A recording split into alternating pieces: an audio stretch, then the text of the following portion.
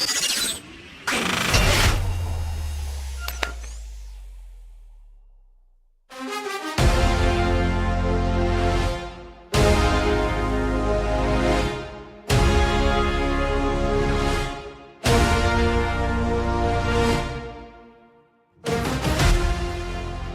new year brings new challenges, but for the drivers of the Gomez Sim Industries ClubSport Series by IVRA, it's the continuation of the championship story. Welcome along to Speedway, Indiana, where the Brickyard will play host to the 500 kilometers of Indianapolis, the fourth round of the championship. Delighted to have your company here on RaceSpotTV to kick off the new year with some great endurance racing. It's Arjuna Kankipati, joined alongside by the returning Jack Stiles into the commentary booth for the first time in going on almost 4 years. Jack, great to have you along, but it's for a very important race. Anytime we come to Indianapolis, it's special. 4 classes of competition. It's going to be a fun one. And this road course has so many challenges. You've got to get the car absolutely spot on throughout the whole race, and it's an excellent circuit for multi-class racing. Of course, this year we're going to have the 6-hour special event here later in the year, so this is a precursor really for what we're going to see throughout the year with Indianapolis. I love this circuit. It's going to be a fantastic race.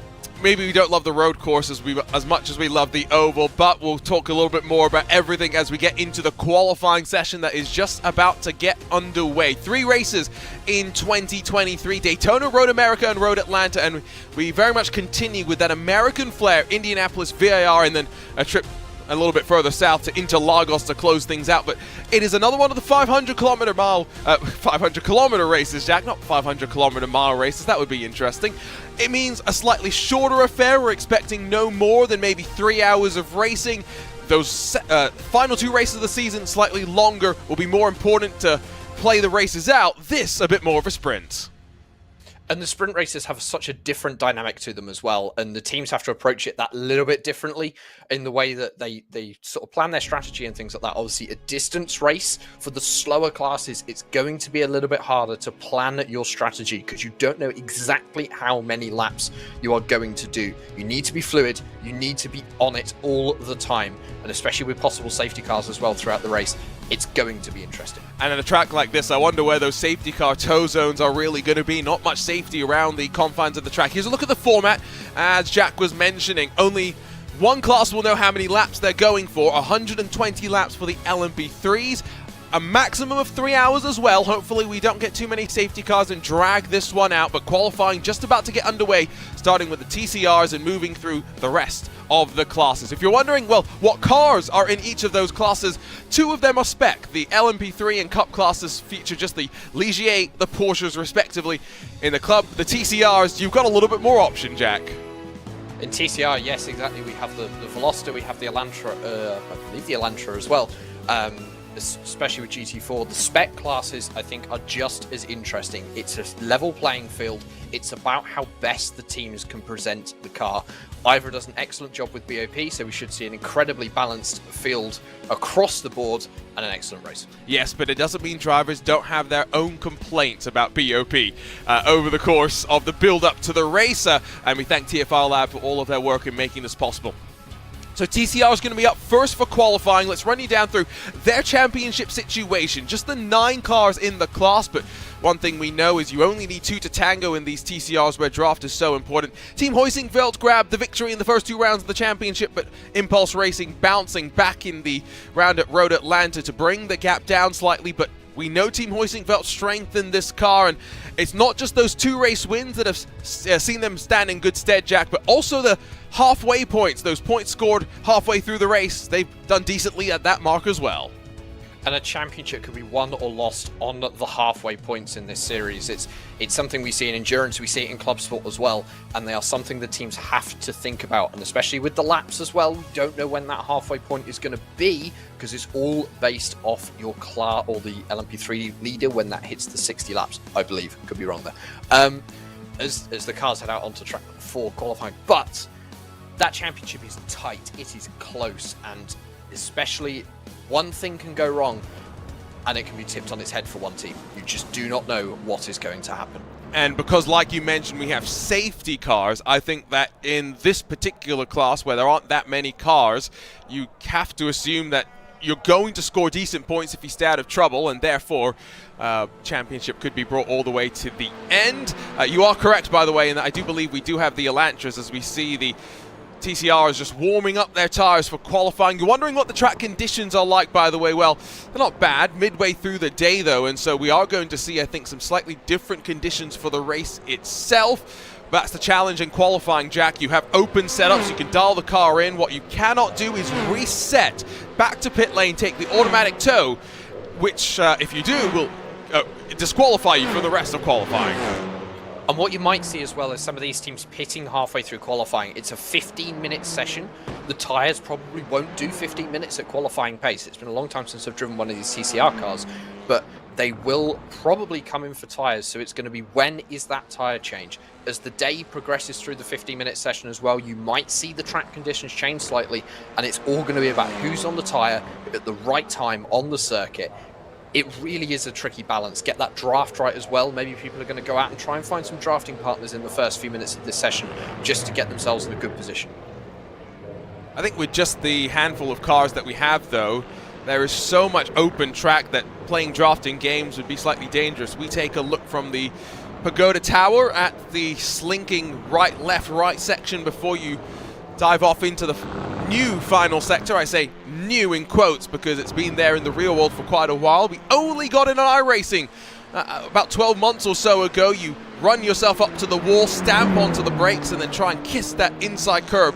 Some of the curbs here quite raised, some of them quite flat. Through the final corner, you look at how much of that inside curb the Honda Civic Type R is going to cut, and knowing all of those little nuances so important around the track. Here comes Miguel Freitas to the line. He'll be the first benchmark that we get in the touring car category.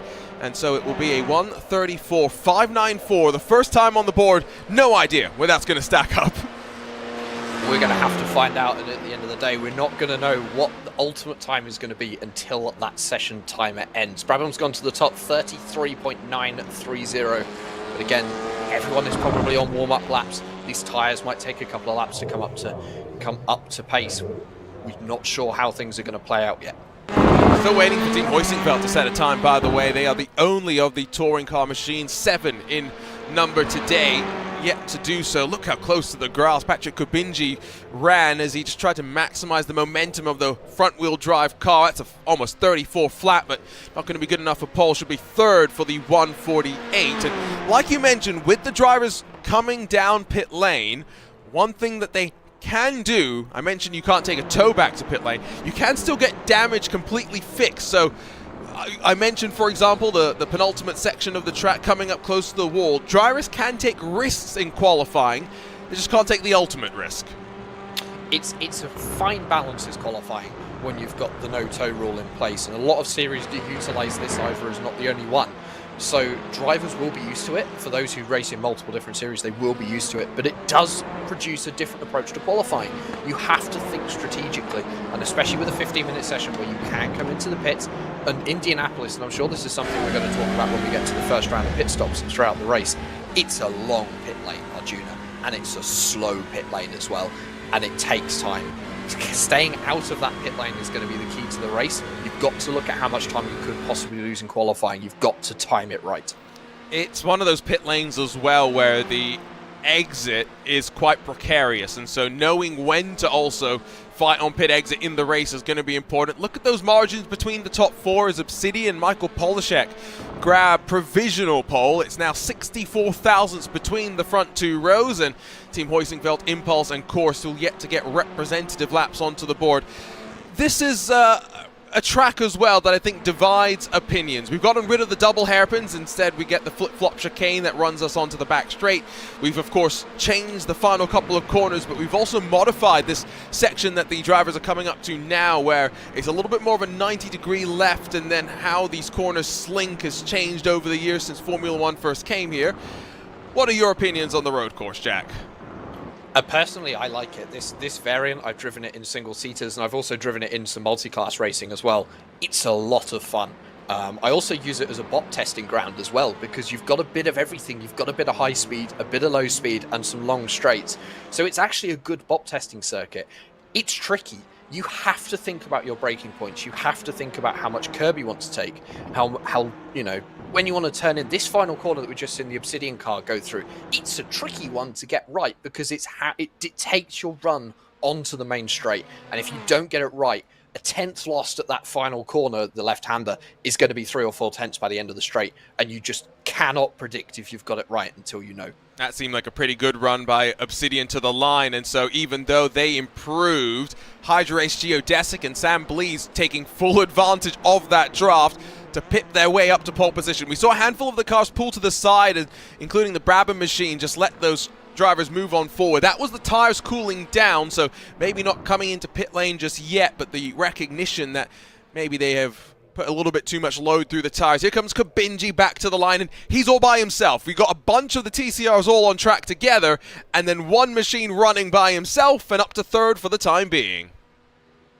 And that's a good time there from Patrick Kabinji, but it's still missing that 10th to get the pole off HydraRace Geodesic Racing, and it's such a close cast as TCR. It's something we see in every series that uses it. I think it's going to provide a fantastic race if this is the times we're seeing in qualifying.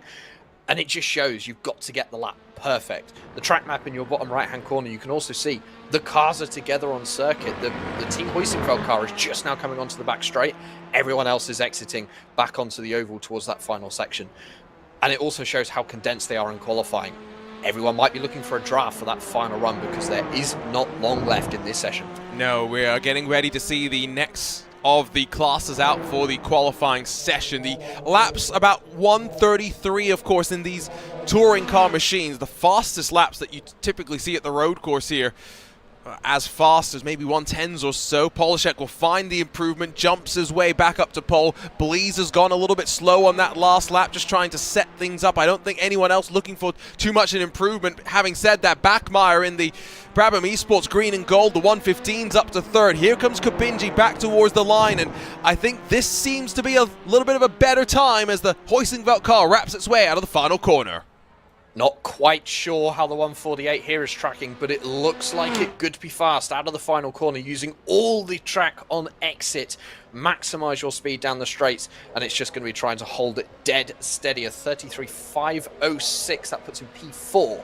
But that's only half a tenth off pole, Arjuna. There's not a lot of room in this. That's the crazy thing, is the margins between these drivers are so fine right now. So back over to Polishek, who's not really relented in terms of his willingness to push those front tires. Remember, they are not just turning the car, but in these touring car machines, they drive the car out of the corners as well. There's so much thought into how to manage those temperatures, and you also see how much, well, you won't see from this camera angle, you do from that, how much the rears under braking get really tested, and that's where the good setups are really loose and they bounce around on you. Maybe clipped a little bit of the curb and the grass on the inside, but as a handful of the other cars back off, it's just Huisenfeld, Brabham and Obsidian trying to go on this next lap.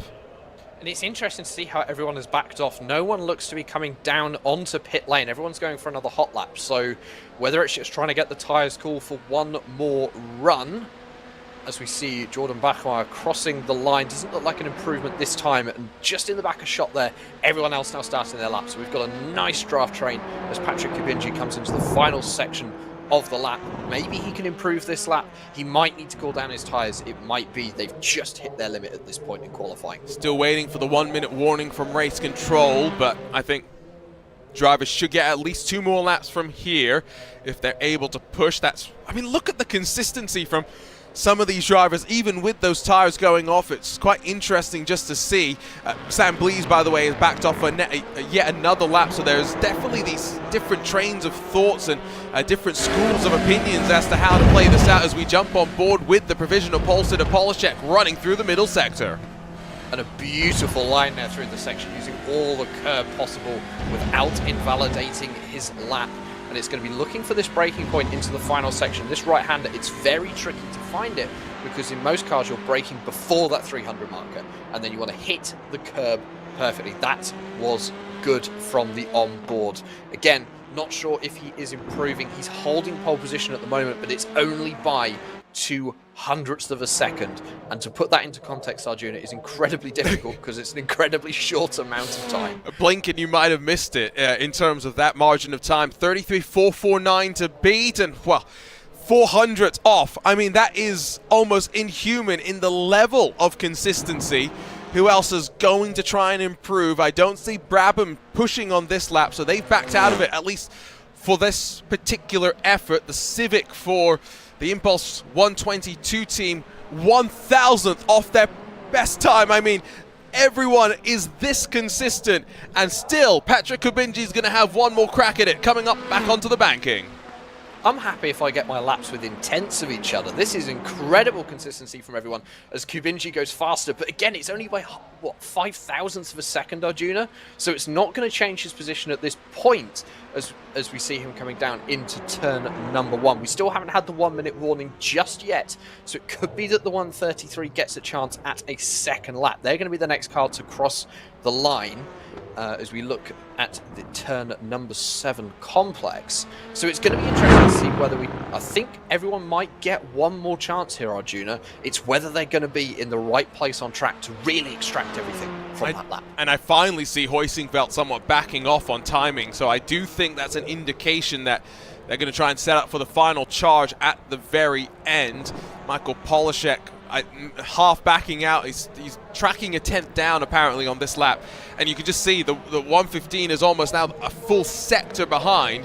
Such is the willingness to manage the tires from some of those other drivers, and so Polishek back to the line does not improve. Maybe no surprise there, but we'll get at least one more, if not two. Can already see a couple of those GT4 machines trying to get queued up on pit lane and ready to go for their qualifying session. Obviously more cars in that GT4 class, so track position is going to be even more important as we see a nice gaggle of TCR cars coming onto the main straight, starting another fast lap. It doesn't look like anyone has improved on this lap. Manuel Saralegi in the Wave Italy car has gone faster, but doesn't look like he's improved his position. So that now puts the top 5 within 5, just under 600ths of each other. That is incredible, Arjuna. And we know that Impulse are, quick in this car, and so them being 6/10 off in qualifying, I don't think we have to worry that they're going to be that far off in the race when draft starts to play. That's the chicane, by the way, that I think these TCR machines are going to be most suited to being able to challenge, given that is a rather raised section of the track. And you think back, what was it, 2021, when the NASCAR drivers came here and absolutely tore the curb to shreds. Yeah, don't think we're too worried about that with these machines today. I personally didn't watch that race, but I am not at all surprised. Yeah, I'm not at all surprised as we have the 1 minute warning from race control. So I would expect everyone here just about to make the start-finish line to go for one more. Michael Polishek here crossing the line. Doesn't improve this time, but he is going to have one more opportunity to do so. I think the TCR is actually going to be the best over that curve, Arjuna. I'm not sure how well the other car classes are going to deal with it. The Sport and the Cup class might be better. LMP3s need to avoid that curb like the plague because they are so stiff. They're just going to bounce straight off it. Bachmeier to pole, and by some margin, you can see the GT4 is already lining up. Hydra Race up to second. So Obsidian now in third. All of those cooling laps seemingly paying off for some of the drivers. Patrick Kubinji, by the way, not necessarily backing off on that lap by any means, but he gets one more attempt shortly, because with that 1 minute clock remaining, Polishek's into the middle sector of the lap. He will also see the checkered flag this time by. Everyone will see the checkered flag this time by, and I am interested to see what the 161 car can do here, because he is sat in a draft. Everyone else looks to be on their own as we focus on the 133 of Michael Polishek. They have just lost 2 positions. He has to nail this lap. They've gone from being ahead to being almost a 10th off pole position, and that was a fantastic lap by Jordan Bachmeier to take that away, but it potentially opens the door for someone else to come back.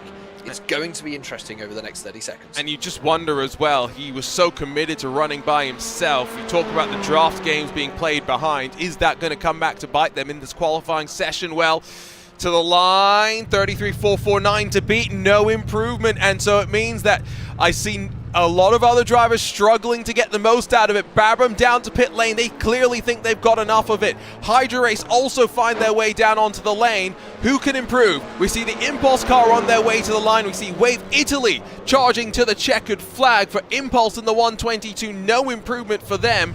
For Wave Italy as well, 210 soft. The conditions maybe not being favorable at the dying seconds of the session. Huizinveld one final chance trying to shortcut their way to the line, but the points leaders coming into this one with some advantage. Going to start back and forth, no better for them.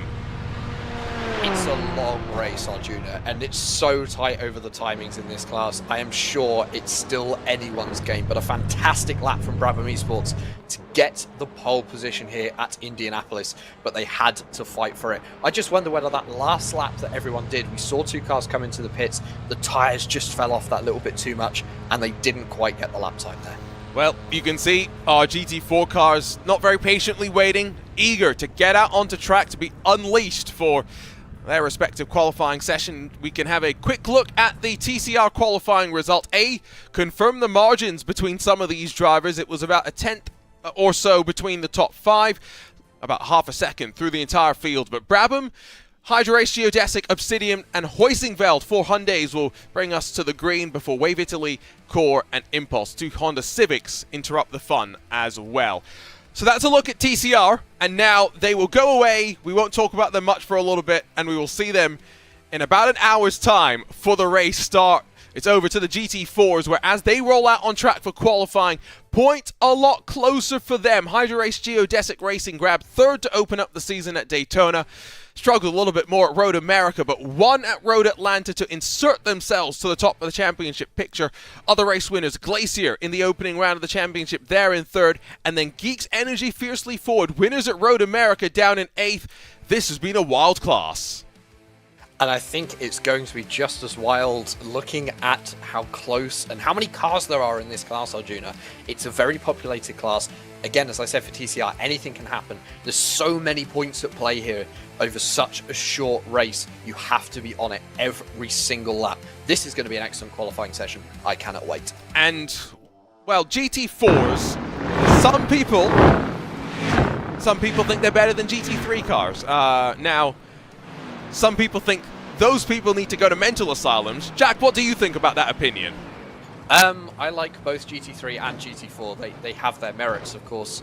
GT4 gets used a lot in the UK with our national series because the circuits in the UK are a bit tighter.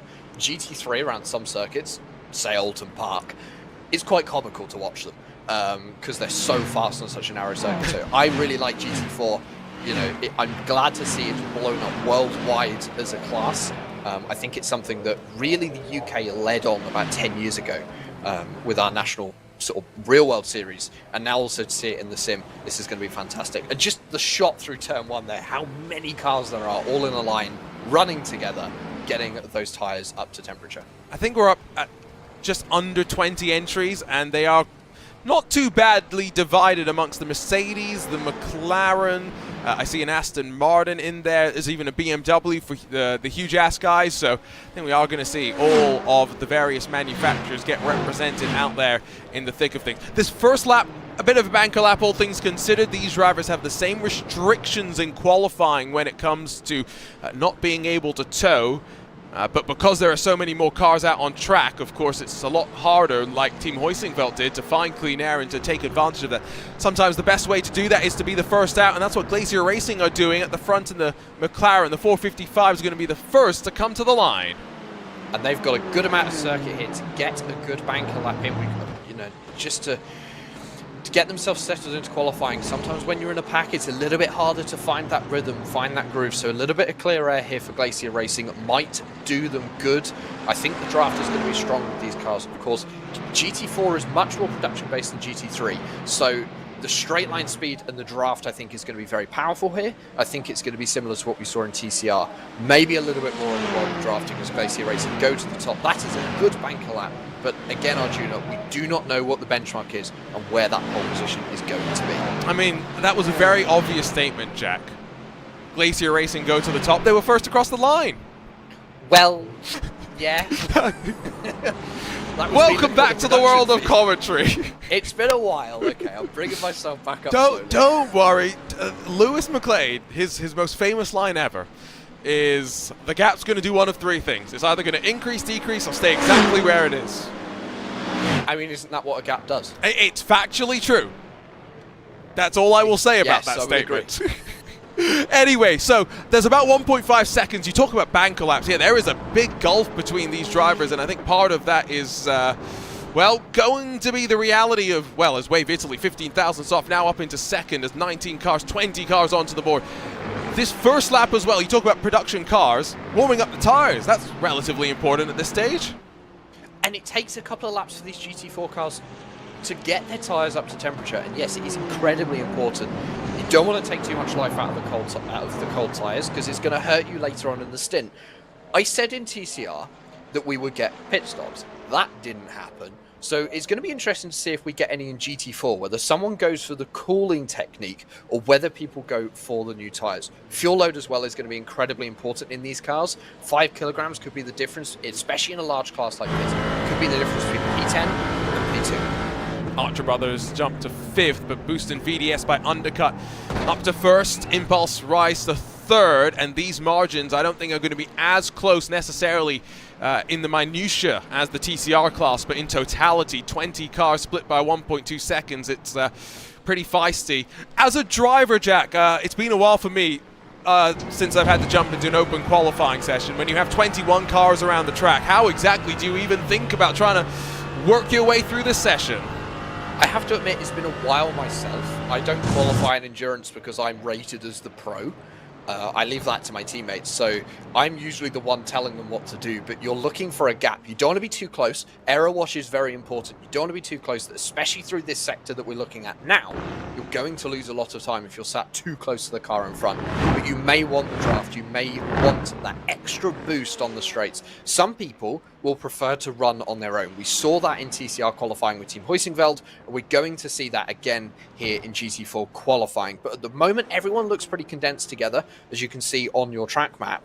And we've sort of got one big group, another one just behind, and then a few cars on their own. As we see a couple of cars, actually Boost and VDS, the pole sitters currently, are down onto pit lane. So are Glacier Racing. So we're already seeing some pit stops. Maybe these tyres aren't going to go as long as I originally thought. I think that might be GT4 syndrome as Geeks Energy's 444 slides its way up into 5th, about a quarter of a second off of that pole time from the 492, and now I get the sense we'll find out how many more drivers are going to back out of things. Satellite Racing and Ayrton Williams are up into the 11th position, but there is a little bit of consternation as we finally get all 21 drivers onto the board, and one driver, Prestanda Nomad, car that's provisionally in 4th position, just goes straight, trying to get out of the way. Ryan Hamilton just trying to avoid being a bit of a roadblock. So already, by the way, Glacier Racing are off and away. Probably just tyres and a splash of fuel for them. I suspect you're right, Arjuna. It'll be tyres and a splash of fuel. And I've just looked at my timer because I'm going to run a timer on this session. We have 8 minutes remaining, so we're almost halfway. It makes sense to pit now. Get those new tyres on. They've got their banker in. Get those new tyres on, get back out. You're going to have about 3 fast laps to really get the best out of those tyres as we see Glacier Racing come back onto the circuit. First time we've seen that pit exit today, and as you can see, it spits you right out onto the racing line. There's no Formula 1 style. You have to stay beyond the white line until this point. Really, Indianapolis, it's only on the inside. After that, it's a free-for-all. If you can get onto the racing line, you have to go for it because you're going to lose so much time on the outside there, especially in the race. Here come some of those drivers down on towards the pit lane, so it's going to be Geeks Energy that make their way on in, but the German sim racing car takes the draft and runs to the line. The 467 finds a 0.3 of a second improvement, and it counts. It's up into 9th position. Track limit, something that I'm not sure how much drivers are necessarily worried about here. There's a couple more drivers streaking their way to the yard of bricks that still lies inlaid at that timing beam at the start-finish line. Let's be real, everyone wants to kiss the bricks, and Jack, I hope some of these drivers came prepared today and have some milk in their fridge for if they win this race. I would like to think so. I think kissing the bricks might be a little bit difficult unless someone wants to walk outside and kiss their house. But definitely the milk could be something we see today. day. It's actually a good idea. If I race here again, I might have to do that. Oh, no, you've got to. And I'm just saying, by the way, if you ever go to Indianapolis, you can wander around Speedway, downtown Speedway, which is not saying much. Downtown Speedway is basically just a strip that then leads to the track. But you can buy bricks from the original track itself, or you can go diving in the rivers for it. So, Jack, what I have is a piece of the track that I'm going to go kiss after this race, I've just decided. So, you've just given me an excellent idea that might be a difficult conversation with UK Customs when I come back from Indy, when I'm planning to go in a few years. But I would like to bring one back with me, and I'm going to put it center in my office. Just so, the Monday morning phone call after at work can be really awkward when someone asks me why I have a brick on the wall. No, exactly. There you go. You're thinking exactly how you need to, and for the very reasonable price of about $50. I still remember the story that I got told. I was arriving to Indianapolis late, as we're going to see Nathan Deering in the Hyperion racing car not improve, as a handful of drivers have not come down to pit lane. I will just point that one out. But yes, friends at i5G had gone to a store, found these bricks on a shelves, messaged me. I said, yes, grab me one if you're buying one. They did, and as they're walking out of the store, there were about 5 of them on a shelf. The shop owner goes behind to the warehouse, grabs 5 more bricks, and places them back on the shelf. I mean, there must be an infinite amount of bricks. 3.2 million, yes. 3.2. Oh, wow. Yeah, they're going to be selling them for a very long time. I'm not going to have to worry about them running out of bricks by the time I get round to going to Indianapolis for the 500. So, ooh, that lap didn't count for Glacier Racing. I mentioned track limits. They must have got a 1X. Now, a 1X here at Indianapolis isn't too hard to get, but there are a couple of corners where it is quite sensitive. So Glacier Racing obviously really pushing the limits there. They're currently around just under 2/10 off pole position off the Boost and VDS car. No one has trumped that lap just yet as we look at Ayrton Williams in the 464 Aston Martin. A beautiful car, that Vantage, I have to say, as he crosses the line. Doesn't look like he hasn't improved. No, that was a slow lap, about 15 seconds off the pace. So obviously building up for a fast lap this time. Quite intrigued as to how some of these different drivers are playing out this session, as you see the provisional pole position leader just still building things up. You have the Archer Brothers machine running to the line, and Liam Matthews just running a almost 5-car train behind. It's mostly Mercedes. I'm also hearing a lot of bashing over that inside curb, which is unsettling me, but I'm hoping that's more cosmetic audio than anything else, given that these cars should be able to take that bump relatively safely. With time running short in this session, it is a rather large gap that Boost and VDS do have at the front of this class, though. And we've got just over 3.5 minutes to go, and no one has trumped them yet. Adrian is currently on a fast lap. As you say that, Glacier Racing to the top. They are 10th clear now in that 455 McLaren, and they have finally trumped that time by Boost and VDS. However, there is still, as I say, just under 3.5 minutes to go. Anything could happen here at Indianapolis, and I think there is going to be some fightbacks. And that is a lap that actually counts for Glacier Racing, so that's an important mark as well. Who's tracking on an improvement in this group that's running towards the line? Can't quite see anyone that's running well. Can tell you that Ryan Hamilton in that Prestanda Nomad car, I don't think he'll be challenging to try and improve that time, and indeed ducks down below the expected line, and now slinking back and forth. I think was not sure if there were going to be people behind him that were going to pass into turn number 1. If you look at that track map again, you just see how many drivers have sought out clean air versus how many drivers have sought out draft. It's a pretty clear picture, I'd say. Yeah, we've obviously got the big draft train that actually that Nomad car that we were just looking at is leading. However, the cars we're looking at now, they're on their own. They're tucking in behind. We're looking at SimCity Racing here, and they're just sat behind the 411.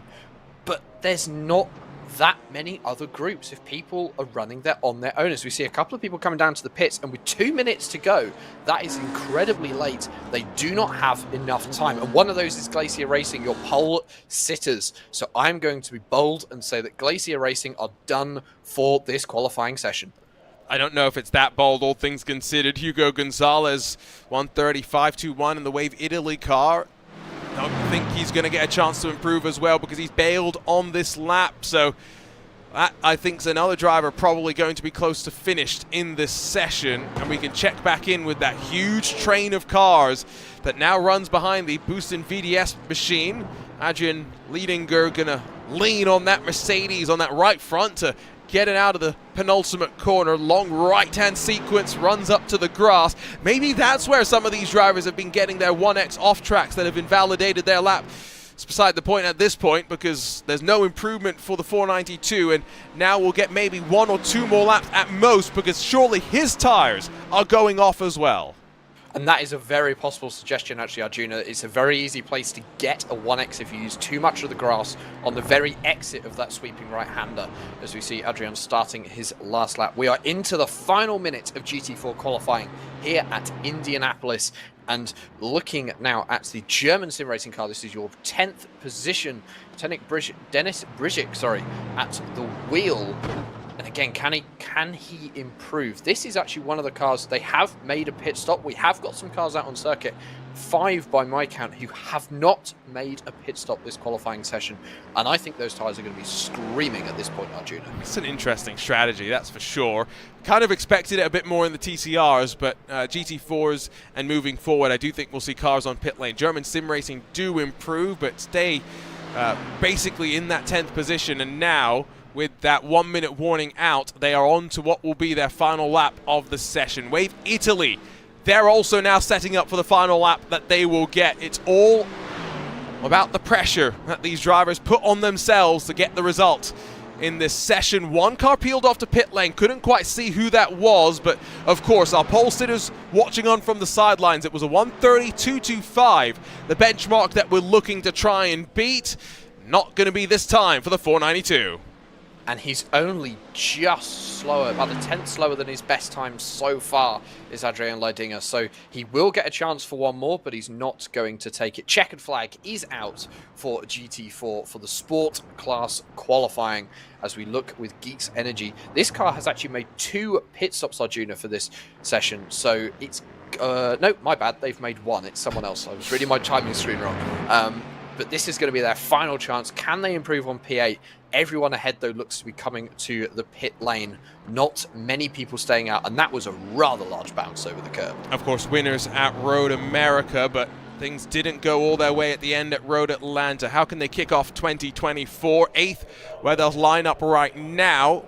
No one else, I think, out on track and looking to really improve based on the times that I'm seeing. And so as Luke Peters sees a marginal improvement, it's 0.5 of a second, but it's good enough to get him to 4th. Small victories here, so important. Wave Italy Bale, they're not going to improve. And the Kramer Racing Esports 424, another one that unfortunately will not see any improvement. And as the cars return to pit lane, the Cup machines are waiting for their command to be released.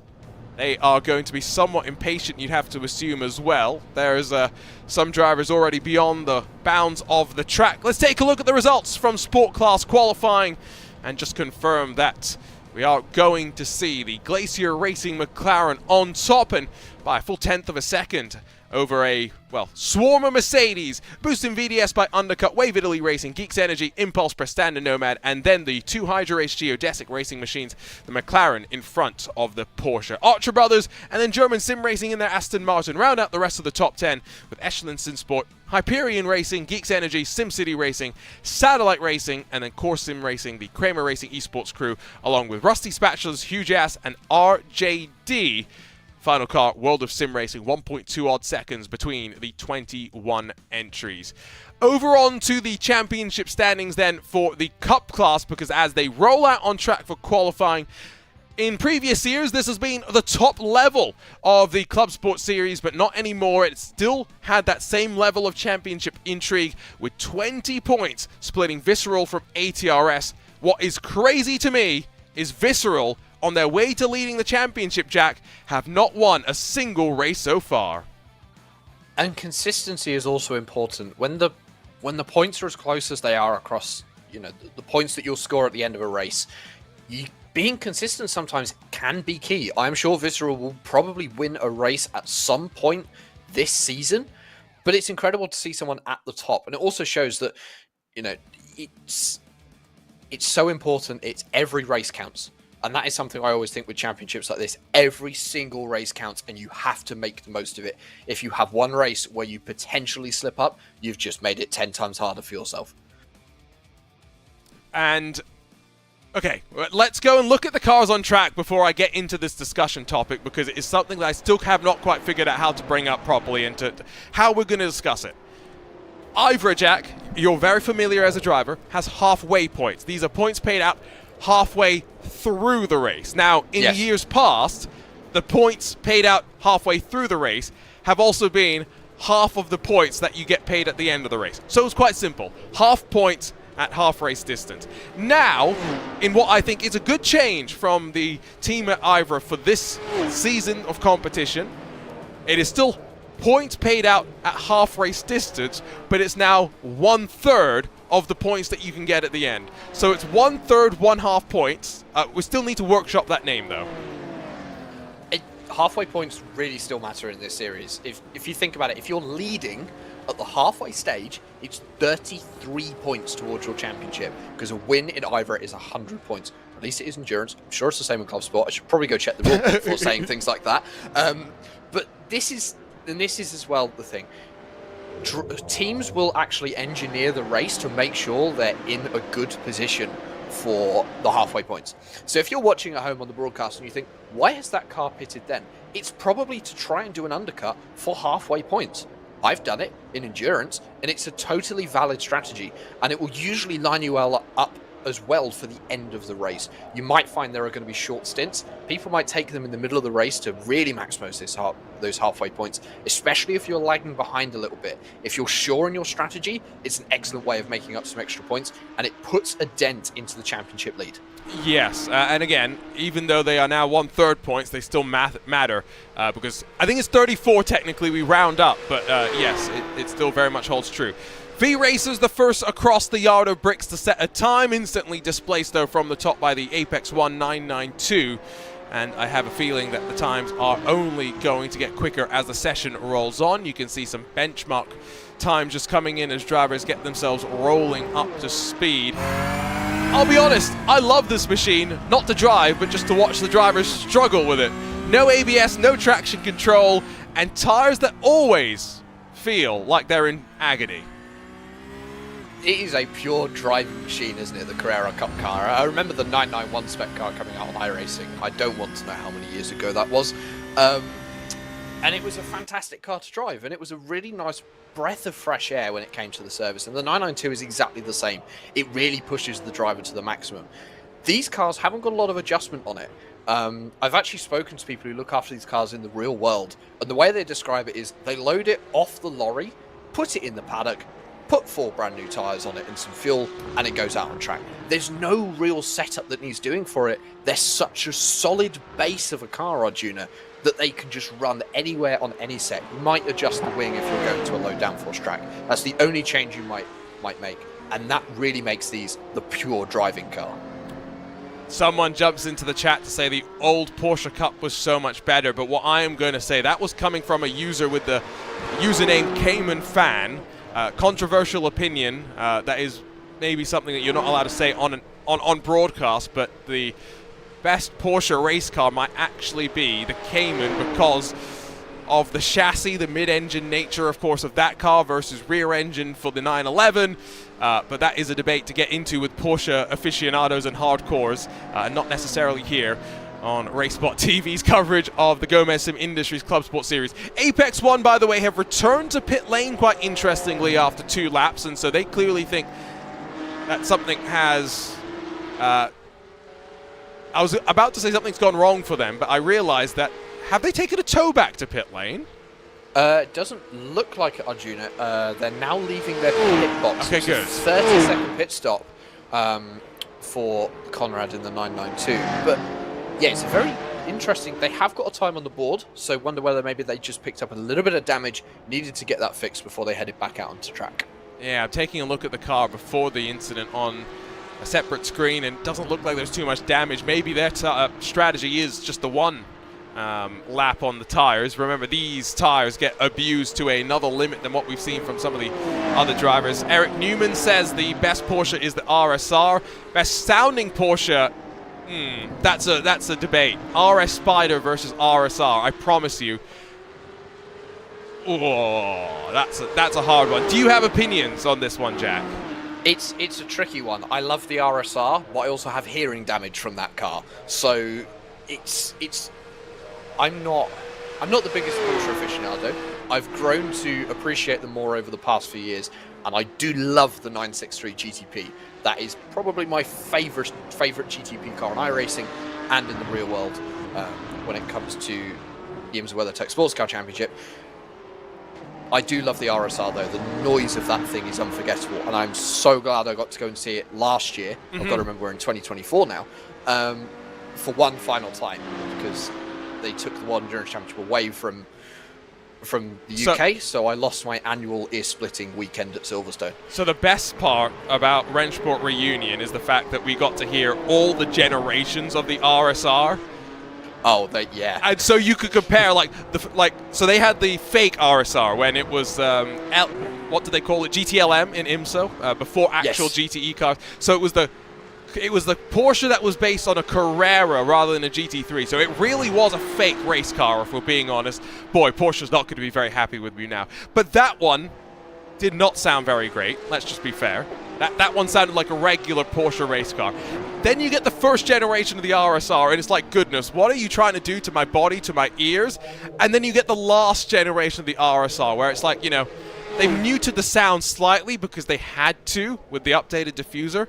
Doesn't mean it doesn't sound bad. It's just less ear-splitting, See, I would say the RSR 19, the last generation one, I would have said that was louder. It wasn't, though. Yeah, I'm trying to think back to the I believe it was 2019, 6 hours of Silverstone, or 4 hours of Silverstone it would have been, when they had both spec cars, because it was obviously GT and Runty older. So I have seen both cars. It was a long time ago, though, so I can't remember. Okay, the problem with that, though, as well, is you've got lots of other cars going around the track at the same time. That's where I really appreciated Rennsport Reunion, where you had legitimately, 4 cars on track at once, and you had a 918, an RS Sparta, and then 2 of the RSRs just running around the track. As I say, there was probably a Gibson V8 LMP2 that was also splitting my ears at the time when I saw the 2 GTEs come past. But, and this is what I love. Porsche has such a wide variety of customer programs, including GTP, LMDH. They were the first customer programming, and that obviously we're going to see more this year, hopefully. And it's just so fantastic to see the variety you get with Porsche racing. You go to a club event in the UK, there's probably going to be a Porsche somewhere in one of the series. They are a bit of a leader when it comes to their customer programs, yes, and it's going to be cool with the hybrids moving forward to see how that's going to work with increasing interest as well. You can see the Apex 1992, by the way, setting up for what will be another lap. Times maybe not as close as I was expecting right now. We have 14 times on the board, split by around 2 full seconds at the end, and this is definitely another, excuse me, getting a little bit of hiccups here early in the morning, but this is definitely a bit of a setup lap, isn't this, right now? Yeah, I feel like everyone's just slowly building themselves up as we ride on board with one of the cars here, and you can actually hear it. It's not running at full speed. I wonder whether I'm not massively experienced with this car. I have teammates who are, but I'm not. So I wonder whether there's maybe tricks with this car where you have to build it up slowly. Make sure you don't take too much life out of the tyres on one of these warm-up laps. We don't have long left in qualifying. 5 minutes left. We're nearly 2/3 of the way through. Just over 5 minutes left. And a couple of cars now coming out of pit lane. And I kind of wonder when it comes to some of these drivers. Don't think we're doing brake dragging like we would do in the Porsche Esports Super Cup by any means, but are they trying to do some of those weird strategies as well? There's a good look at that pit exit merge and what it's going to be like in racing conditions. Wave Italy don't necessarily have to worry about much as Thomas copes his way to the front of the field, and by 0.2 of a second. A fantastic lap from the Olympus Esports driver in the 946. And Thomas is incredibly quick. I race him in endurance, and that is a fantastic lap to put on the board. 0.2 clear. That's going to be a tough one to beat, but I guarantee you someone is going to give it their best to try. That's a good look at the chicane. We were talking about it earlier. Those Porsche Cup cars definitely being a little less aggressive over the curbs than the touring cars were being. I think touring cars will always be aggressive on curbs. From having watched touring cars... Touring cars aggressive? Yeah, that's a really silly comment to make, really, isn't it? You know, and it's going to be interesting to see, especially once we get into the race, into the multi-class situations, how the different cars can make up time in traffic by using the curbs differently. Because you might see a Porsche Cup car need to go tight off the exit of that chicane that we were just looking at and use more curb. And it might bounce off. You don't know what it's going to do. You have to test these situations, which is where AI is an excellent feature on iRacing to test things like this. But it's going to be interesting to see. We're looking at Impulse Racing now in the 915 coming off the final corner. And will they improve? They are tracking on an improvement, and it's going to be a big jump of time as well. Should be up to second for Mario Velgut, and the 915 might now be done with qualifying. The Olympus car is also in pit lane, but I think has just left the box, or rather, is entering into the box. We're about to see.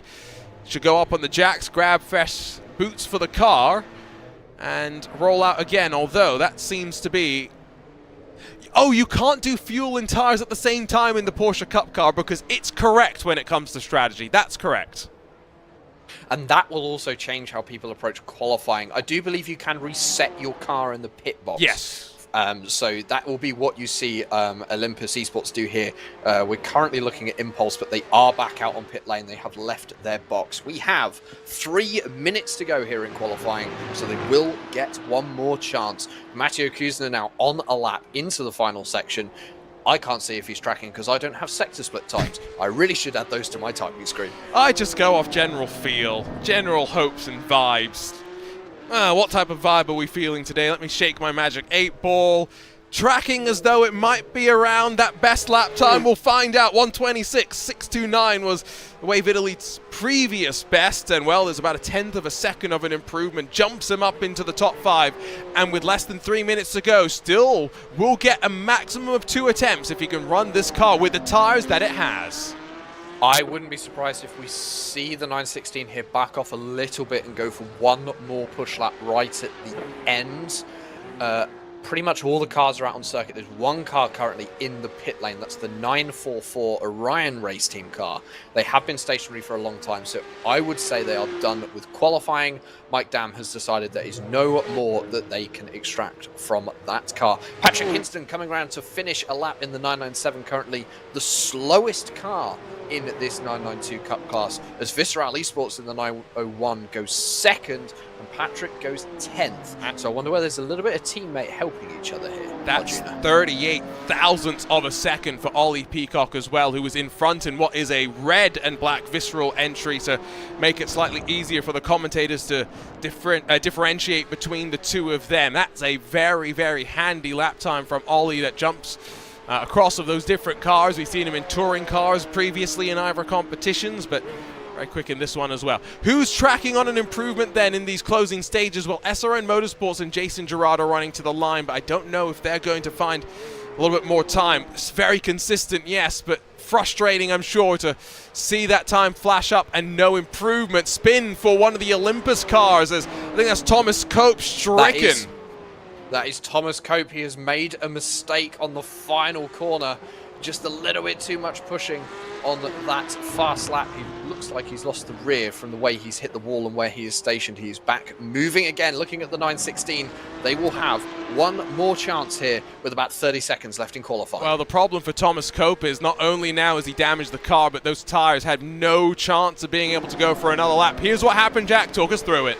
He's just come through the final corner here a little bit too much. The rear end has stepped away from him and it's hit the wall, and it's going to be that second impact that does the damage. There is a very lucky for that second car that comes through. That was the onboard. He's just lost the rear, Arjuna. It's so easy to do, especially in qualifying.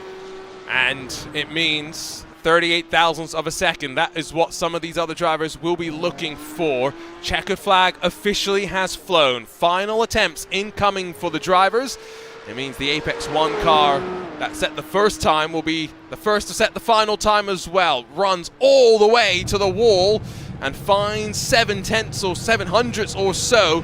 Jumps himself up in time, but not in position. Who's next to the line? It should be the Wave Italy car. Matteo Kuzner jumps his way immediately to the wall. There's no improvement for him. Focus on the V-Racers car peeling off down pit lane. Another one that thinks the tires don't have enough life. Dalton Zavadil, Mr. Z, is also off on towards pit road because he's done enough in the session so far, followed in by Thomas Cope after getting the damage on his machine.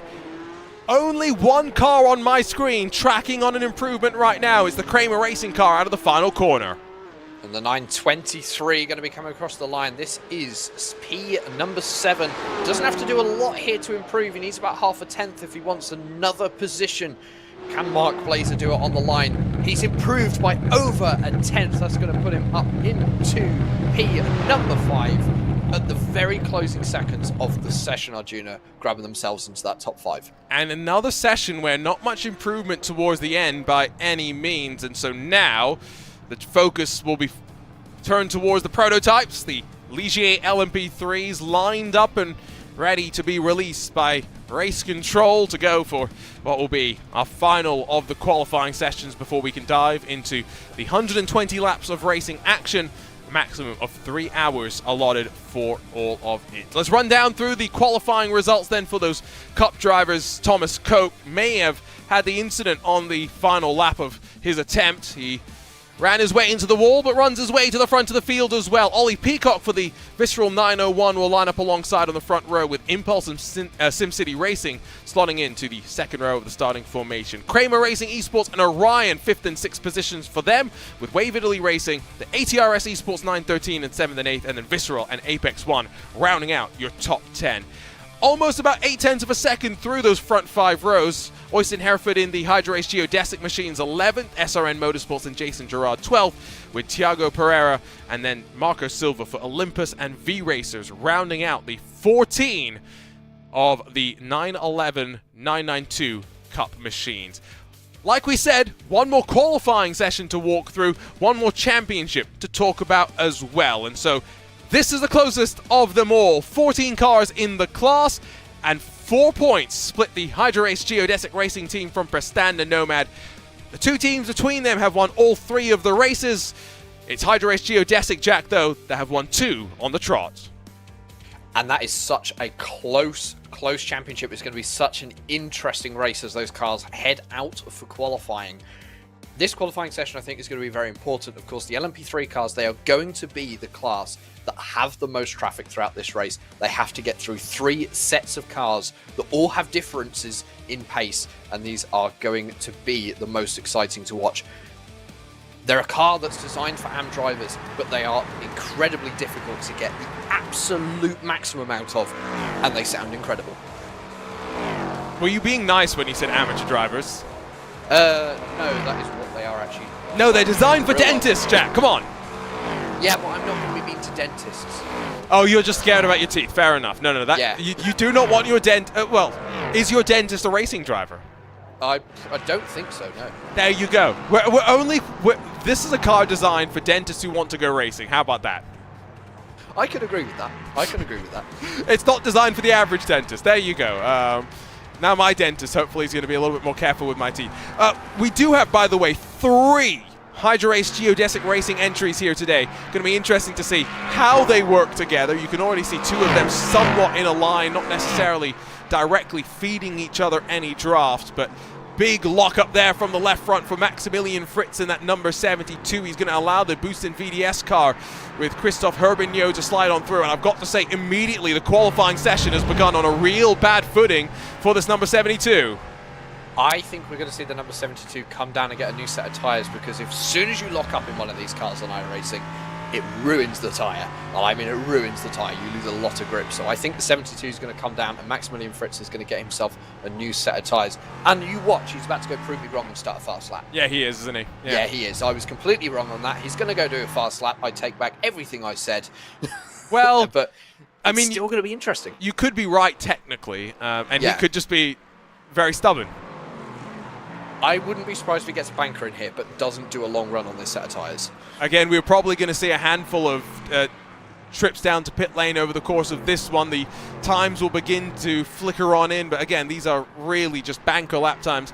If you're curious what the weather conditions are like right now, interestingly, they have not changed 1 iota in terms of track and air temperature. The wind may be gusting around just a little bit more with that partly cloud cover that we have just sitting above the circuit. But yeah, an hour into the session as Bo Rigor now runs off the track through the chicane. the conditions aren't what are challenging the drivers right now. No, it doesn't seem to be, and I'm not quite sure what happened for Bo Riga, whether that was a mistake or whether it was on purpose, but as we see the lovely train of LMP3 cars coming through this section of the course, as we ride on board looking at a replay coming into this chicane that we've talked about so much so far in this qualifying session, and that's what I was talking about with the bounce. It looks as though the car has just spat him left. Very well done to keep that out of the wall. The look from the Pagoda, I mean, it doesn't look that scary until you see the trajectory in towards the tire barrier and the correction to be able to hold on to it. Change of underwear required. Fortunately, no change of tires. Prestanda Nomad to 5th, Trek Esports to 8th, and now Hydra Racers number 62 momentarily to 1st. Immediately pipped by Christophe Herbigno in that boost in VDS by undercut number 92. Delatraz Automotive up to 2nd as the core sim racing car with Pastel Sticks still stuck in that 5th position, but it's half a second that splits the top 7 with 2 laps of qualifying now done and dusted. And wow, Core Racing and Pascal Sticks, Core Sim Racing, sorry, that is a name I have not heard for a long time. That could also be because I've been out of commentary for 4 years. Core Racing, of course, along with Giudizi Cacci, stalwarts of iRacing endurance racing. I think they are names that were around when I joined the service, and that was nearly 8 years ago, Arjuna. So they will know how to approach these qualifying sessions. And these races, they have so much experience under their belts. I think that this race in particular, being 3 hours, experience is going to be crucial, because when we get safety cars, not if but when, split-second decisions will determine the course of the race, and knowing what you want to do, knowing how the IVRA safety car system works is going to be paramount. Herbigno through the penultimate set of corners now, just trying to avoid the inside curb momentarily. A lot more aggressive through that penultimate corner though, just trying to shortcut the track and get onto the power as aggressively as possible. One car had dived off on towards the pit lane. That was the Trek Esports number 33, but as the 92 sees the yard of bricks, it's another 1/10 of a second of an improvement, and that's an important improvement as well. Every single second that you can find counts. The lap didn't count though. And that is interesting. Must have just pushed the track limits a little bit too much in that 92 machine. The Boost and VDS by undercut LMP3. Of course, also Boost and VDS, a team that has been around for an incredibly long time in motorsport, not just on sim racing in the real world as well. As we look at the Team Heusinkveld car, Simon Graf at the wheel in the 49. Looks as though they're a little bit off the pace at the moment, but me saying a little bit off the pace, what I'm actually saying is they're about 8/10. This field is very tight on timings, especially that midfield, as he goes P10 in the 49. It's only half a second now. Yeah, I think we are, again, just seeing the build-up of speed in some places, and Trek Esports in and out of pit lane after the first lap, it would seem. Some other drivers thinking they can get a couple more laps out of the tires that they have underneath them.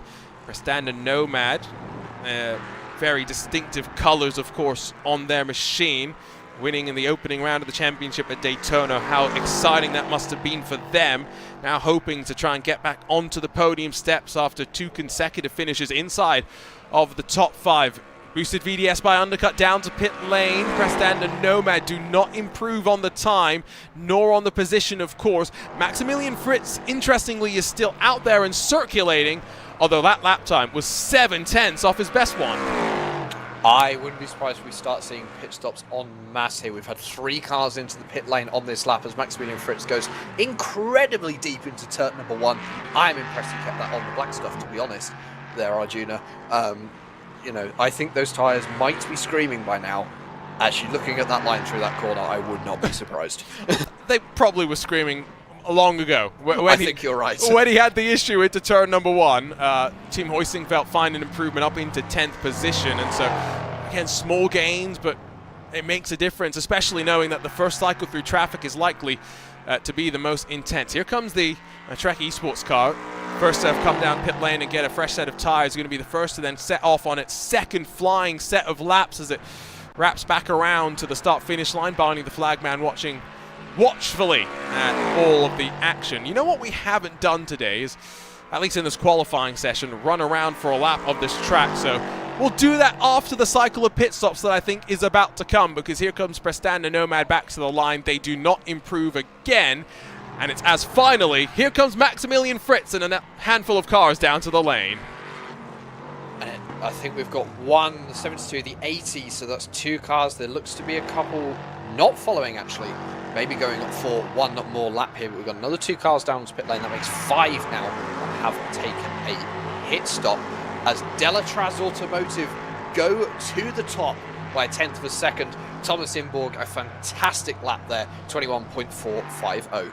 89 thousandths of a second as well. Big margin to this car that's getting ready to start its lap. Of course, Christophe Herbigno, if I do remember correctly, is paired up with a handful of those team drivers in the Delatraz Automotive camp before. And of course now racing against one another. Let's ride on board for the lap here at the Indianapolis Motor Speedway's ATRS Academy. The next car to jump to the top, times continuing to tumble, but it's in towards turn number 1. They got to be brave. Christophe Herbigno looks on the left as the meter boards tick away. He brakes after the 300 board, avoids clipping the inside curb through turn number 1, but uses the curb through turn 2 to rotate the car back towards this long right-hand sweeper. Set up on the left-hand side of the track, onto the brakes early and onto the power early as well, because this momentum you carry runs you through the chicane, runs you down the back straightaway, and on that charge in towards what is a heavy braking zone, and a braking zone that is difficult at the best of times to get right, let alone when you've got no ABS or traction control. Very controlled from the number 92, avoiding the inside curb because he doesn't want the car to bounce around too heavily, and slingshots his way in almost a straight line through the right, then the left, and then back to the right into the final sector. This is where this new final sector's presented some passing opportunities, yes, but in qualifying, risks as you get as close to the wall as you would dare. It was down just a gear there for Herbigno as he tried not to bleed too much momentum off the car. Back now to the left-hand side of the track and trying to stamp onto the power, but the rear end there was a little bit lethargic. Runs his way to the line towards the yard of bricks, with a target being a 1:21.424, his best being a 1:21.540. He finds the time, he goes to pole, and what a lap it was. That looked brilliant watching the onboard. I could tell that was going to be quick after the first sector, but Christophe Herbigno absolutely nailing that lap. Not a good 10th clear of Gareth Higgins in the ATRS Academy. 4 minutes to go here in qualifying at Indianapolis. I'm glad we rode around for that lap because it looked pretty smooth, and I think that's what we want to see from the race itself, is once you get into traffic, this car, its energy management, it's going to come down to who's willing to be the best. Those HydraRace geodesic racing machines, by the way, I have just noticed. Thank you, Andrew Langham, for making it obvious, but there is no differentiating marks between those two cars whatsoever. Oh, what joys. At least we have numbers. And that at least gives us differentiating markings, but it's just going to be a case of making sure we're talking about the right geodesic car in LMP3. Okay, tell me what number that geodesic car is. 64, because I can see you're looking at it on the timing screen. Gosh. Not anymore, you can't. Yes, if you're listening, Mr. Liveryman at Geodesic, highlights. They'd be great. So closing stages of the session means that the drivers that have been watching on from the sidelines in the other qualifying sessions will get a brief warm-up as soon as this is done. These drivers don't get long to flip the page between qualifying and race mode either, though. That is definitely one of those things that I always wonder as a driver, Jack. How do you work your way through that process? It's such a tricky one to do, especially in the closing stages of qualifying. You're watching that timer come down. You know your chances are getting thin. Pastel Sticks we're currently watching coming into turn number 1 in that 80 core sim racing machine. A really nice line through there as well from that TV camera as Prestanda Nomad go P9. Qualifying is so important. These last stages of qualifying are so important. And 5% too much braking, you've lost your lap. And Delatraz Automotive are done. They're in pit lane, so they clearly think they have pushed the tires enough. I think ATRS have come into pit lane and come back out again, so there are a couple of different schools of thoughts as the Muradness M Squad car picks up a bit of grass. I think that would have invalidated its attempt in qualifying.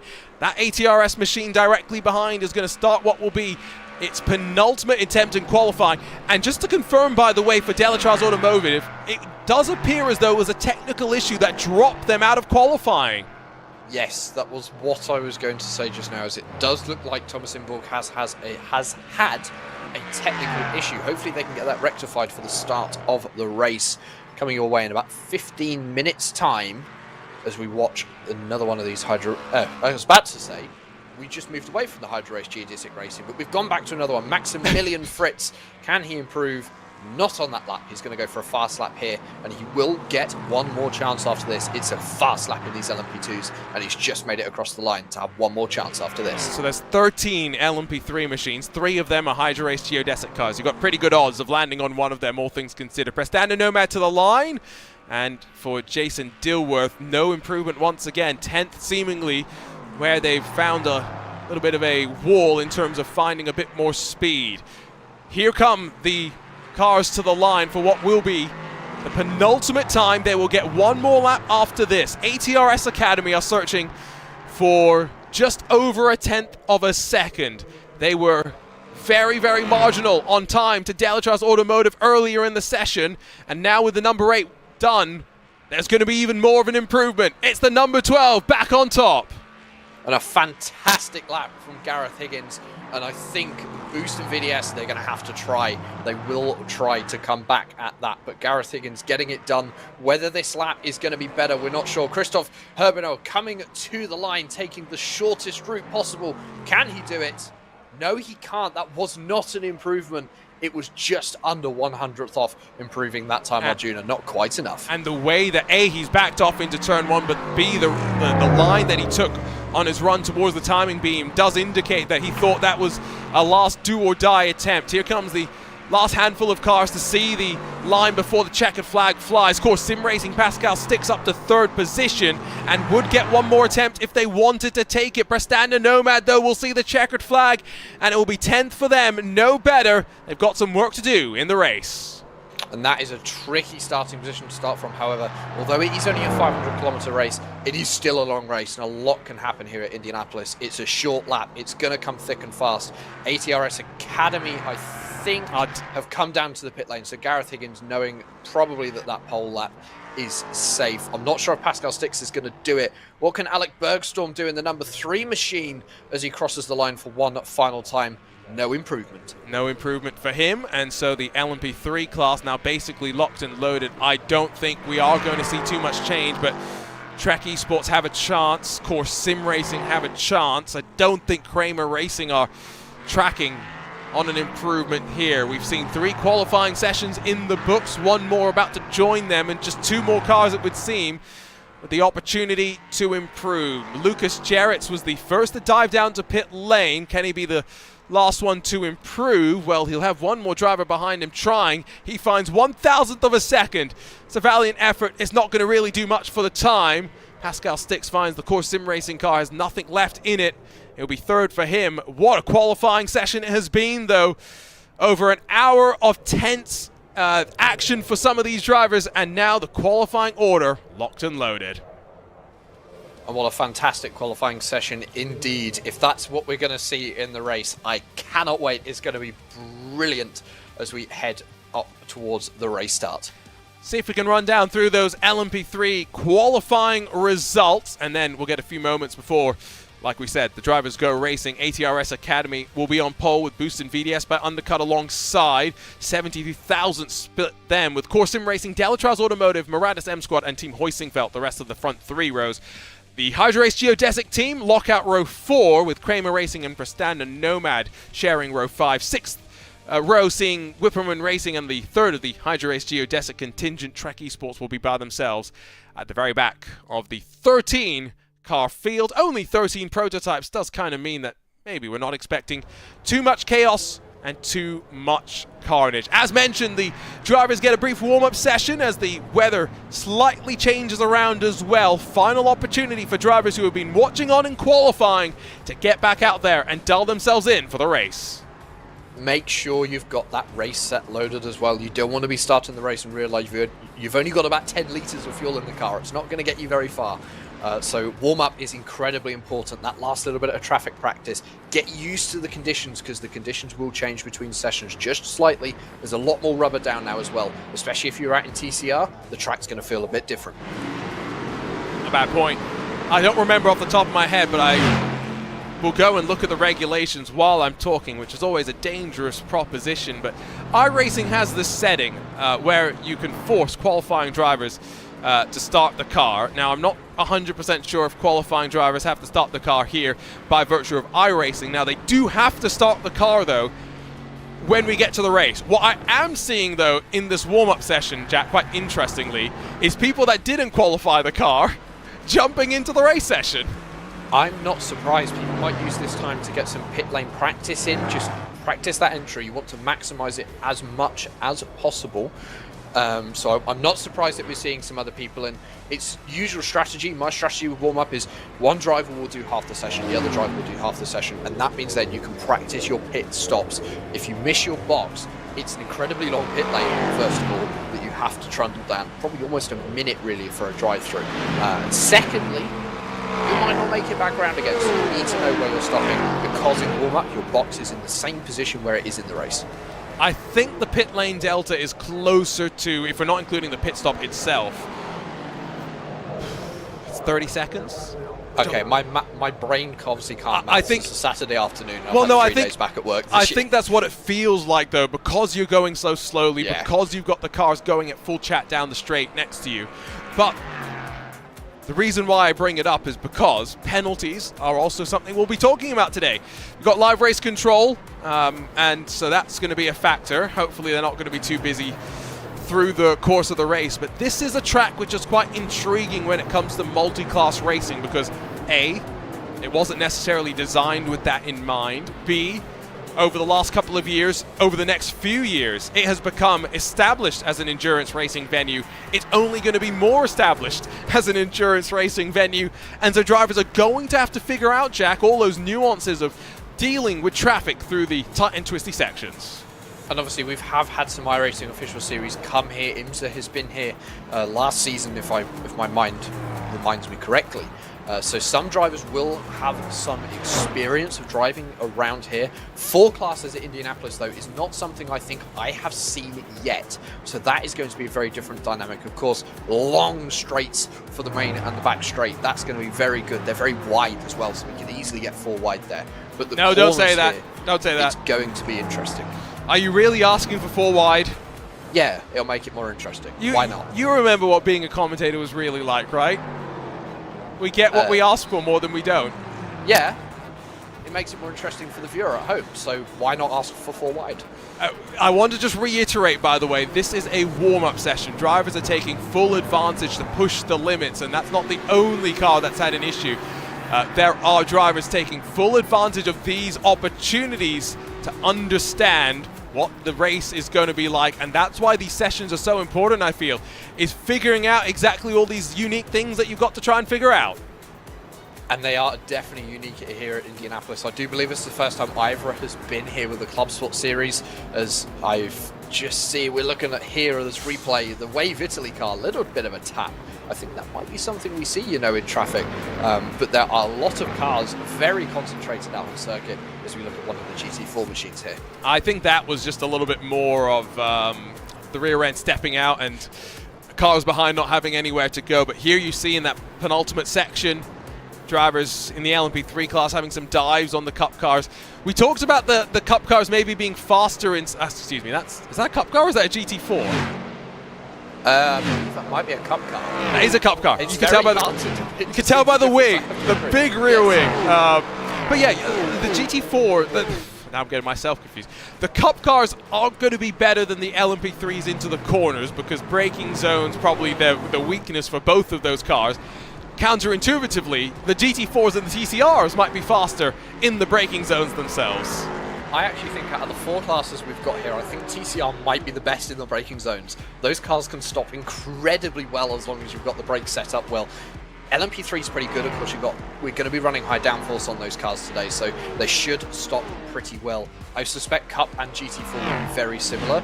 A lot of these moves need to be made on acceleration. I don't think we're going to see a lot of maybe GTP style moves where you can shove it up the inside and stand on the brakes and just hope for the best. Is that what you're asking for? Based on what you were saying earlier, I don't know what you want from this race, Jack. I think you want some chaos. I think chaos might ensue, although now I've given it the commentator's curse. Chaos will ensue. Yes. And I feel very sorry for Derek, who's got to come on for the second half of this race. I was going to say, you're only here for the next hour, and then we kick you out and we get someone in for the next 2 hours to bring us to the end, because that's an important factor as well. 120 laps. We do have cautions. that could interrupt the flow, the proceeding of the race. There is still a maximum time limit placed on this event though. No more than 3 hours the race will be, and so that is a bit of a factor. I think the estimate is that if we went green flag racing, Jack, it's about 160 minutes to get the 120 laps under our belts. It's going to be tight then. We could see this hit the time limit, you know. If we get a couple of safety cars, we could see it hit the time limit. It's going to be an interesting one, Arjuna. It's going to be very fun. We have the drivers rolling down to the starting grid. We get a full formation lap. And so let's run you down through that starting grid, because it's been a while since we've seen some of those drivers out in the qualifying session. Not so long, though, for the LMP3s, where ATRS Academy do enough to bring us to the green, but by a very slim margin. Gareth Higgins will be alongside Christophe Herbigno for the Boost in VDS by Undercut team, with Pascal Stix and Core Sim Racing alongside with Thomas Imberg in that Delatraz Automotive by Majors Garage entry that had technical issues at the end of qualifying, but are back and ready to go for the start of the race. Alec Bergstrom for the Maradness M Squad crew will be alongside Team Hoisingfeld and Simon Graf, while 7th will go the way of the HydroRace Geodesic number 62. The number 64 HydroRace Geodesic entry rolls alongside on row 4 with Jan Volmers for Kramer Racing Esports, Jason Dilworth for Prestanda Nomad, and then Adam State for Whipperman and Maximilian Fritz for HydroRace Geodesic, rounding out the top 12. Just one more driver, Lucas Jarrett in that Trek Esports number 33 at the back of the Spec LMP3 field. It's also a Spec Cup field, and so it's going to be Olympus Esports, and it should be Thomas Cope that brings us to the green, alongside Ollie Peacock in that Visceral Esports 901. Impulse Racing and SimCity Racing share row 2 with the Kramer Racing 923 alongside the Orion Race Team entry of Mike Dam in 6th position. Matej Kuzner and then Sebastian Ho for Wave Italy and the ATRS Esports team. Patrick Hingston in the 2nd Visceral car rolls alongside the Apex 1 992 on the edge of the top 10. The 962 HydroRace Geodesic Racing entry is 11th. The SRN 974 car is 12th, and still going through this field, a 2nd Olympus machine rolls alongside the V-Racers car at the back of the 14 car field. In the GT4 Sport class, it was a McLaren that was the fastest of them all, but then Mercedes filling up the area around it. The Glacier Racing car leads us to the green with Boost and VDS by Undercut alongside Wave Italy Racing Team and the Geeks Energy Fiercely Forward crews on the 2nd row of the starting formation, with Impulse and Prestanda Nomad directly behind them. 7th for HydroRace Geodesic, 8th for HydroRace Geodesic, but 1 in a McLaren, 1 in a Porsche, and then Archer Brothers and German Sim Racing round out the rest of the top 10. It will be Echelon Sim Sport and the Hyperion Racing Team, 11th and 12th positions, Geeks Energy Sim Racing and SimCity Racing 13th and 14th, with Satellite Core, Kramer and Rusty Spatulas making up the rest of the 18 cars. Inside of the 1 second bracket, Huge Ass and their BMW, RJD, and then the World of Sim Racing teams make up the 21 cars. In the Sport class, they are the biggest of the classes. There's only 7 TCRs, but you only need 2 to tango. There were 32 thousandths between Jordan Backmeyer and Spencer McCarthy for Brabham Esports and HydroRace Geodesic in qualifying. Michael Polishek for Obsidian, Patrick Kabinji for Team Hoisingfeld were close as well. And don't discount Wave Italy Racing Team, the Course team, or Impulse at the back of the starting formation.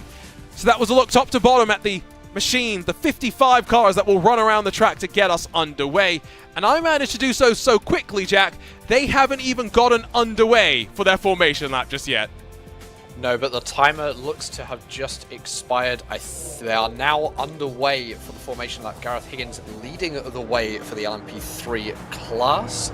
Obviously, we will get a bit of a class split here, and start zones are in force. You have a specified start zone in the driver's briefing. It is from the start of the pit wall, where the pit lane is, up to the timing tower. That is where the pole sitters can start this race. You can already see the class split happening between LMP3 and the Porsche Cup class as everyone gets underway. And Arjuna, I think this is going to be a fantastic race, but getting it stopped into T1 is going to be so important. If you're at the back of the field and you can't get stopped, it's going to be like 10-pin bowling. I'm a bit scared if I'm in that GT4, the Sport class, and I'm starting towards the back. I'm a bit scared. That's all I'll say. Field's going to snake around, build the temperature into the tires. Let's talk about conditions as well. 500 kilometers of racing with the conditions likely to maybe cool off slightly, but not too much. It's about ideal conditions, Jack, to plan as a strategist, knowing that your weather is about as constant as you could hope for. We haven't seen, yeah, you're right, we haven't seen much weather variation throughout qualifying and into the start of this race. However, it's just past 2 o'clock in sim, and it is very strong winds, as Arjuna has just pointed out to me. That is going to make it interesting. That is a tailwind, Arjuna, into T1. It's a headwind down the back straight. Yes, it's a direct tailwind, and it's just gone off, so it's obviously gusting up to about 25 kilometers an hour here in Indianapolis. It got up to 32. Did you see that? I think I did. My track map that I have open on my tablet on my desk, it's showing me a direct tailwind into T1, so that's going to make stopping on cold tires a little bit harder if it's gusting. I'm telling you, if it goes from 8 to 32, gusting into turn 1 tailwind, nervous times incoming. Of course, we got so many classes, let's not forget. The splits are going to come. Each class leader is in control of their field. 4 different opportunities for chaos and carnage into turn number 1. And it's going to be a case of all 4 classes getting through. And with the class split as well, LMP3s are going to go straight into traffic pretty much. I think it's only going to be 2 or 3 laps and they're going to be in traffic. Let's see how that plays out. If someone can get away at the front, I think they're going to put themselves in a good position for the opening 10 laps of the race, because that first pass through traffic is always the worst, and it's always the most dangerous. Over, under on safety cars. How are you feeling? Under.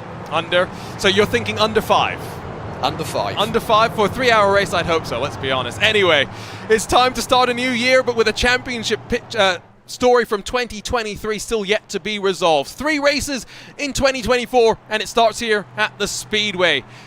It is such an iconic venue. 500 kilometers thrown up onto the board, 4 classes of racing, 55 teams and excited drivers ready to launch themselves to the start of a new year. It's a long hold at the front for the ATRS Academy crew, who finally get this run underway in that LMP3 class. The 992s somewhat getting tripped over one another as they get underway as well. It's 3 wide for second in through the opening corner. Course Sim Racing tried to hold on, but Pascal Stick's going to be forced down to the outside line. Christophe Herbignos tucked in behind Delatraz Automotive. Great start for the LMP3s.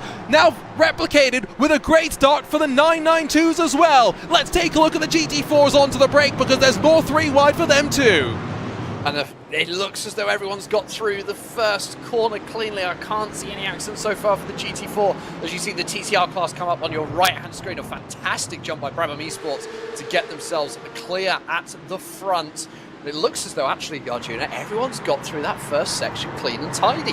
So we go back to the LMP3s. It is remarkable to say that, because you are right. I don't see a single car that has been tripped off the track just yet. And I say just yet because right on cue, 1 car is around. It's the V-Racers machine in the 992 class that's been spun around. But outside of that, ATRS Academy come out of the final corner, 1.2 seconds clear of Delatraz Automotive behind them. Great opening to this 500 kilometers of Indianapolis.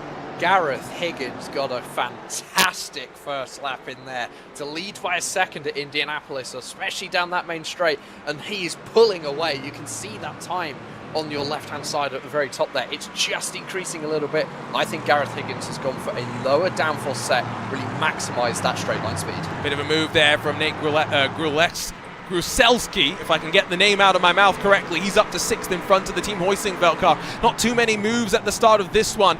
The 992s come to the end of their opening lap. Thomas Cope has held on to the lead, with SimCity Racing grabbing up a couple of positions to slide their way forward into second. Glacier Racing hold on in the GT4 Sport class. And then, of course, Jordan Backmeyer in Brabham Esports' 115 has held on at the front of the TCR category.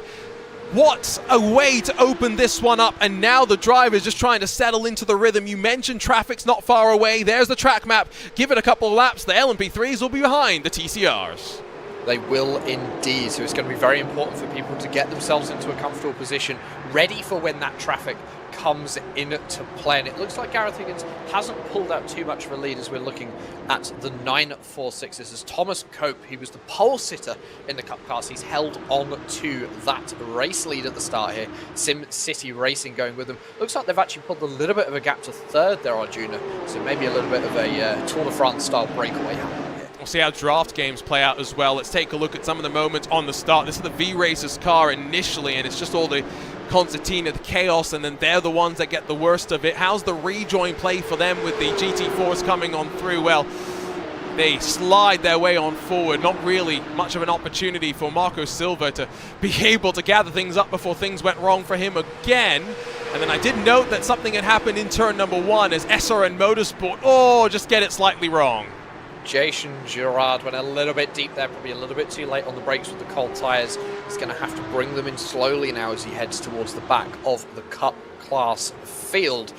Back to your race lead here in the Cup class, and Sim City Racing really putting the pressure now onto Thomas Coke. Dalton Zavaldi in that 971, really trying his best to get to the lead here. I don't know how aggressive these drivers are going to be because you can see just how much of a gaggle it is. Here comes Mr. Z to the inside, backs out of it. SimCity Racing's distinctive livery, not hard to miss, the stealth black and yellow look, but with the Visceral car tucked in behind, Impulse, Kramer Racing and Wave Italy, there are so many strong cars still in contention here. Not sure how the fuel game is going to work with 120 laps, about 2 hours and 40 minutes if we're actually going green, as we were mentioning before, but half points, the halfway points, definitely going to be a factor that these drivers are going to be thinking about. We talked about the breakaway at the front. Gareth Higgins almost out of drafting range, and now Christophe Herbigno wants to get back up into second and pass Thomas Imberg to slide forward. Something tells me Herbigno feels like he's being held up here by Imborg in the number 8, so I wouldn't be surprised if we see a bit of a move come on. I think it's going to be 2 laps and they're going to be in traffic, so we may see the 92 be that little bit more aggressive on this first run through traffic, try and get some advantage. Of course, with these LMP3 cars, you have to be so careful. They are very, very sensitive to error wash as well when we get into these race conditions, so could be just biding his time. Let's see what he does. But Gareth Higgins here got a really good start, although it looks like Thomas Imborg maybe pulled him back by a couple of tenths on this lap.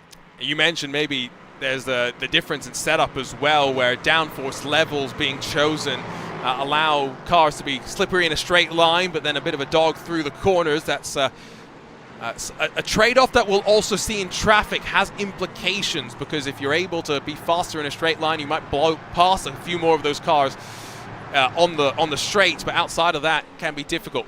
Again, GT4 is the sport class, the largest of the classes in numbers, and based on what my timing screen indicates, based on what I see on the bottom of my screen, all 21 cars are still in drafting range right now. Yeah, I'm not really seeing a break in that class. Of course, we've got the 999 V-Racers Cup car within that, but everyone is within there. I don't think there's a massive split in that class, so I would agree with you there, Arjuna.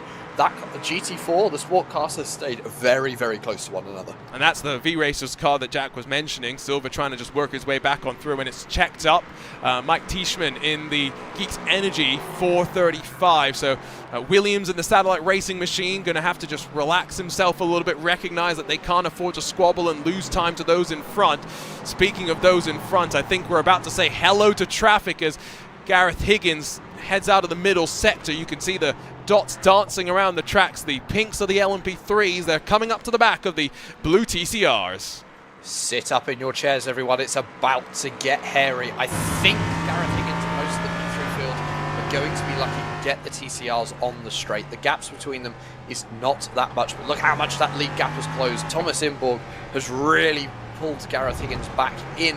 But of course, as I said earlier, the downforce levels might be different. Gareth Higgins might have an advantage as we head on to this long front straight past the pagoda, and we can now see your whole TCR field on a swarm of LMP3s. Now, there's only 7 TCRs, let's not forget, so hopefully it's not going to be too chaotic this first traffic cycle. It's the GT4s, the sports class, that I think we're a little bit more worried about. Herbigno backs out of a half look up the inside of Thomas Imberg as we cycle our way out of turn number 1. There is the Wave Italy car that's rejoining the track. Not sure what's happened there, but we'll surely figure that out on the replay. That was very aggressive, though, from Herbigno in trying to dice past Impulse and hoping to try and stay close to those cars in front. So you're seeing some of the desperation start to build, though, as drivers make aggressive moves.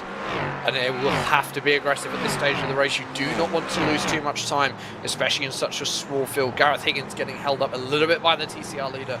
of Jordan Bachmeier, but it looks as though he's got himself through. He is clear, and Thomas Imborg will now have to try and attack to get through as well, but I think he's done it, and he's actually pulled a really nice gap on the 92 machine, the boosted VDS car. So Thomas Imborg, a little bit of breathing room just now to go and attack your race leader. Yeah, it was not the ideal cycle for Herbigno there, and Pascal Stix has also closed up to him as out of the final corner they will come. They're 3 wide as well with Team Hoisingveld in the middle of all of it.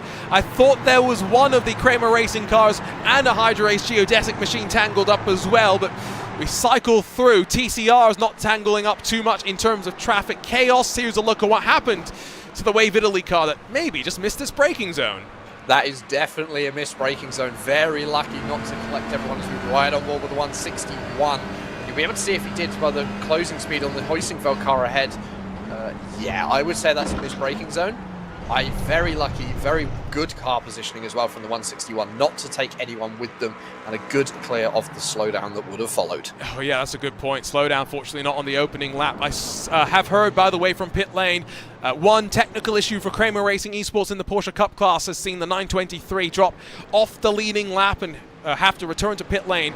Lucas Lang is going to take over the responsibilities of that car and hope to bring it back out onto track as we check back in with the sport class leaders. And as we mentioned, they're basically still all line astern, 21 cars deep as V-Racers continues to try and pick their way through on all of these cars. We know fuel saving can be important. Would you want to be the McLaren running at the front of the field? I'd want to be the McLaren at the front of the field, knowing I've got clear air coming into the first pass of traffic. However, for fuel consumption, I would want to be probably 2 or 3 cars into this pack. You don't want to be too far back, you might lose a little bit too much time, but you just want to be in a position where you can save fuel, run at the leader's pace, and it's just maybe stretch that first stint by a lap. Because everything you save at the start of the race, it's going to save you time at the end. And it could be the difference between one position or another. There's been a change at the front of the Cup class. Dalton Zavadil and SimCity Racing lead. Thomas Copes down to 3rd. Not sure what's happened, but it's happened at turn 7. That crucial heavy braking zone. No ABS for these cars. And now there's an opportunity for these Cup cars, which will be the next to close up to the TCRs, to start to have a little bit of a fight before traffic becomes a factor. So not quite sure what's happened to Thomas Cope here, but I suspect he's going to want to try and fight this one back while they still have some clear air in this Cup class. Of course, they are the 2nd fastest class here. It's going to take the LMP3s a little while to bring up, come up to the replay. Oh, and in live pictures, a pass for the lead. Gareth Higgins, Thomas Imberg are going side by side as we take a look at what happened. It's all through the traffic. There's with contact as well. And Delitraz Automotive have taken the lead.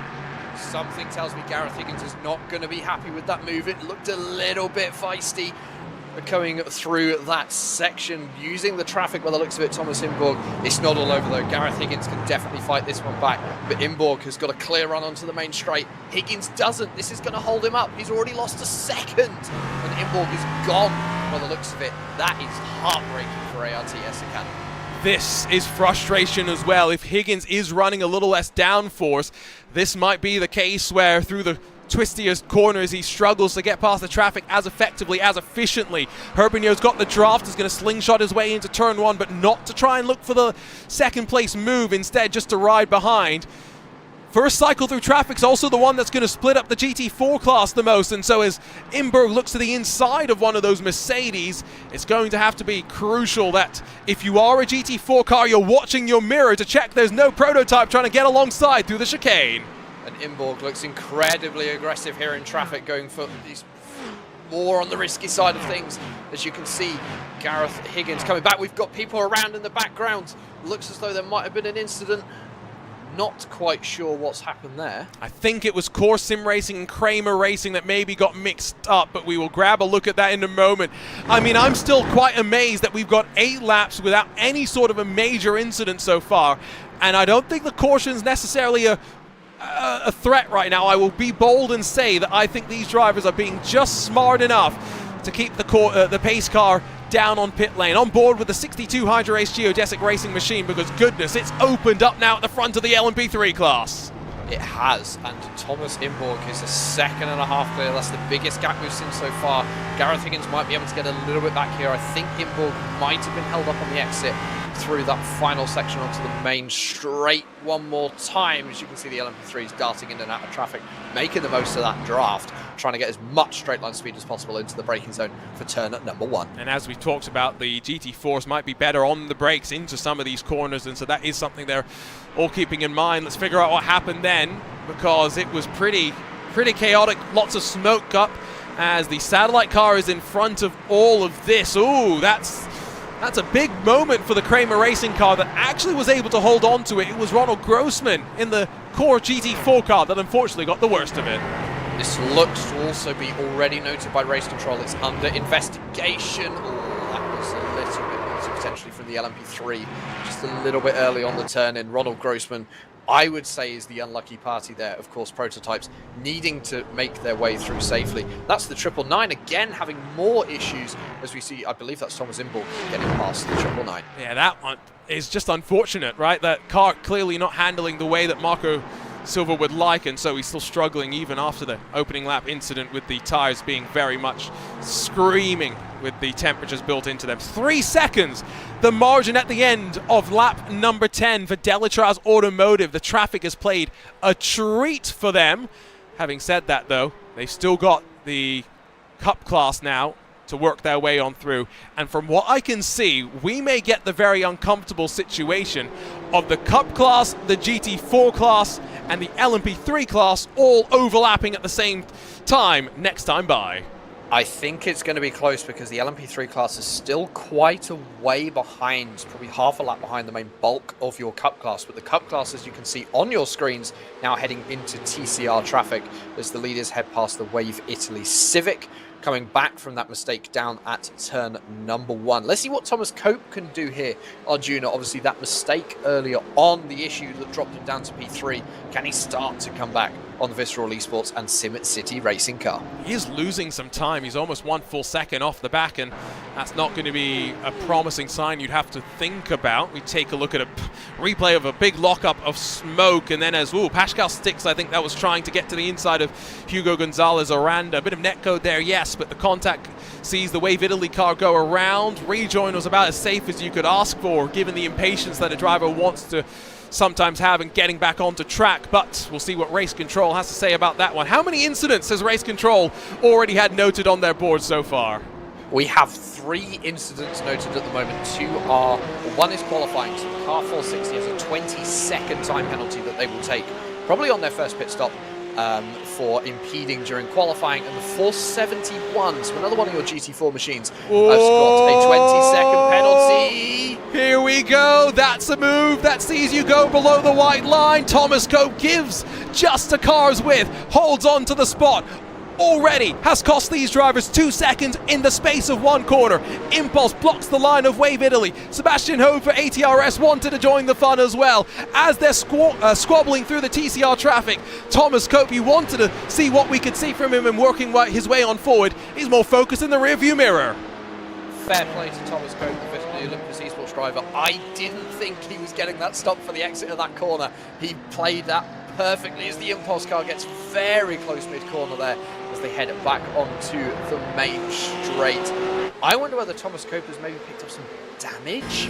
I don't know, that car just doesn't seem to be acting how he wants it to compared to what we saw at the start of the race, where he was comfortably in the lead of this Cup class. This is thrilling stuff, though, I've got to say, and you can't take your eyes off any of the classes, and that's a problem because you only have 2 eyes and you only have 1 brain, and so trying to focus all your attention, somewhat difficult.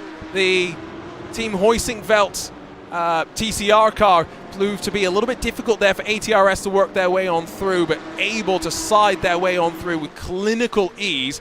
Check back in with the GT4s, by the way, because I have the feeling that over the course of the race, this is going to be the most exciting class, Jack, even if they're the ones that won't get all of the love. I do feel like the number of cars we have in this GT4 class, the sport class, is going to infect the race the most. 21 cars.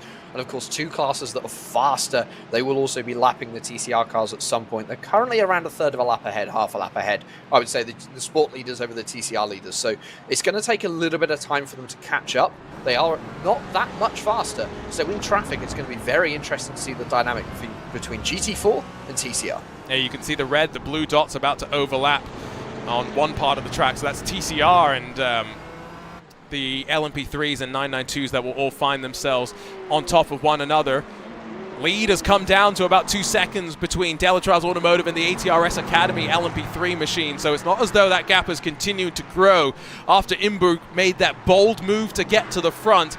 It might take another bold move through the 992 traffic to see him be displaced from the lead, though, given how close on speed these two classes are. There's only about 3, 4, 5 seconds in terms of lap time between the two. It's not a lot at all. It's going to be very tricky. I also feel like Christoph Herbener has taken the sensible decision here. Let Gareth Higgins do the work. Maybe seeing that the car's a bit faster in a straight line.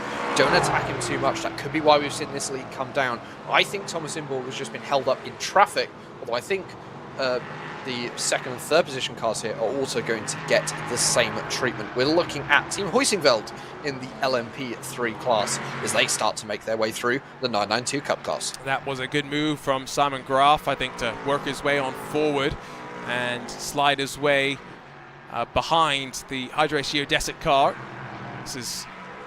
This is one of those races where there's so much going on that trying to stay on top of it is difficult. You can follow along with timing and scoring by heading to timing.RaceSpotTV if you want to find your favorite team and driver over the next 115 odd laps or so.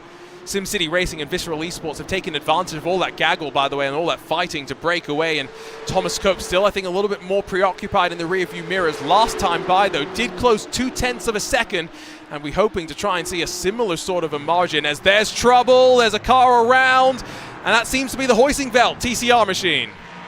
Unlucky for the Huizinveld TCR machine. Not quite sure what's happened there, but I suspect it's in traffic. We're going to see a replay here. Christoph Herbener going down the inside. Was there contact? I think there might have been contact. Oh, the pile-up that ensued behind. I think we might have a little bit of damage on some of those cars. And so I believe that's the second of the Olympus cars, just to clarify that. I don't think it's Thomas Cope, and indeed, as you jump on board with Thiago Pereira, it's just 3 wide into a corner where you have to turn in eventually, and it's the afters which are maybe a little bit more clumsy, all things considered. More for race control to pick apart. Fortunately, not for us to try and figure out what to decide. Half points as well. Let's go back to that, because 60 laps in, that's when the LMP3 drivers will get that halfway point mark officially underway. Now, we've already had 15 laps almost, Arjuna. It has gone very quickly. 60 laps is going to come round faster than everyone thinks. So teams need to be thinking forward and looking to what they need to do to get those maximised points at halfway. As we see side-by-side into turn number 1 in your GT forecast. Looks as though this is this battle for P9, Arjuna. Archer Brothers around the outside. I don't think they're going to hold it here. The inside line usually trumps coming into the chicane, but if they're still side by side, which they're not, they've lost the position. Or maybe not. Wow, that was impressive racing from SimCity. And so now Echelon SimSport with the racecraft to see the opportunity after that can try and maybe take advantage. They'll look to the inside. Are they going to dive the SimCity Mercedes? Yes, they will. It's 2x2 Noah's Ark as they now flick it to the right. There was contact behind without a shadow of a doubt between the Wave Italy and the Kramer cars. Eventually it's single file. It's great racing. It's awesome to see. But again, it's costing them time. That cost them another second, 2 seconds amongst themselves. And while we've been watching that fight, battle for the lead in the LMP3 class now sees Thomas Imborg 5 full seconds clear at the front. I think Gareth Higgins has got unlucky 1 lap in traffic. He's just lost a lot of time coming through the Cup cars. I was just watching him on my screen, and it looked like he got held up through the first section of this lap. He is going to get some clear air now, 1 car ahead of him, then a little bit of a gap. But Thomas Imborg is in traffic. He's now got the front section of this Cup class to go through. Gareth Higgins could get this back if he can get a good run here, which I don't think he will, because he's going to get held up coming through this final section of the course. Can he lunge to the inside? No, he won't. No. This is the problem with these cars as well, because LMP3 cars, low power, you don't have, like you said with the GTPs earlier, the hybrid spool to get you off the corner, and in a short burst like that to be able to dive to the inside, do you? Well, even then, LMP3 in general just doesn't have that same level of power. Of course, it's originally designed for the European Le Mans Series to slot in between LMP2 and GTE. It was a replacement for the old Formula Le Mans category, if anyone can remember those cars ran as a prototype PC class in IMSA for many years after they were abandoned in Europe. So they're a replacement for that. They're not the fastest car class of car in sports car racing, but incredibly entertaining to watch. They've been a brilliant addition in the real world, and you know what? I'm so glad we got them on iRacing. I love these cars. I was there the first time they were run at Silverstone, and I fell in love on that day. Fantastic. I say that fast, by the way, 5 times fast. No. Car of class. Class of car, whichever way round.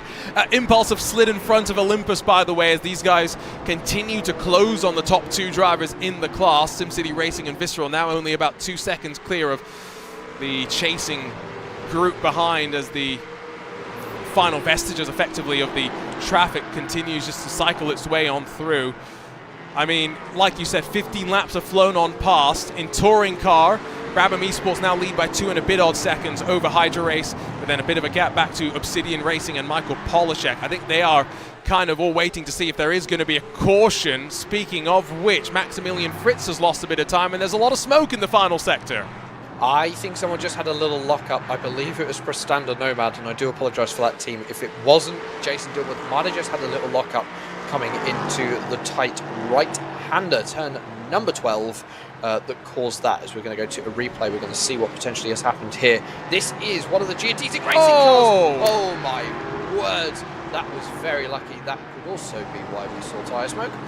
Probably. Okay, Nomad did lock up. I was correct. You were correct, yes. But this is the Apex 1 car, and that I want to see the onboard look from the LMP3, because this is where, you know, you're told as a slower class car to run your racing line, to let the faster class make the decision. It looks to the inside, then goes to the outside very late. I mean, it's touch and go. I think racing incident, really a little bit of miscommunication from both cars. Obviously, for those watching at home, the drivers aren't talking to each other. What I mean by miscommunication is where they're placing their car on the circuit. The Cup car did hold its racing line. The geodesic car maybe went for a bit of a risky move around the outside. Of course, once they're side by side, I think there needs to be a little bit of give and take between the 2 cars.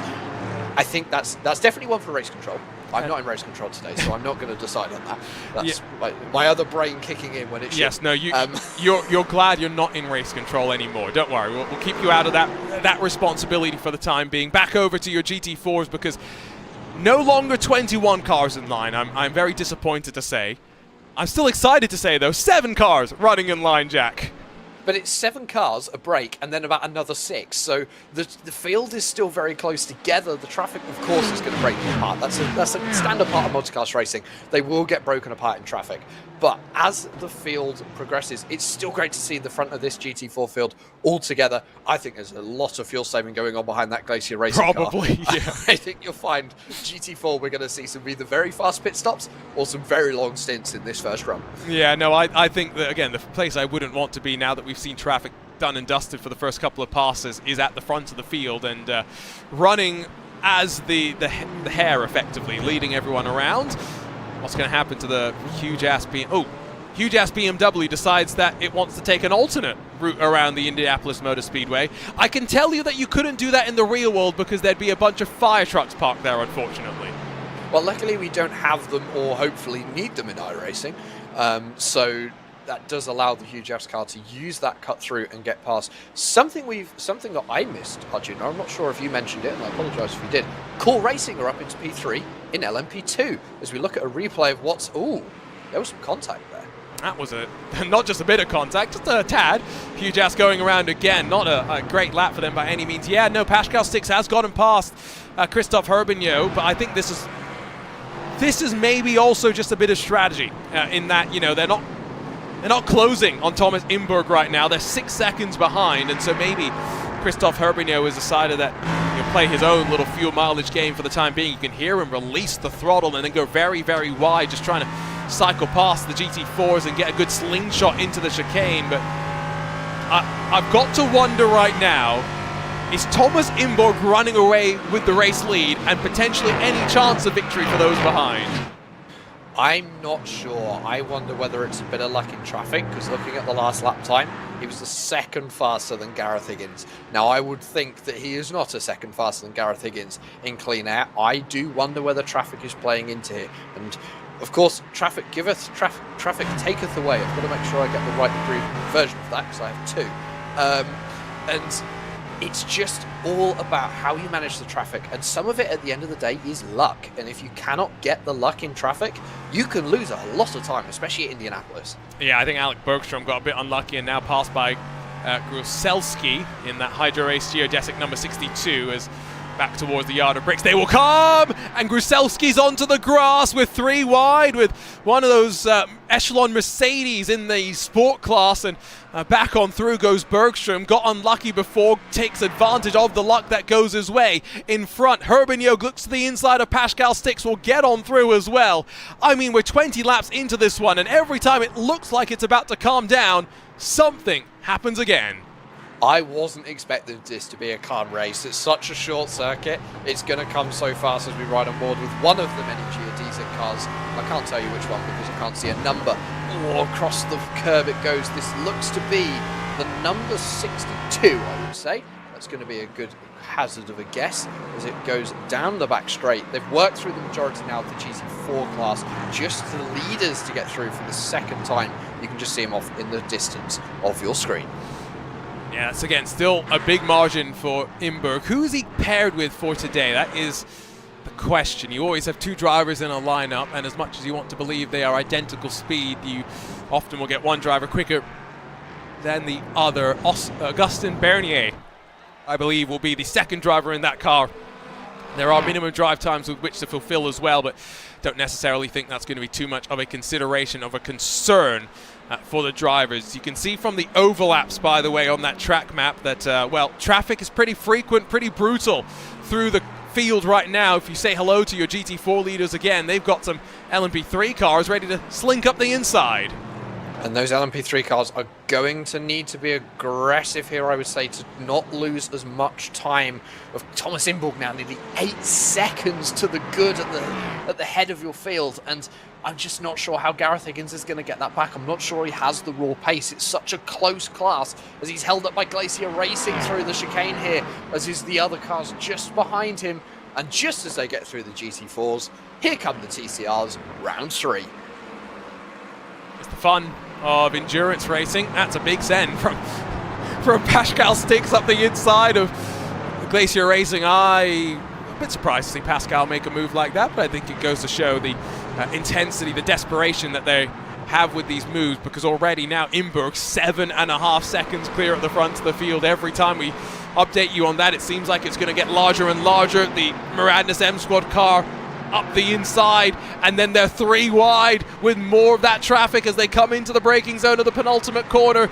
I've got to say, every time a GT4 car stands on the brakes, it's got to be hoping and praying an LMP3 car is not looking to the inside, and these drivers are playing the strategy perfectly with the traffic. I've got to say, it's great from all sides.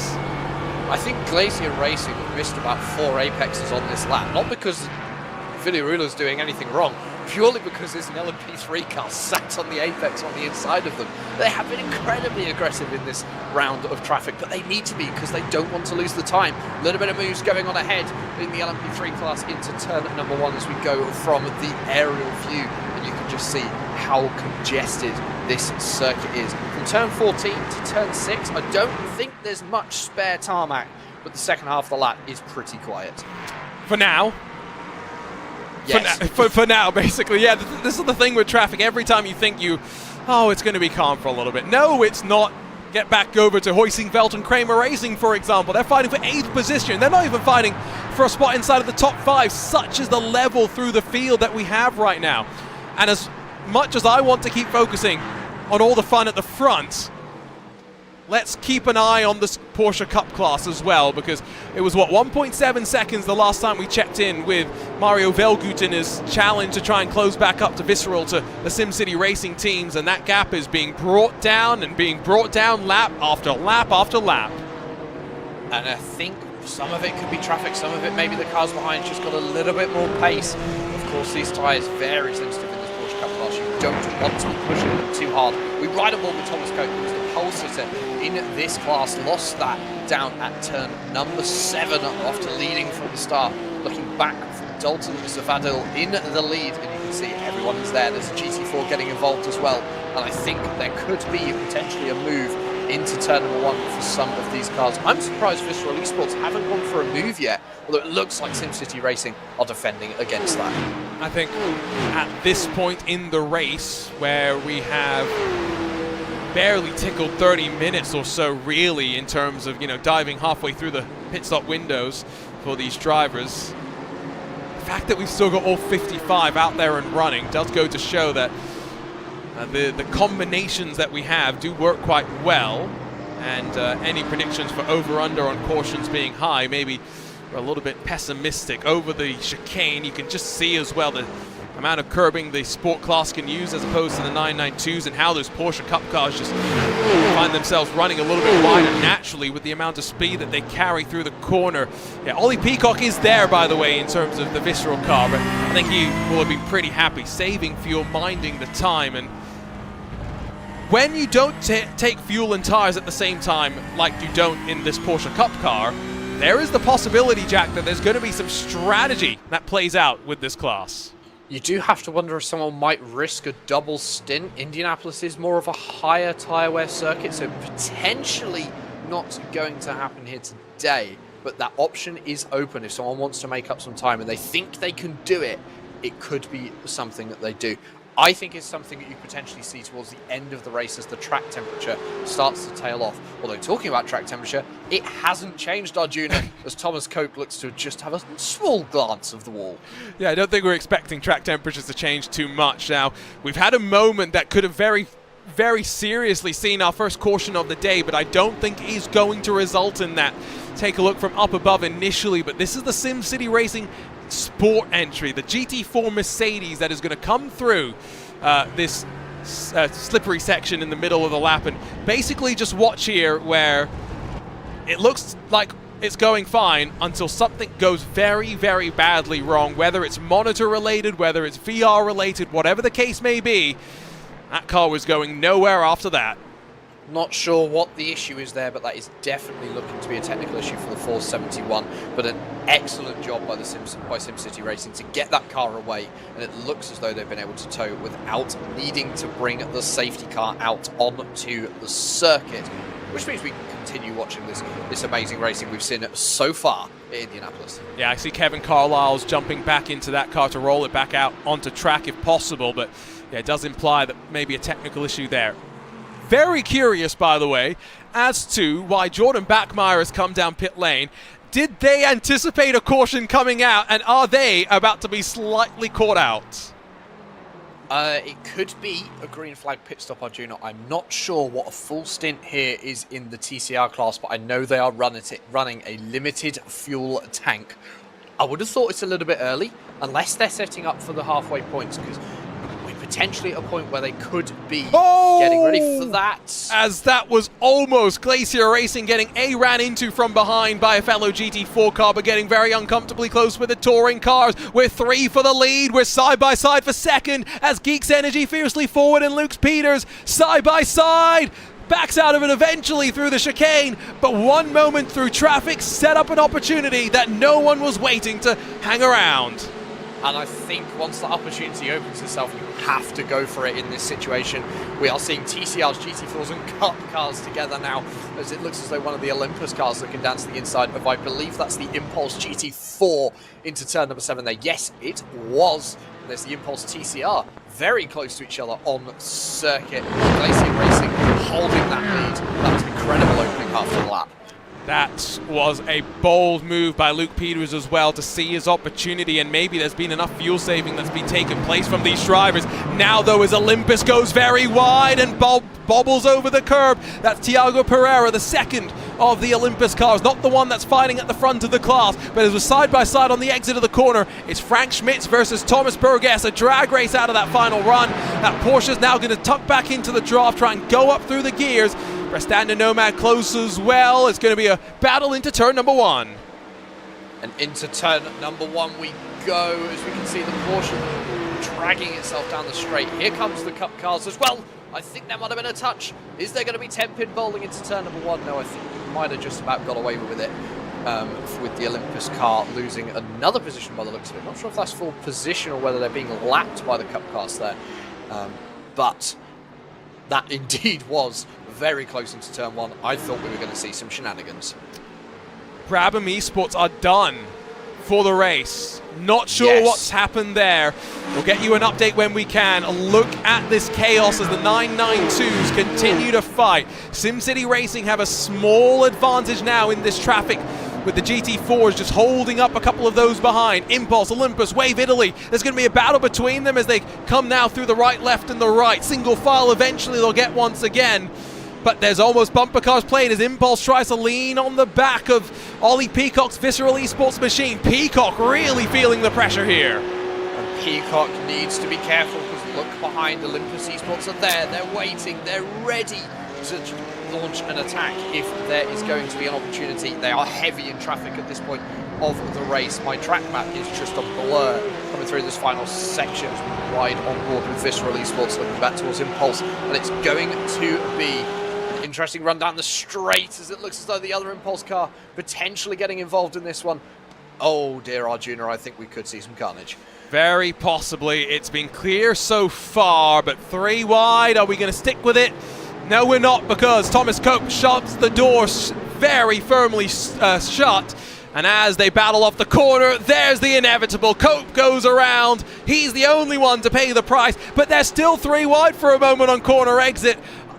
Like you said, that was inevitable. I think I saw that coming about 2 laps ago. Everyone was just getting very aggressive, very impatient in the traffic, and it was so unlucky that Thomas Cope got the issue that he did there coming through turn number 1. I also have an update on Brabham Esports. Looks as though there was some contact that has broken their rear left corner, and I think they are done. I had literally just read that message as well as you had gone to talk about it. We will see if we can grab a replay of that. But race leaders in the touring cars, terminal damage to their machine, and the green and gold of Brabham Esports can do nothing but watch now from the sidelines. And that is so unfortunate. They were dominating the TCR class so far, and it was just such a small touch as we see 3 wide into turn number 7 with the 92 boost in VDS. I believe that is actually Pascal Stix. He might have gone for a move there for P3, getting past. I think, yes, he has. He's got past into T7. What a beautiful move by Pascal Stix. And it seems as though Gareth Higgins is closing again on Thomas Imberg. I don't want to make too many assumptions because I'm not 100% sure, but yeah, traffic has been wild to say the very least, and so it continues to play its part. I think this is what happens to Brabham Esports, and I think it's going to be contact with an LMB3 machine. It was the 4019 Hoisingfeld machine coming through the chicane. We went to the left. I think it was maybe a late move from Hoisingfeld, and it's just that little bit of contact, and that breaks that rear left corner. They are now back out on track as it stands. However, they have lost 5 minutes in the pits getting that damage repair. However, Arjuna, this comes back to what we were talking about as we watch the onboard into the chicane. A little bit of a late move from Hoisingfeld, if you ask me. And this is what you were talking about. The points mean everything, and I think they're going to get them back. I think so. That was a little bit ridiculous as well. I mean, I recognize the speed differential, but it's a difficult corner to navigate through. Or unfortunately for Jason Gerard to just get slammed around, and then Ronald Grossman had nowhere to go. Yeah, that was, again, it's just traffic. It's 3 or 4 into 1. We're a corner where it's so difficult. A little bit of a late move from one of the Geodesic LMP3s. Yeah, Ronald Grossman had nowhere to go there. Just the unlucky party, and that one in the 480 Core Sim Racing machine. And a couple of cars down to pit lane in the LMP3 class, Whipperman Racing and Hydra Race Geodesic. So I'm not sure if that's scheduled or if that was in response to something else that had happened out on track, because yeah, it is all starting to kick off. There's Nathan Deering around in the second of the Hyperion cars, and he's going to have to watch this rejoin. It's a treacherous place to be. He's going to have a clear run after the next couple of cars. He's got about half a lap until the next car arrives, so we'll be able to safely rejoin the circuit. At the moment, every single car on this field, Arjuna, is within the first half of the lap, which is probably why we're seeing so much carnage at the moment, because it seems to be everyone is just congregated into each other at once in traffic, and that's always when carnage ensues. So what do you not want to do, by the way? You don't want to end up in Race Control's naughty books. What do you definitely not want to do? Well, get involved in the naughty books when you're already being investigated for being in the naughty books. And I think that's what's about to happen here to Team Hoisingfeld. No. It's just a little bit clumsy again. Just a little bit mistimed from the driver in the 49. That is the Simon Graff in the Team Hoisingfeld car. We're going to see it from on board. You can see just not quite fast enough in getting to the right-hand side of the road. Very, very unlucky for the GT4 that got spun a little bit clumsy from Heusenfeld. Oh, and I don't know why we stopped watching replays. We could have added another one because the iRacing GT4 Sport Class entry has just been tangled up in something. Impulse still defending from Wave Italy behind as Ollie Peacock loses some ground. Now down in fourth with Dalton Zabadil, 3.7 seconds clear in the SimCity Racing Porsche Cup car that leads at the front. In the Sport Class, there's been a change as well because Boost and VDS by undercut now lead in their Mercedes, with the McLaren dropping to second after, I'm sure, saving a prodigious amount of fuel to this point in the race. And that has happened a couple of minutes ago. Adrian Liedinger has managed to get to the lead of the Sport Class in the 492. Again, I wonder whether that was just traffic, Arjuna, taking the opportunity when it arose. We're going to be getting close to pit stops at some point in the next few laps, and these drivers are going to start to push. That's maybe going to take us 20 more minutes before we see all of the classes thinking about pit stops as, oh, don't say. Teammate on teammate. Ah, that's the worst kind of contact. Well, the problem is when you have about a million cars like Geodesic do, it's very easy to find a teammate, I guess. Yeah, when you take up 10% of the field, it's very easy to find a teammate. I do agree. So as we look into just looking at this is back to the Boost and VDS car leading the Sport Class now. They're coming back through the TCRs again, and there's also Cup cars, there's also LMP3 cars. We have every single cars together on track. And this has been brilliant, Arjuna. And do you know what, actually, I know some cars have been aggressive, but for the most part, this has been a very good run through traffic in the last few minutes. Yeah, let's go see how this move for the lead happened in the Sport Class, because it's not traffic assisted, is it? This is just going to be a good old pass and a look down, a late look to the inside. Oh, that's spicy. Oh, and a big use of the curb by the Boost and VDS Mercedes. And it just looks as though they have managed to make the most of it to get into the lead. And they've already actually pulled about 4 seconds over Glacier Racing. So clearly had some pace in... Uh-oh. Oh, dear. This is a safety car. This is the caution coming. Who sees this? Who heads off to pit lane in response? Because that is directly before the pit entry. Hydra Racer 62 has made the trip to pit lane. Who else will respond?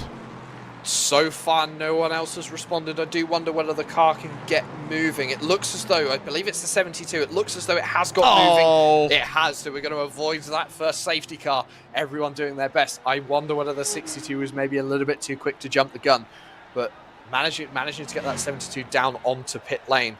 I think I did see that happen. I don't know what caused it, but I definitely saw the aftermath in the 72 losing its rear wing. That's a shame. The gap, by the way, for the Sport Class is now up to a full, I'm struggling to say this without laughing, 4 seconds in about 4 laps. It's crazy how much this race just keeps swinging around. We'll go ahead and take a look at what happened on the replay machine because, it's again the Apex 1 car, but this time as they go 3 wide into the braking zone and you've got 2 of the Hydra Race cars there. We're going to need a look from up above because I think a Kramer Racing LMP3 car got involved as well. I believe that might have been a little bit more team-on-team action with Geodesic. I think 3 wide into here with a Porsche Cup car on the outside. It's never going to work because the Porsche Cup car's got to turn in. The Kramer Racing, an unlucky party in that one. Again, maybe a little bit too aggressive, but 3 into 1 in that corner is never going to work. It's just not wide enough. Confirming it was Kramer Racing, by the way, as well. And so as we're 3 wide again now, this time down the pit straight. That's 4 wide. It's 4 wide with traffic. It's 2 of the Cup cars, it's 2 of the Sport cars, and it's 1 fighting for the lead in that class. SimCity Racing, of course, were involved in an incident. They are laps down, and so they all just get through without too much helter-skelter nonsense there with 33 laps now done in this 120-lap race. Jack, we're not even an hour into this yet. I know it's been chaotic and it's been brilliant, and I think it's just showing how good of a multi-class circuit Indianapolis is when the drivers work together. You can run 4 classes here. It isn't the easiest thing to do, but you can do it, and I think this is showing that some of the best in the world are putting on a great show. Penalties have come on down for a handful of drivers, but nothing really significant at this point in time, with the exception of the 916 in the Cup class. The Wave Italy car does have a penalty and it runs 3rd as it stands right now, so that's a car that is going to be slightly dinged as a result of race control intervention, but outside of that, not much to talk about. 10 seconds at the front of the field. What is going on? Thomas Imborg has either got incredibly lucky in traffic or has just found some pace that the others quite haven't been able to. Last lap, fastest lap that he has done. I don't think it's fastest lap of the race, 21.9. That does look to be faster, but it is his fastest lap of the race so far, which does tell me maybe we're getting towards the LMP3 pit stops.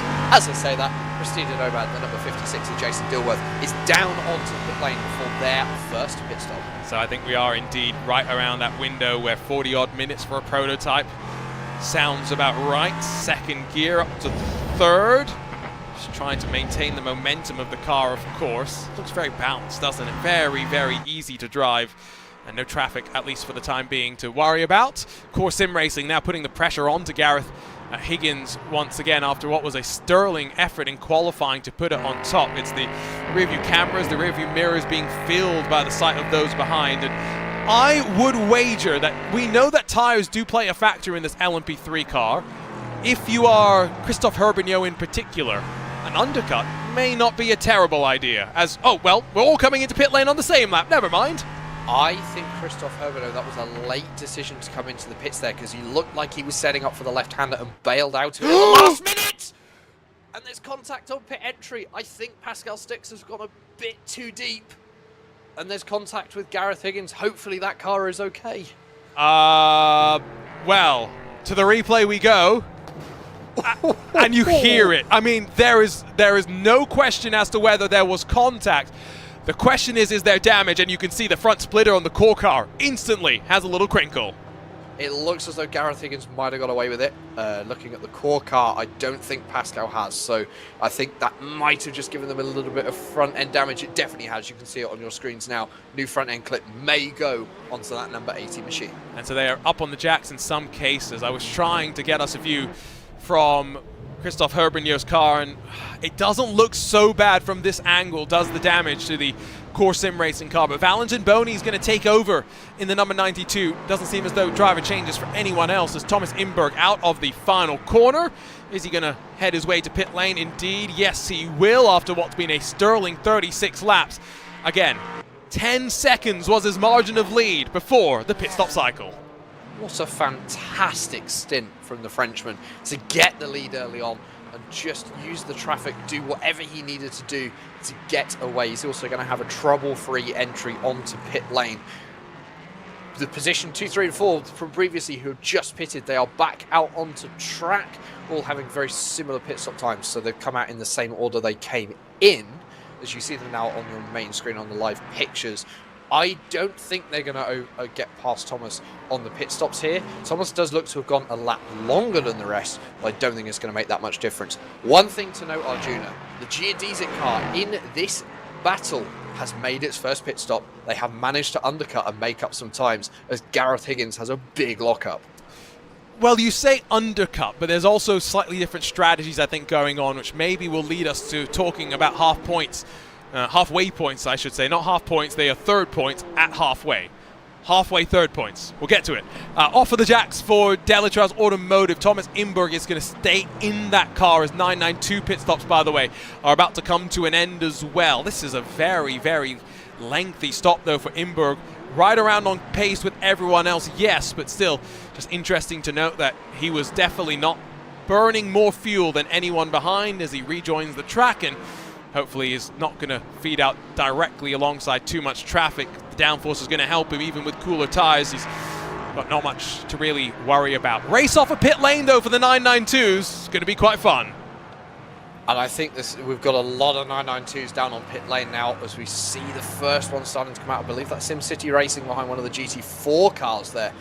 And, you know, the pit stops are going to come thick and fast. It's really good as well. IVRA seem to balance the fuel stops by the looks of it so that everyone pits at the same time. We can see a TCR coming in as well. People might also be setting up for the halfway points. We are over halfway to the halfway points. So the fuel stints are going to easily get them there. Who has got the best position here to set themselves up in about 25 laps time?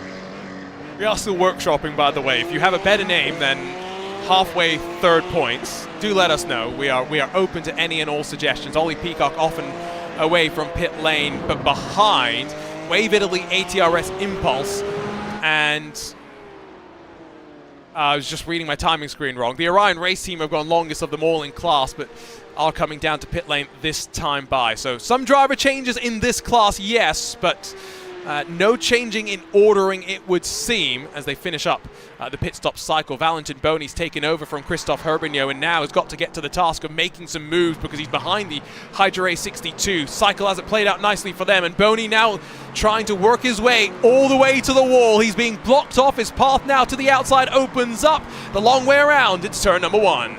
And the geodesic car going to hold the inside line here, but I do wonder whether the boosted VDS car's got the advantage on the exit. I don't think they do. I think the number 62, Nate Gruszewski, is just going to hold on to this. He does indeed. Another one to note, Arjuna, that's made its way up in the pit stop cycle. Whipperman Racing, the number 11 of Adam State, has got themselves into P number 2, and they're only around 3 seconds behind Thomas Imborg. 6 seconds, sorry. I read the wrong part of my time screen. Yes, but they are on a very different strategy. We'll talk about that in a moment because, oh goodness, Gruszewski almost ran straight into the side of that Mercedes. Just about got away with that one, but Boni's going to get on through. Can Alec Bergstrom follow too in the Maradnes M Squad car? The answer is not for the time being, but on corner exit, Mercedes blocks the momentum of the undercut car, and we're back alongside, but it's the Hydra Race car that's going defensive. Bergstrom's going to take it 3 wide, try and work his way on forward. No, he's not going to be allowed to. We steamed 3 wide into that corner just a few moments ago, and it didn't work, and I'm not sure it would have worked then. Valentin Boni, an absolutely perfect move to make the advantage on the geodesic car, and say go around more traffic 3 wide on the exit of the corner. I thought someone was about to slide then. It was obviously just the rearward view as they were going round right to the wall. Once again goes Valentin Boni and the Nate Gruszewski in the 62.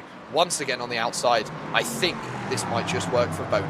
He finally gets it done. That undercut car with authority holds on to 5th position. Gap up towards Core Sim Racing, is 5 full seconds. Part of that, I would assume, is just the fact that new driver trying to get up to speed, as there is sticks on the back of Gareth Higgins, as now we see some of the GT4 cars also down to pit lane. So 1 pit stop before the halfway mark of this race. It's a big lockup behind the German sim racing Aston Martin, and Sticks now finally will be able to dispatch of another bit of that traffic. But gap at the front has basically stayed the same when we think about it to the people on the same strategy. Yes, Adam State is only 6 seconds back from Delatraz Automotive, but he had a shorter pit stop than the rest of the drivers. Jack, he also came in almost 10 laps ago.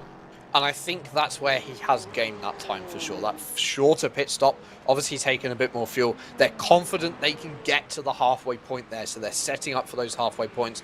You just got to watch those tyres because the guys behind, they are on 6-lap fresher tyres. They're going to be faster. They're going to have a little bit more pace, especially towards the end of this stint, as we see a little bit of traffic for Thomas Imborg, but doesn't phase the race leader, who has been absolutely on it from lap number 1.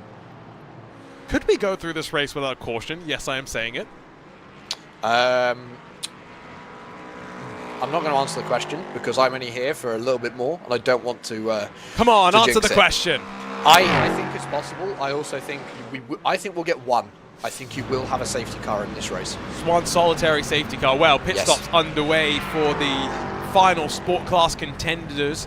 I see the driver change underway for Boosted VDS, the race leading machine, as Thomas Saint-O takes over. He's going to roll his way off of the box as well. You can see him just at the back of the shop peeling away behind Geeks Energy fiercely forward. Also have had a driver change from what I can see. Impulse Racing puts Sasha Anglesi into the car as they get ready to roll their way around. So, where are those drivers that have already finished up their pit stop cycles, you may be wondering? Here comes Glacier Racing in their McLaren. They've done a driver change too, not expecting them to get to the front of the field to challenge Boost and VDS. The question really is, can they be there for second? I think it might be tight, but I think they may have just about done it. I'm waiting for my timing screen to update, so it shows me it looks like they have. They're back out, but the 444 is going to be close on exit.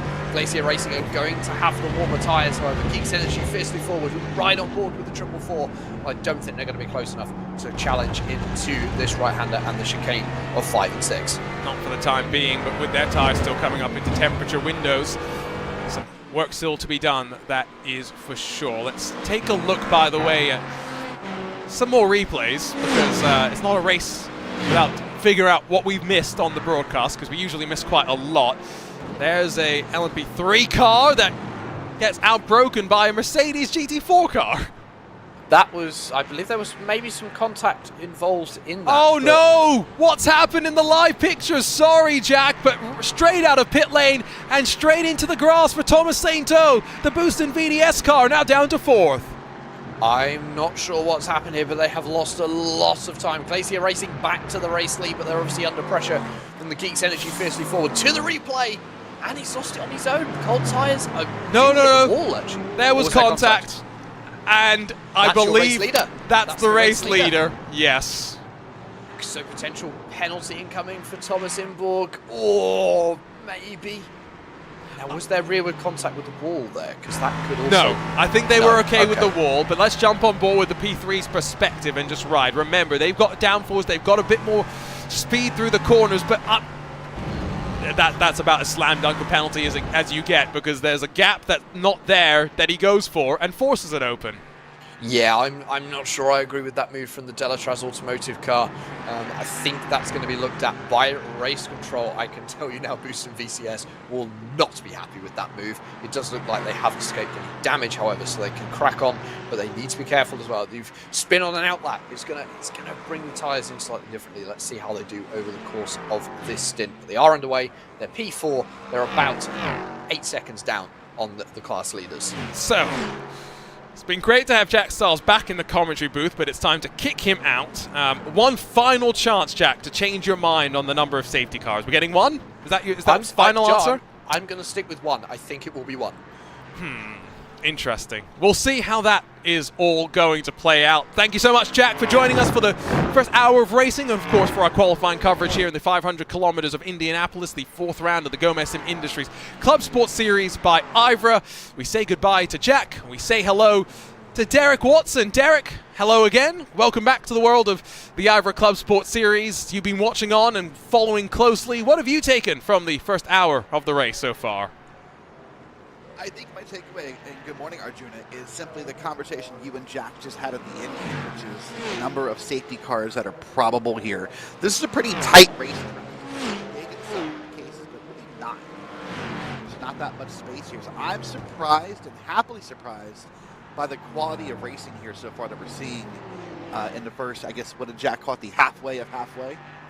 Yes, basically something like that. It's come down to about 5 seconds at the front of the LMP3 field, where Thomas Imborg does continue to lead, but with that now moment of traffic, he's probably going to feel a little bit worried about how aggressive he is with the remaining moments that he has to try and work around. But I think it was also quite curious to see just how aggressive they were early and how they're not going to be so aggressive anymore. So we've had the one pit stop cycle complete, means that we're not going to see them back down to pit lane until about halfway through the second half of the race. I think now means that effectively we are going to see the raw potential for some of these drivers on identical strategies. If we go back over to the GT4 class as an example, now that of course boosted VDS by Undercut have had their issue, we're back up to racing speed. Derek, what we're going to see now is where the second drivers are in terms of speed. Yep, that's always the question in any endurance race, right, is whenever you do a driver swap, you have to start to wonder what that next driver does. Are they faster? Are they slower? You know, how did that team build their strategy out? It's always a valuable question here. And also, how that driver handles a track that's been raced on now for 40-ish laps plus qualifying. That's not always equal to how you practice coming into an event. That sounded rather uncomfortable. I'm not sure exactly what that was, but as Mark Balzer leaves the pit lane in that Kramer racing car that is a lap down from class, let's not forget it's going to re-emerge directly in front of the battle between the Wave Italy car, the Prestanda Nomad entry as well. It's one of those situations where if you have taken damage, you're slowly getting the car worked on too. Haven't really seen too many cars suffering with big damage. This 992 Cup class, by the way, SimCity Racing have very quietly but very confidently been extending their margin up towards the front. You go back to Impulse Racing, who are now defending from ATRS in the fight for second place as they pass the core GT4 machine and almost contact in through that opening corner as Sebastian Hove presses Mario Velhoek to the outside of the corner. Outside switches back to the inside. If the ATRS car can keep its nose alongside, that's a bold move from the 913. Will finally get on through. And I do wonder, you talk of damage, is that Impulse car maybe struggling just a little bit? Yeah, any kind of damage here will probably have more effect, in my opinion, than some of the other IVRA races we're going to see because of the couple of long pieces of straightaway here at this Indianapolis road course. Typically, most damage on an endurance car, not always, but most damage will hurt your top end speed. So when you have both the front straight and you have that straight towards the, I guess the midway point of the course, that top end speed damage will really, really show here at a track like this, compared to a track such as maybe like a, I don't know, like not maybe a Sebring, like a Nürburgring, where it feels like we're always turning. Top end speed doesn't seem to hit as much, I don't think.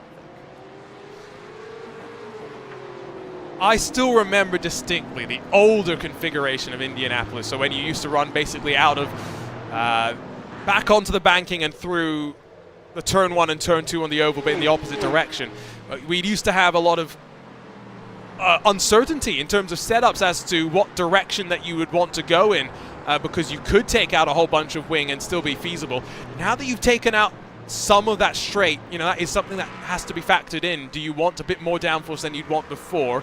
And I think part of what we are also learning as more and more endurance racing comes here is how the different classes overlap with one another. We had the IMSA WeatherTech Sports Car Championship for 2 hours and 40 minutes last year. It's going to be 6 hours this year, and of course an iRacing special event to match that one as well.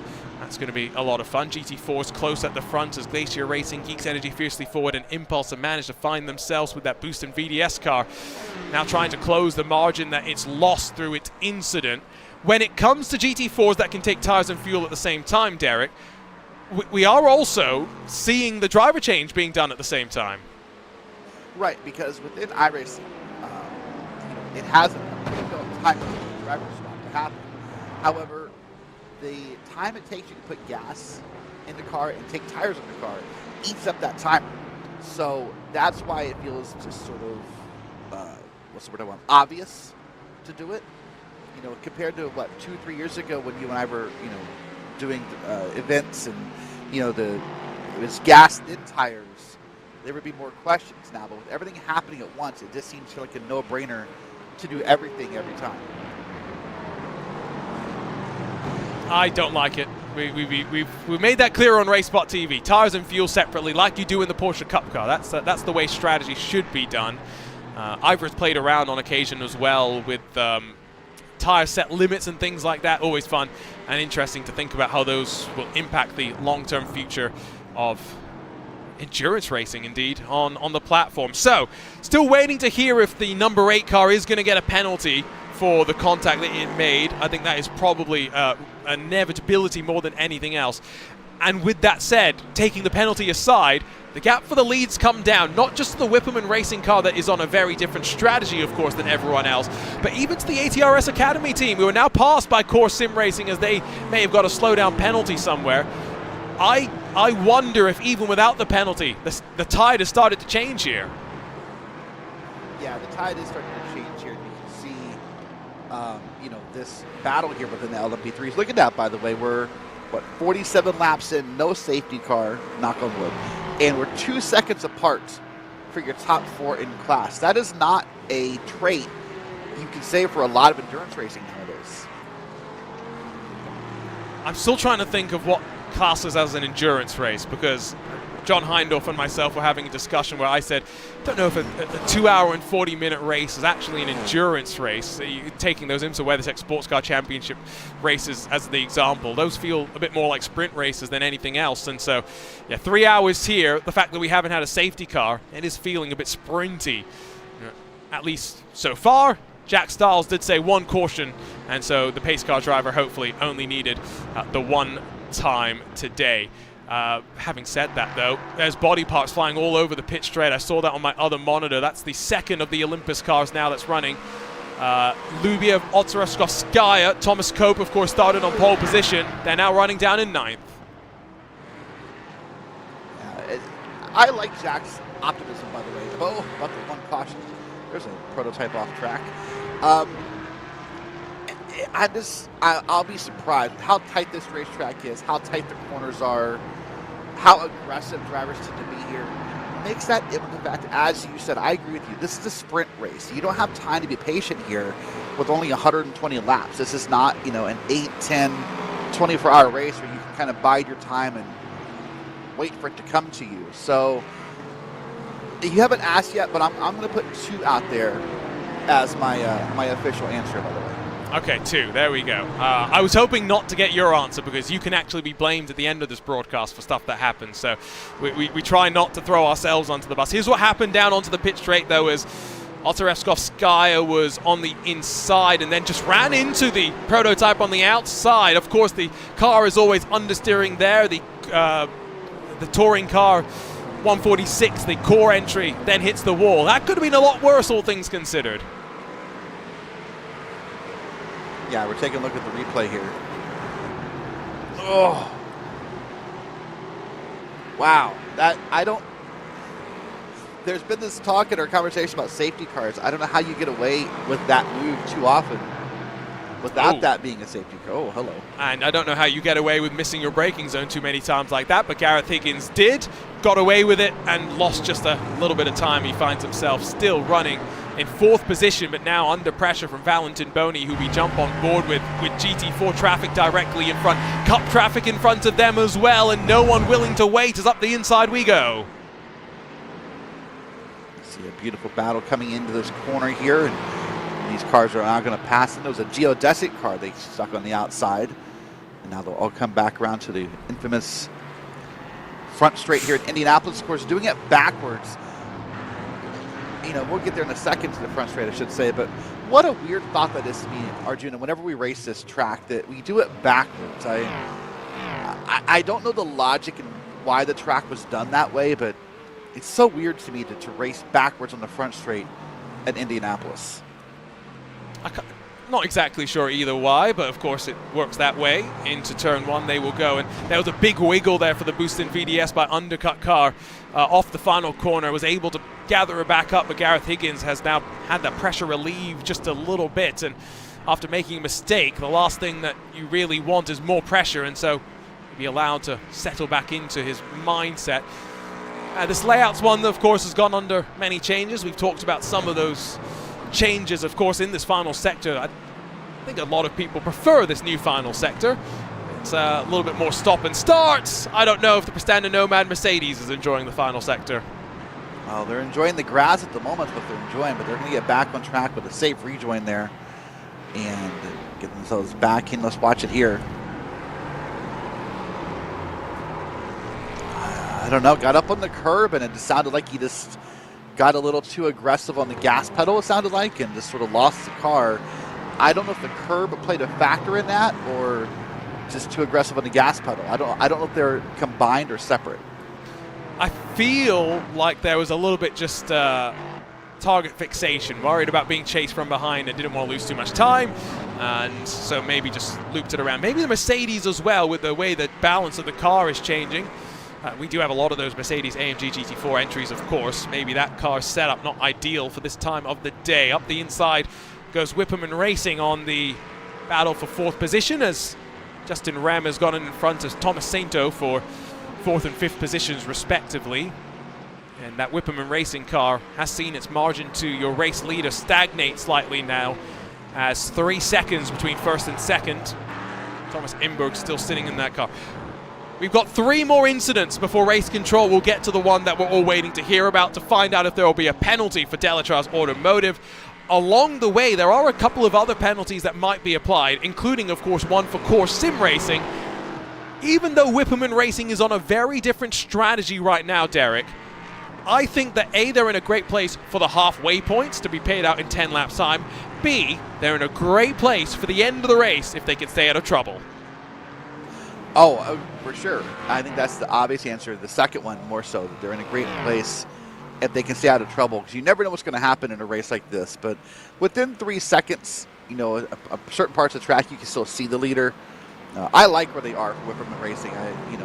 Any penalties or any other things notwithstanding, they're having a great day here in 2nd place. And it can be frustrating to not be in 1st, but You should always be thrilled to be in second.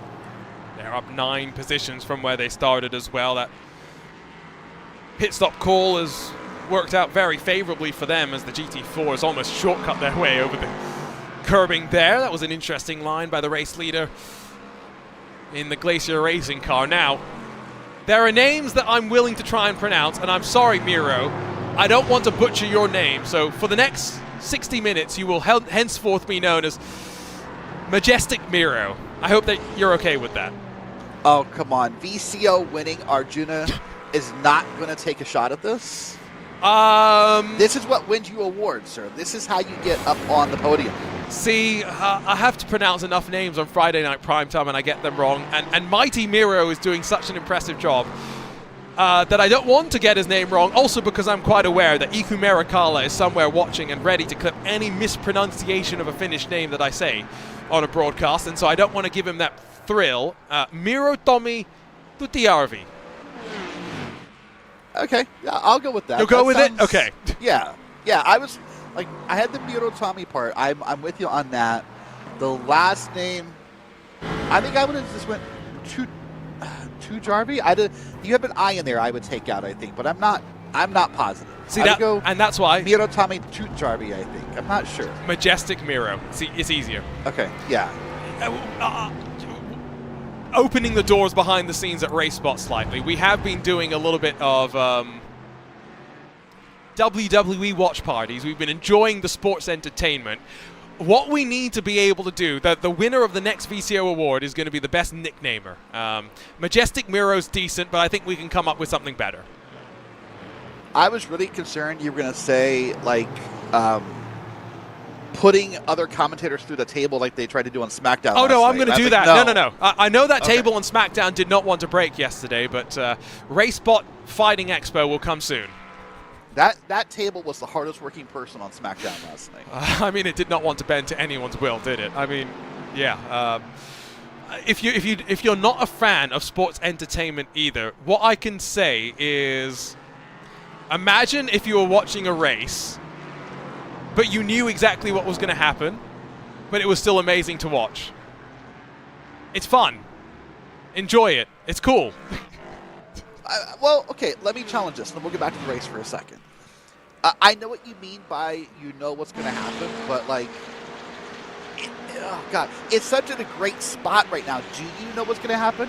We literally, the three of us, had an argument last night about what the main event result was going to be, and there were, like, 5 different outcomes that could have been correct. Now, I was correct, but but that doesn't mean we knew exactly what was going to be correct. What we need to do is find a way to do sports racing entertainment. Oh my goodness, can you imagine? Synchronized and planned crashes? Somewhere a Formula One World Championship is being decided.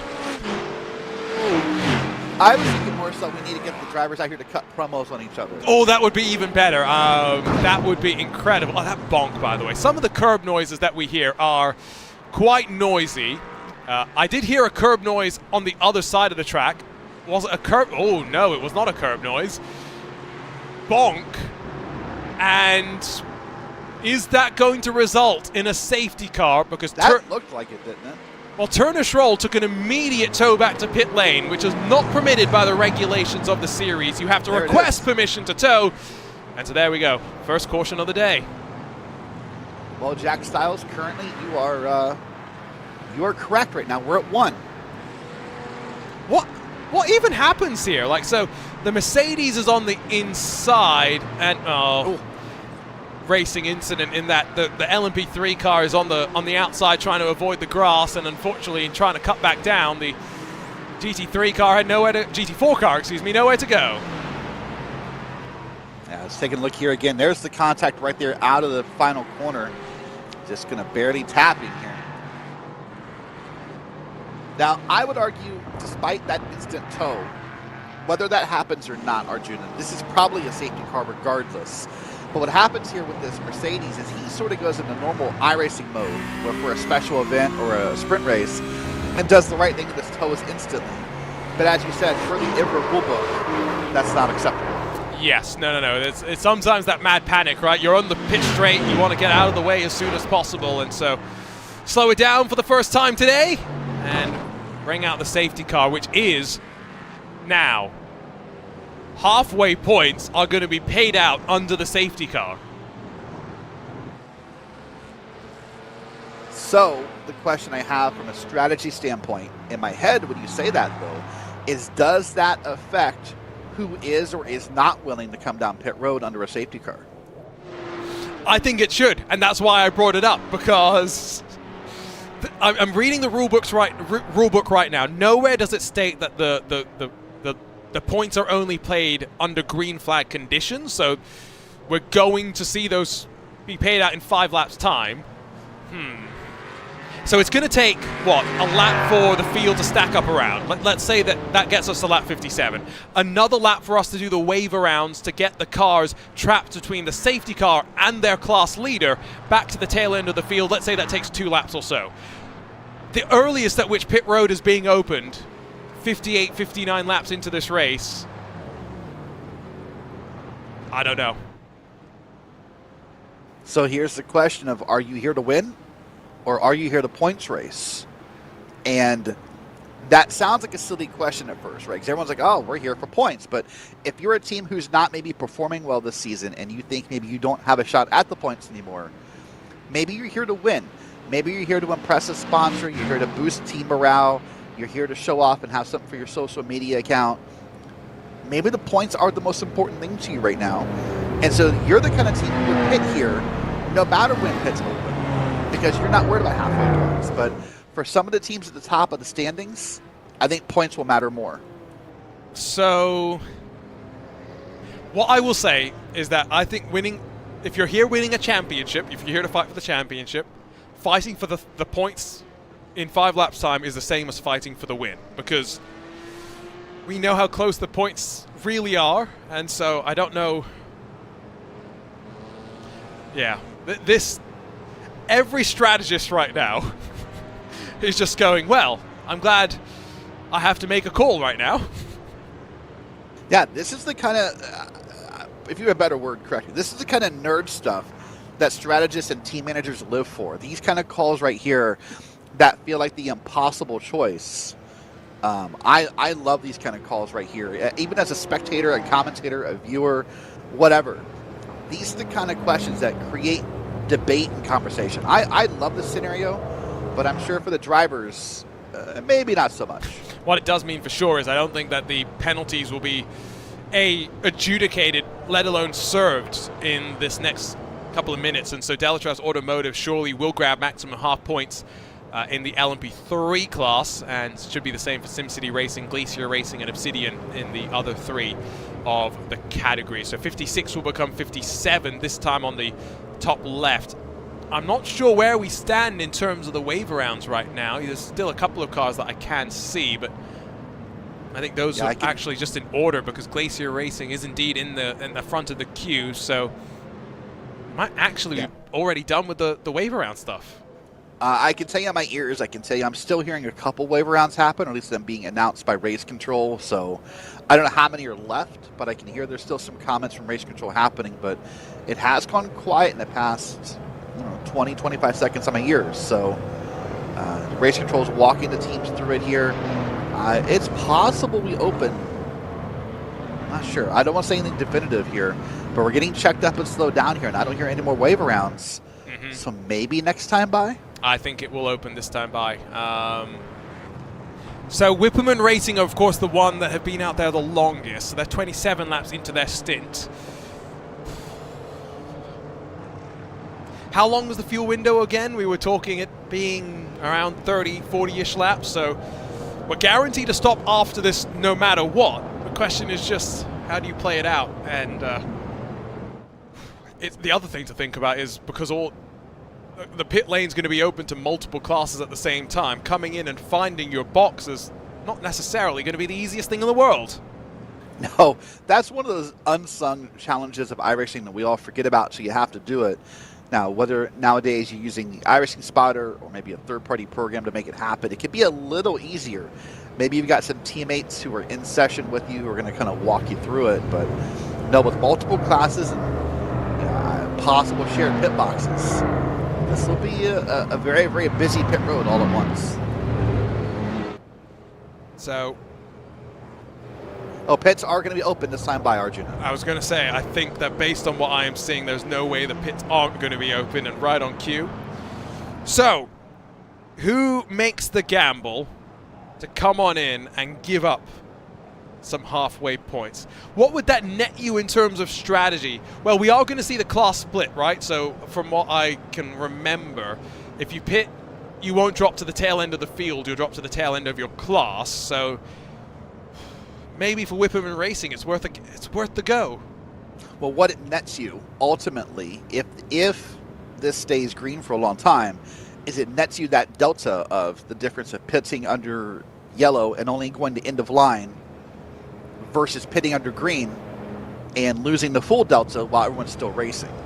So that's the ultimate decision you have to make here is, are you willing to give up more time later on track to stay out? I mean, that's the ultimate what you're losing, plus the difference in tires. Sorry to cut you off. No, what we have seen is, as here we go onto pit road, I think we're going to see pretty much everyone come in. What we have seen is that in the Endurance Series, as an example, you do have to be careful here, by the way, not to pass the car in front of you and get a penalty for entering the pit lane. So I hope the drivers are all keeping an eye on that. That's something I've seen before in my experience as a series organizer. But Endurance, if you have those short yellow periods where we don't do the class split and someone has to come into pit lane, for example, for whatever reason, to be at the very back, you just lose so much time trying to work through the cars that it's its own little compromise, and so something to keep in mind. Whipperman Racing, Core Sim Racing, and Boostin' VDS by Undercut. Curiously, the only 3 cars in the LMP3 class that have elected to stay out there. Everyone else in the prototypes is down and onto the lane. In the GT4 class, basically no one is down onto pit road, and, 992, it's about most of the class down into the box.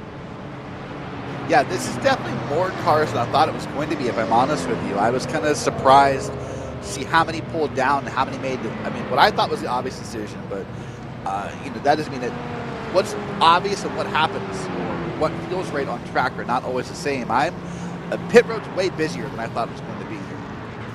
We're going to see how it shakes up the ordering as well, because I do think pit exit is open, and so cars can fire their ways directly off. And ATRS Academy are doing a driver change, and I'm going to drop to the very back of the class, it would seem, as Brandon Blakesley's going to take over in that machine. So there we see the drivers still stacked up behind the pace car. Reminder, Whipperman, Core, Boostin' VDS, the 3 LMP3 cars that elected to stay out there. In the 992 class, that cup class, everyone inside of the top 10 has come on down to pit lane. In your sport class, it's the top 10 that have come down to pit lane, so there are some gambles being made. So Whipperman Racing basically are going to owe us a pit stop almost as soon as the race goes green. Yeah, that will be a scenario, but the other scenario to put out into the ether is going to be the topic now of tires and what that means. How much, what that mean for new tires versus drivers who stayed out?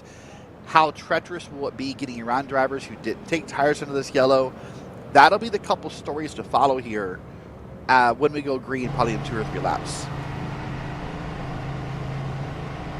Now, I'm going back to the rule book. Give me a sec.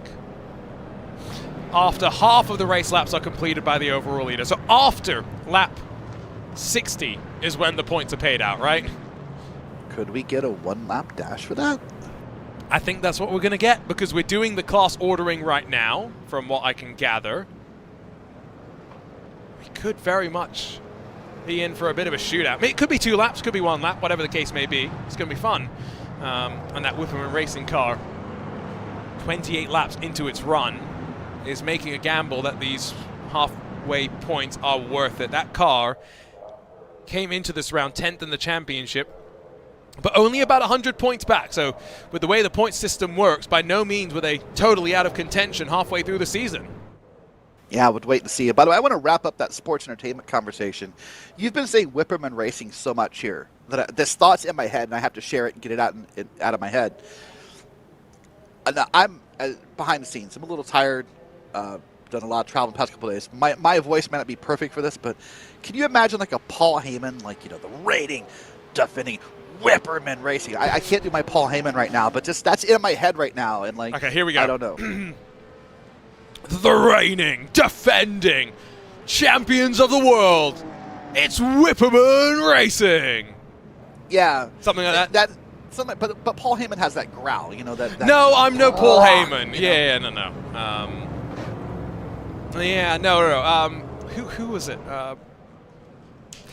Wow, my brain has just gone completely blank right now. But there's a moment of commentary I was trying to refer to. We have had once driver introductions like that back at Sim Racing Expo back in the day. It's not often that we have them. I also have attempted driver intros at Porsche events in the past. My problem is that I don't have that growl that Paul Heyman does, right? So you know what I do is you make it sound fun and light. So there was someone who was 35 years old competing. He's like the oldest person in the competition. So what I said was, proving age is just a number, and then as he comes out, he does a backflip. Ooh. Yeah. Ooh. Can you do a backflip? No. I don't think I can do a front flip at my age. So is a front flip easier than a backflip? Ooh. There's a question. Is that a poll we can make? Is that I don't know, but let's see. Is a front flip easier than a back flip? I think you can accidentally do a front flip if you're not careful. It's hard to accidentally do a back flip. You know? I think a backflip must be harder because of the inertia, right? That you're trying to. Yeah, like with a front flip, at least you can tuck your body in and get the momentum moving. Like, yeah, a backflip, like you're flicking your head back and like hoping it's going to work. Lights are still on the pace car, so I don't believe that we're back to racing this time by. It will be the next time by, which I think means no one-lap shootout. No, sadly, I agree. It doesn't mean that. I was really hoping for that here, but yeah, I think the mental block of doing a backflip is what makes it harder than a front flip, because if you try to do a backflip, your first fear is all the what ifs. You know, what if I don't get around or whatever? So I'm going to say a front flip is easier than a backflip.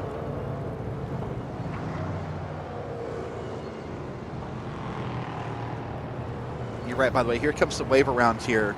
Oh, we have more wave rounds still going? I think that I'm not sure if it's wave rounds or if this is classes lining up correctly. No, yes. This is the class split. I think that's happening right now. You got the 992s getting in front of the GT4s, and of course, let's not forget we have 4 classes to reorder here as well. So it is taking us just a little bit of time. In terms of retirements, I think we officially, by the way, now have 3. Hyperion Racing, of course, being tagged around as the cause of the caution, but join in the retirement booth SRN Motorsports in the Cup class. And I think Peter Jagodinsky in the Apex 992 may also be done because they've been sat in pit lane for quite a while. So it's not going to make the track that much quieter, all things considered, but traffic's going to be a little less helter-skelter, maybe. A little less. Yeah, you're right. And I want to stop and come back to a point you made a second ago and praise IVRA for the idea of separating this back by class. Yes, it takes more time. And yes, maybe it makes a safety car period a lap or 2 longer depending upon the track. But you and I have both witnessed leagues, events, races where cars are not separated by class. And calamity is a nice word for what happens on a restart when it's not separated by class. Apparently it's easier to do a backflip because of the momentum of your legs. But Who said that? Someone in chat. I don't believe that because as someone with very long legs, there's no momentum being built from them. I'm just saying. If anything, it's the opposite of momentum. Like, it's inertia. That's the word. Physics. We're talking physics on a broadcast. It's what is it? 9 in the morning? 8:45 in the morning. And we're talking inertia and physics on a sim equals racing MC podcast. Squared. Ooh. F equals MA, right? I was a C student in science, Arjuna. This is dangerous waters here. Oh no, don't worry. I was terrible at physics as well. There's a reason why I'm a computer science major and not a computer engineer, because I wasn't good enough at dealing with things in reality, and I can only deal with zeros and ones. Lights are still on the pace car, but don't worry, that often means that we are just getting ready to go, and it could be that the lights go off at the end of the lap. Based on what I am seeing, I think we are basically all ordered up now. Maybe not. I think we are. Yeah, I don't see any more movement. I was checking that camera before I said anything, but I don't see no more movement either. So we might all be lined up here. The touring cars are still behind the GT4s, I believe. That might be the only thing.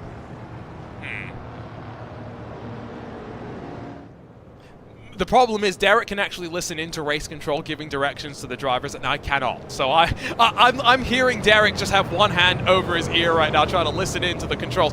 As here we go, Whipperman Racing are going to come into pit lane, and because you cannot, they effectively will lead into pit lane. Oh my goodness. They have played this to perfection. They have played this to perfection. That is a good call right there. That is brilliant of a move there. Yeah, I was questioning the reasoning in my head for a second, but now you're right. I get it. That's exactly why. But are they going to be allowed the opportunity to now get back to the tail end of the class, or are they going to have to get past the entire field? Because is race control going to say, we'll hold the field one more lap to let you get past all the cars? Yeah, I don't know. That's a good question, and I must admit I'm not familiar enough with what race control is going to do in this scenario to say definitively. Oh. There's a driver change, by the way, or is that? And there's heartbreak as well, because I don't know what has happened to Delatraz Automotive, but they've had a technical issue and are now a lap down from the field. That, I don't know. That, how? Wow. They're done. I think that is them officially done. After dominating in the early stages of this race, they had a technical issue at the end of qualifying, and apparently a technical issue again halfway through the race. Half points have officially been paid out. I believe Core Sim Racing technically will grab maximum points. Whipperman Racing grabs second, and the rest of the cars behind in the LMP3 class. Visceral maximum points in the 992. Maximum points for Geeks Energy Fiercely Forward in the Sport class, and then Hydra Race Geodesic in the TCR. But yeah, we've got some figuring out to do, that's for sure. Yeah, definitely some figuring out to do here. Sorry, 1 second. Okay, so cars 92 and 11, sorry, I was listening. 92 and 11 have been told to pass the field and rejoin their class. So I think that's going to answer the question you asked a moment ago about pit road procedures. 92 and 11 were told to pass the field and get back to their class. And so that's what they're going to do right now as we head onto that back straight. They'll head to the left-hand side of the road, blast on through, and I do believe that is going to mean then that we're ready to go racing this time by. Can't see if the lights are off on the pace car just yet, but they're all formed up. They're getting ready to go. And now, effectively, this is another 60-lap dash, Derek. It's as simple as that. Yep. This is almost in a way as if we're starting the race back at zero to a certain extent. It's literally halfway, or just a little less than halfway now. So just go out and race as if nothing happened.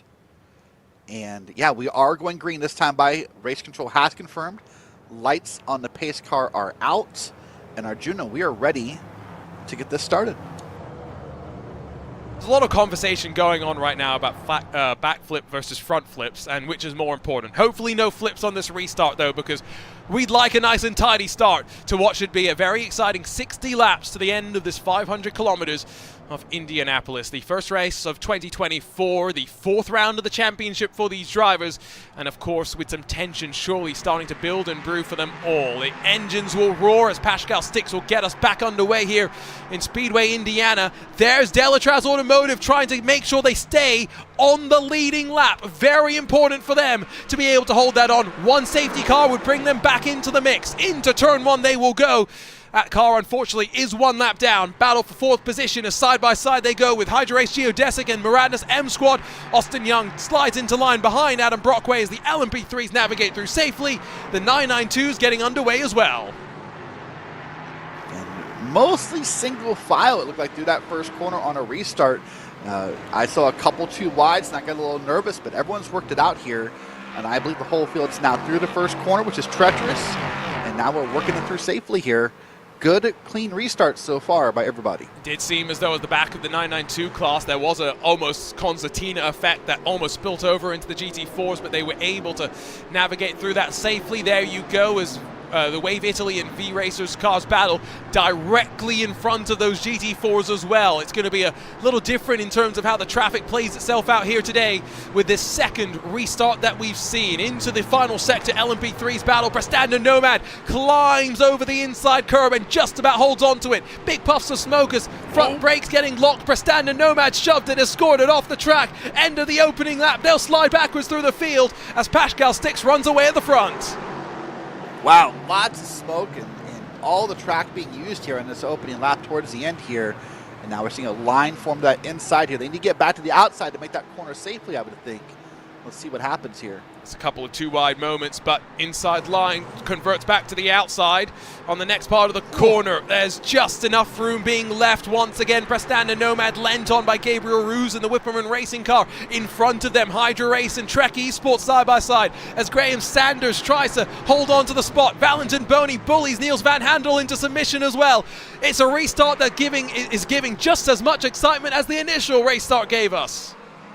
Yeah, the comment you said about they're all using and leaving space. No one's leaving space here. There's plenty of contact happening. Look at it right here. Too wide through the corner, 2 or 3 deep here.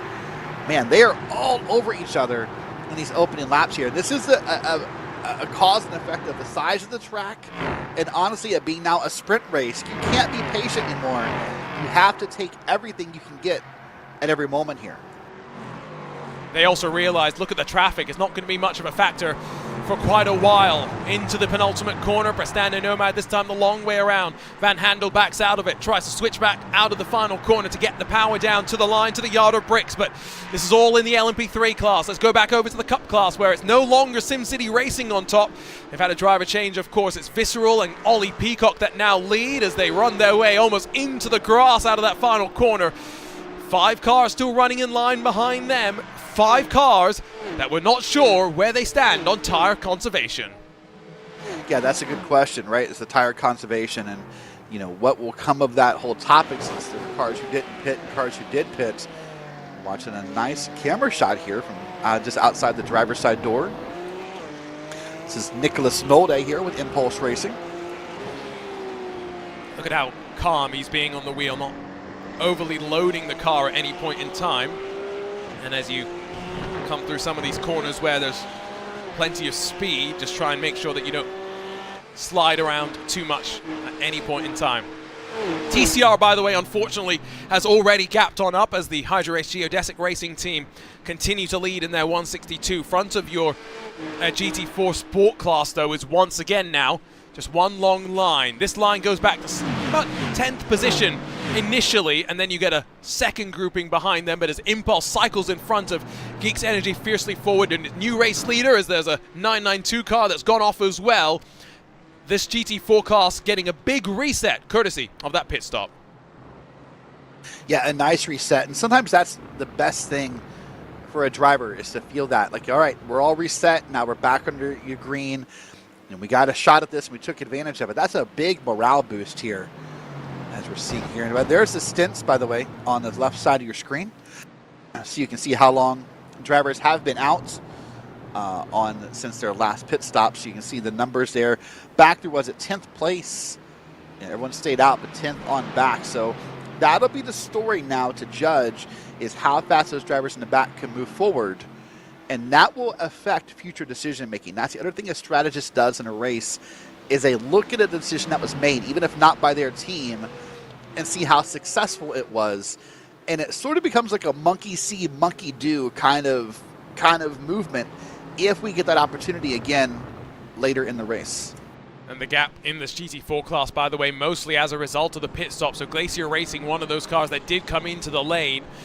They're behind the 2 Hydra Race cars, the Wave Italy machine with Stefan Michaels behind the wheel. So if they can close the 2.5 seconds, I think these drivers that have made the trip down pit lane find themselves in a very, very promising spot and hoping not to lose too much time in the traffic once we eventually get around to the first cycle of that. And it's going to be an interesting cycle given that Pascal Stix has got a 7-second advantage over the rest of those cars. Kramer Racing and Jan Volmers defending from Adam Brockway, who looks in the rearview mirrors and sees Austin Young try and slink it up the inside, but as they battle off of the corner, Austin Young gets a bit of contact, the rear end tagged around there, the Hydra Race car in the grasp, Preston and Nomad slide on through. Wow, that's a big loss right there in that moment that they'll try to recoup here. You see Moser kind of wide in that corner. It'll take a second to kind of recoup and regain the spots and his mental space there before he's able to be successful again here in this race. Conditions, by the way, out on track not necessarily changing too much. The strong gusts of wind still very much a reality for these drivers to be contending with, but at the very least it's not up to the 30-odd kilometers an hour that we saw at early stages of this race. Over at the replay, let's figure out what happened to that 992 Cup car that had gone around as we watched the fight for the GT4 lead. It's in towards the end of the back straightaway where the cars go into the braking zone. I got a little bit of help there. Maybe it was being aggressive, maybe not help, but he definitely made contact. But I don't know. That's kind of weird because it's not like it's not that Olympus car turned him. Let's see it again here.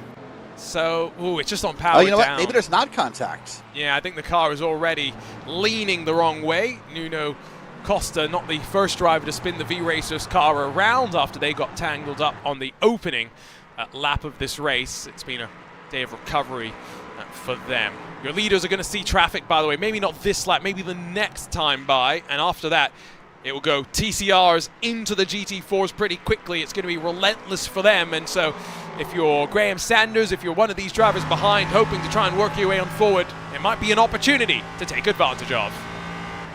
Yeah, that's sometimes the thing about traffic we don't think about is it's really sometimes to the benefit of the drivers second, third, maybe fourth in line, because as the leader gets held up by another class, it's an opportunity to maybe make a move that, you know, it wasn't available before.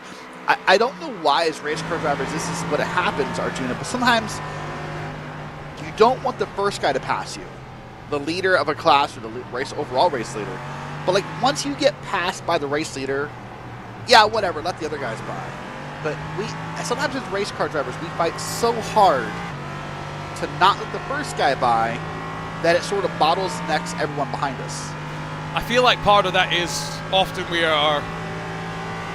taught, we're instructed that staying on the lead lap is so important. So, you know, especially in IndyCar, for example, in the real world, that's a big thing as Graham Sanders up the inside, late braking on the Mirandis M Squad car of Adam Brockway. Going to get squeezed out on corner exit, though, as they're behind the Brabham Esports car, and up the inside, aggressive move for Sanders, who wasn't taking no for an answer there. Nomad able to squeak through and follow as well, as Mirandis M Squad lose not one, not two, but 3 positions in the space of one corner, because Valentin Boney got through as well. That was a big, massive gaggle of cars right there. Look, they're going to be almost 3 wide here, maybe. Not maybe. Nope, never got there. Indeed, they were for a moment, and then backing out of it was that M Squad car that said, I don't want part of this. Lachlan Bierman in the Preston Nomad machine now behind and trying to work forward on Valentin Boney. Traffic plays its part, of course, as well. Augustin Bernier, unfortunately, in that Delatraz Automotive car has had another issue. He may be done for the day. It's been such a crazy race, and we know the next 15-20 laps are going to be like this. Every lap moving forward could be like this with how this race produced in the first half. There was never a moment where this wasn't the first half of the race, it felt like. I'm excited about this, and that's how it ends up. I was unsure what this race would be, but it is exceeding my expectations as far as what it is. I can tell you that. Look at this massive draft happening right here. Now they're down into turn 1. Will they get through safely? In front, you can see that Boost and VDS cover the inside. Don't let Preston and Nomad come on through. Opposite sort of a reaction behind as Adam Brockway didn't cover the inside. Austin Young squeaked on through, and now Brandon Blakesley will try and join the party and squeak through as well. This is amazing stuff, yes, but haven't cost each other that much time relative to second place. It's to the leader that the gap just continues to grow as we near on about 70 laps being complete, and underneath us in this race. Let's go back to the replay and figure out something that happened to Delatraz Automotive and seemingly is involving some of the other LMP3 machines. We see him get wide off the track there and a bit of a... Oh, hello. Excuse me. Wow, I started to say a bit of a sketchy rejoin to start, but then just sort of that hockey-style body check. Watch this here. Bit of a wild rejoin. And... all right. It looks a bit funny from the onboard. And then, by the way, there's been a huge incident at the front of the 992 Cup class where your eyes don't deceive you. Contact and between those at the very front as SimCity Racing and Visceral Esports, well, get things wrong in through turn 1. Yeah, let's watch this here.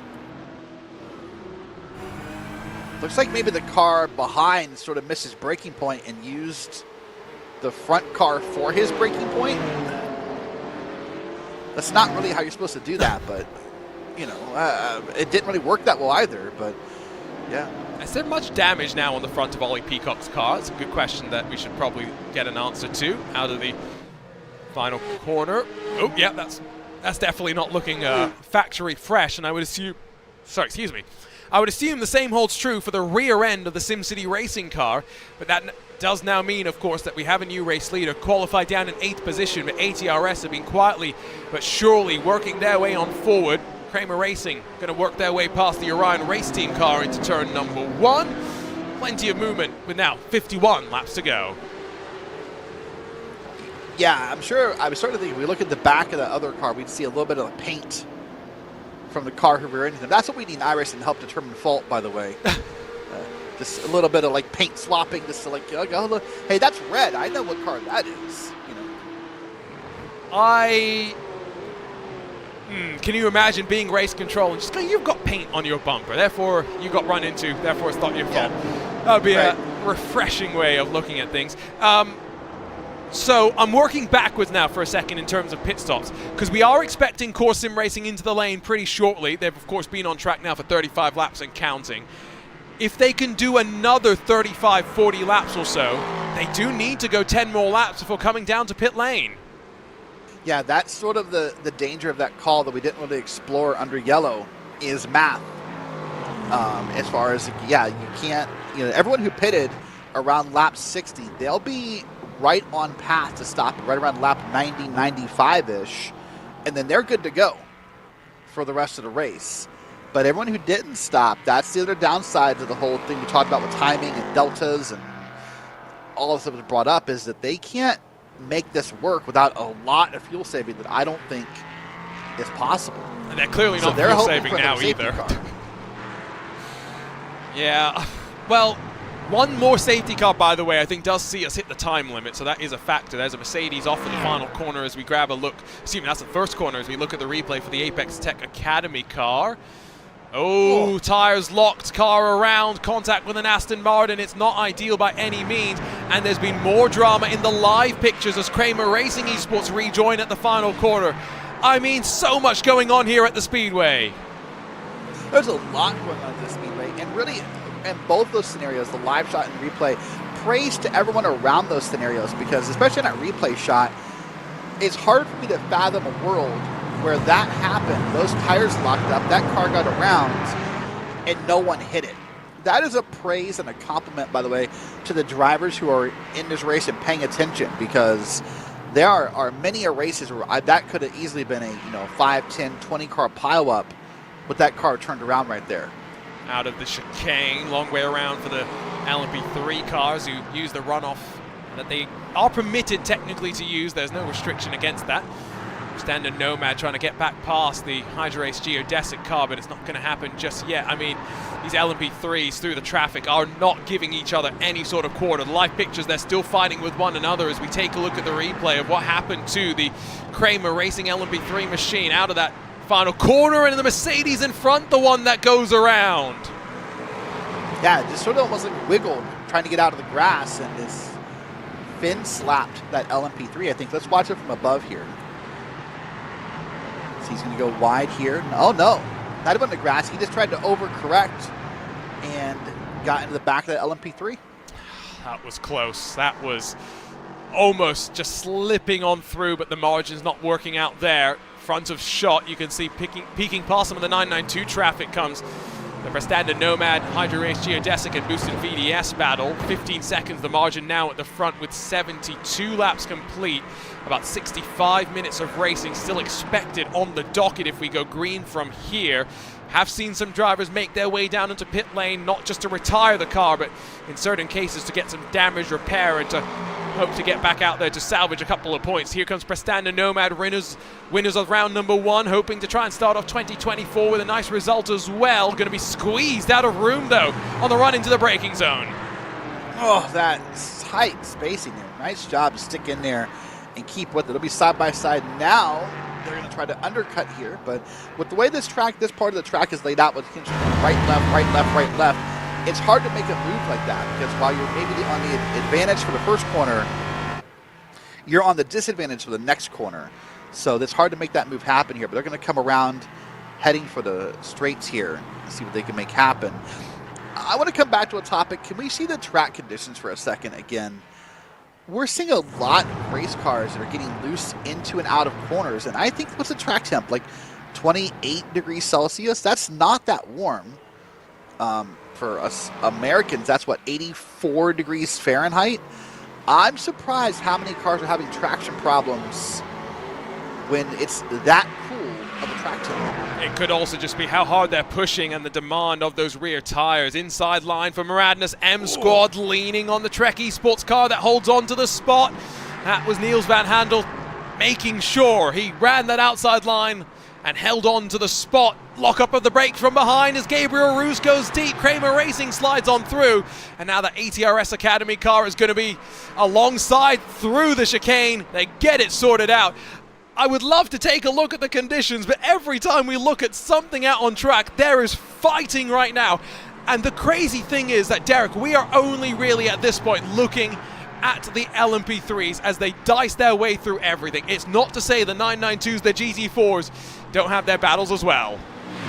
No, there's a lot of great battles happening. Of course, that's one of the challenges we face here as commentators is we only have 2 eyeballs, and there's 104 battles happening, it feels like. And so it's hard to pick the one we're going to focus on. You're right, but it's constantly happening here. So here we got LMP3s in the top, got the sport class on the bottom. And man, look at how tight that sport class is on the bottom here. 1, 2, 3, 4, 5, 6, 7 cars right there, plus more, who are just waiting for someone to slip up somewhere and to start making passes. And those mistakes, I don't think, are too far away. I get the sense that it's all building once again, and yep, it's going to be something once it all starts to spill on over. Core Sim Racing have made their way to the lane, of course. So Pascal Stix needs to bring that car a little longer on fuel than I'd be comfortable with. I think he needs a caution to make him safe. Yeah, and I agree with that. Sorry to have the thought there stuck in my head, but the problem you brought up, which is valid, this has a maximum length of 3 hours for the race. We are right now just hitting the 2-hour mark. We're a little short of it. If another safety car comes out, the point Arjuna made is valid, which is then does this become a timed race, and how does that change everything you know about fuel strategy? Because now, if you're not going to go the full laps, that really messes with the math that you had laid out for all your pit stops. Unfortunately, Brandon Blakesley's been off the track again. Let's turn our attention to the replay and figure out what's happened to his ATRS Academy car. As that battle, I think, has maybe overboiled itself potentially. Lock of the brakes in through turn 7 as he's on the outside. He's just going to get pinched. There's a bit of netcode as well, but he doesn't keep this one out of the wall. And that's something we had released. I was doing well today. Although contact, we've seen not that many wall hits here in the last hour or so. And that was, overall a very light wall hit. You heard it in the broadcast, but the question will be what damage did that put on that prototype? Now, the advantage of being a prototype, though, if I may, is that it's basically a big Lego set in a sense of they can come in and probably get that fixed pretty easily. It's not like a GT3 where you're going to have to beat it out, pull on it and tug on it, and put some tape on it or whatever. You could probably just put a new front wing on that car in, a few seconds. New damage model as well, just continues to be tweaked on, so that's something these drivers are very much having to keep their eyes on. Let's check back in with 992 for the first time in quite a while. Fraser Smith in that Visceral Esports car has dropped to 5th position. He's in front of his teammate in the 901 as Ollie Peacock still behind the wheel there. We're all checked up behind the Impulse 915 as the ATRS 913 has begun to run away at the front of the field with SimCity Racing in tow. It'll be a battle into turn 1, last of the late breakers. Mark Bolzer's on the outside, and as the black Visceral entry sits behind and waits in the wings to pounce, Bolzer's going to get on through and run the Impulse car out of room. That was great racing between the two. Yeah, there was no room left for Impulse there to be anywhere on track. I mean, just where they got put there. If you're new to multi-class racing for some reason, this right here, this is the chaos and the difficulty of multi-class racing and endurance racing. All these guys are racing for something. You know, you can't get mad at Impulse and say, hey, can you move out of the way? We're battling here. Because Impulse's comment is, well, we're battling too, guys. Like, we're not going to roll over and, like, give up our race because you're a faster class. So this is a master class in the difficulties of multi-class racing. Apparently we are down to the timer already, but I don't think that's true. That's a comment in our chat, the estimates that I have in front of me still indicate that we are going to hit the lap limit before the time limit, but I'm talking by a margin of about 2 minutes right now. We're not talking big margins by any means. Fight for the LMP3 overall lead now, though, with cars down on pit lane and on slightly different strategies. Here comes Graham Sanders and Valentin Boney. It's the Hydra Race number 62 that leads the way. It's the undercut machine that's tucked in behind, and as they dispatch of a couple of the 992 machines, they slot back into the time being, for the time being, I should say. Okay, if the fuel window is about 35 laps or so, these drivers have at most, Derek, I think, about 15 laps before they're down into the box. Yeah, that would be my estimate as well, would be 15 at most. And in fact, now, you know, this is a little bit, I guess, of my OCD I have in my head. If I were one of those drivers, I would probably just break this up evenly. We basically pitted at 60 a little before because of the safety car. I would just pit at 90. I would just do a nice even number, have 30 laps per run. This way you know how the car behaves, you know how the tires are going to react, you know how the fuel's going to feel at the end. You don't need to, you can burn off more fuel towards the end if you need to. I would just pit right at 90, by the way, and just call it good. Now, every team will have a different opinion, and that's okay. There's the look for the lead. It was a bold move from Valentin Boney, but he went for it. He's on the outside now as we come back onto the start-finish line here at the Indianapolis Motor Speedway, across the yard of bricks, and with 3 bits of traffic in front of them. Surely not an opportunity to make a pass happen, but as they both get the draft into the opening corner, Boney shapes to the inside, gets the door closed on him. Oh, man, sorry I missed the battle there, but now we see another battle here through these first couple of corners. Could become a 4-car fight at this train as well, because Prestanda Nomad, Hydra Race's second car, is in the mix, and as they try and get past one of the Porsche Cup cars, it holds up Graham Sanders. Valentin Boney takes advantage, takes the lead once again. The give and take of traffic, it's not over just yet. Watch him try to make it through the corner here. It's going to dive it almost, but no, it's going to back out of it. Now they're going to come up to another couple of cars here. Going to ride on board with Austin Young. See stuck behind the 997 Visceral Esports machine, just trying to be patient, trying to time everything to perfection. He's lost a little bit of ground because of how the traffic's played out, wasn't willing to wait through that final corner, final braking zone. Here comes the 3-car hunt now for the lead. It's 3 cars within a second. Boosted VDS by undercut will lead at the line and try and run away at the front. Wow, what a move it was as well to try and get it done. Yeah, what a great move it was to try and get it done here. And now you see these 2 cars going to pull to the inside, try to get around some more different classes of cars. Be side by side into one. Backs out of it eventually. Only, I think, because they recognized the GT4 traffic was in front of them as well. And There's a look to try and squeak through for Boney on that Impulse TCR machine. So one by one, just dicing through the traffic. And is it going to be a second time that Graham Sanders gets checked up all of his momentum due to traffic? This time, the Prestanda Nomad car isn't going to be able to sweep alongside and take advantage of that one. But the margin at the front of this class now up to 1.5 seconds. Really, maybe the biggest lead we've seen in that class in a bit here is 1.5 seconds, and that's kind of cool to say. Now we see here, get around this car in front of him, that bigger class car. And, you know, at a racetrack like this, though, if you are the faster class, if you are the LMP3s, minus that restart, there's never a moment on a track like this where you're not passing. You know, I don't want to say lap traffic. I know that's the word we use in racing a lot, Arjun, and I sort of hate it in multi-class racing because it implies lesser than to these drivers.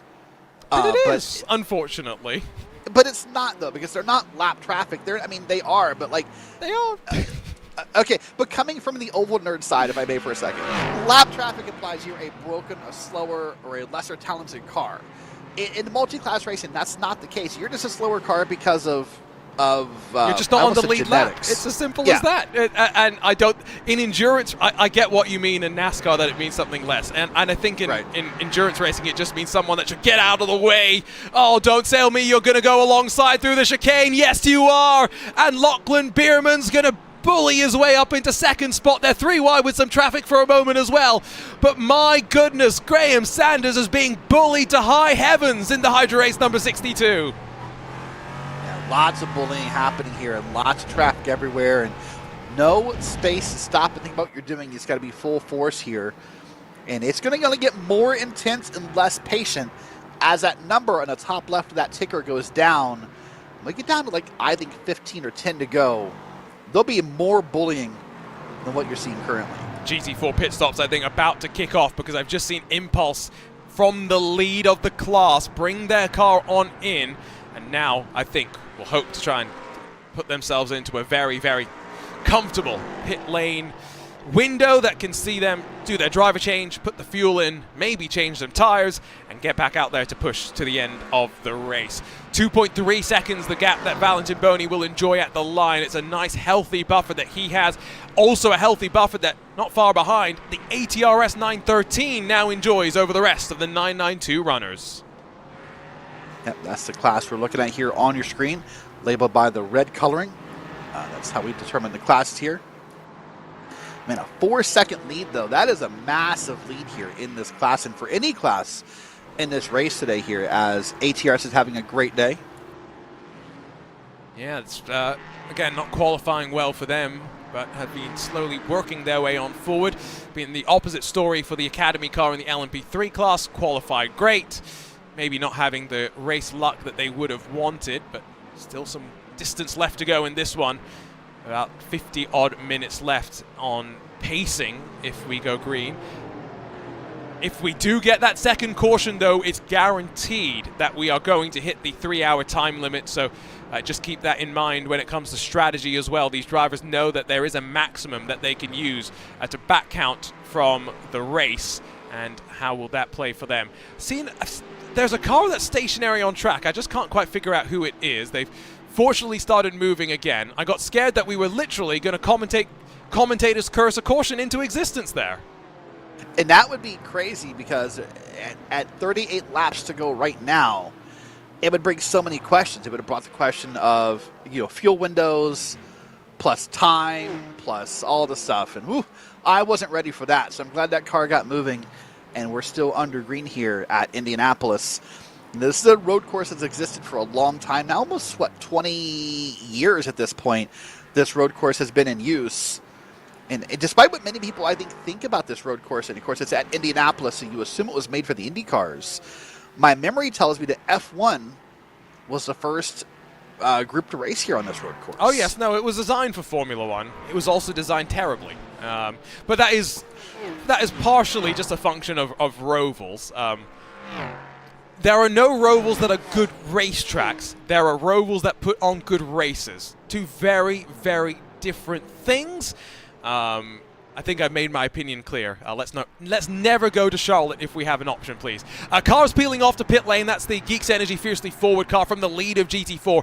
And this is now important because we will get a sense for where it is going to stack up relative to some of the other cars that have already come down to the pit lane.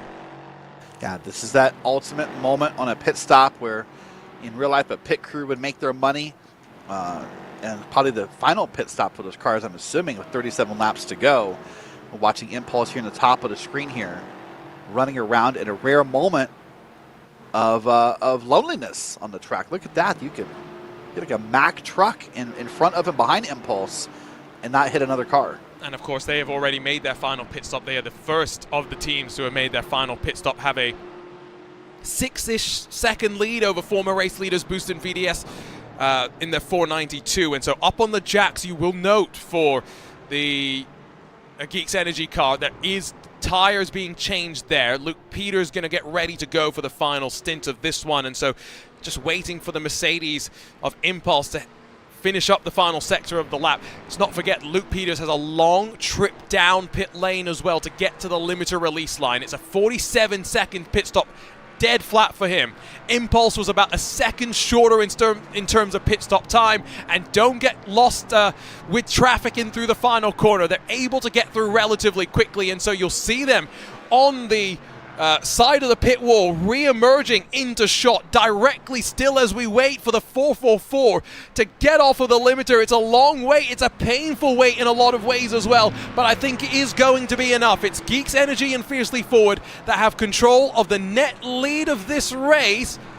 Might be closer than I thought because of this merge. Impulse are in front by about half a second. I got it wrong. Yeah, Impulse did win that battle there, but that's the gap right there. It's not much. So once Geeks gets this car warmed up and these tires warmed up, it'll be a great battle here for the next 36 laps in that class. 36 to go. They did 39 laps in that previous run to Geeks Energy, so they should be fine on fuel. Even factoring in, of course, that we did have a caution that slightly slowed things down. Still waiting then for 8 in the GT4 class, the Sport class, to come down on towards the pit lane. You can see the running order on the left-hand side of the screen as they stand right now. It's 0.3 of a second between these two drivers, and then, like I mentioned, 5 seconds to their main competitor behind. It is probably going to be a while before we see the drivers at the front down onto pit lane, though, Derek. And so I'll bring it back around to the possibility of a caution, still making this class completely wide open. That would make the class completely wide open. As of now, with 36 to go, I think we both think the pit window is now open, though. We see a flashing of the headlights there, telling this car he wants to get by, and he'll make the pass here on the inside. So the window's open. So now the question is, when do you pull the trigger and when do you make it happen?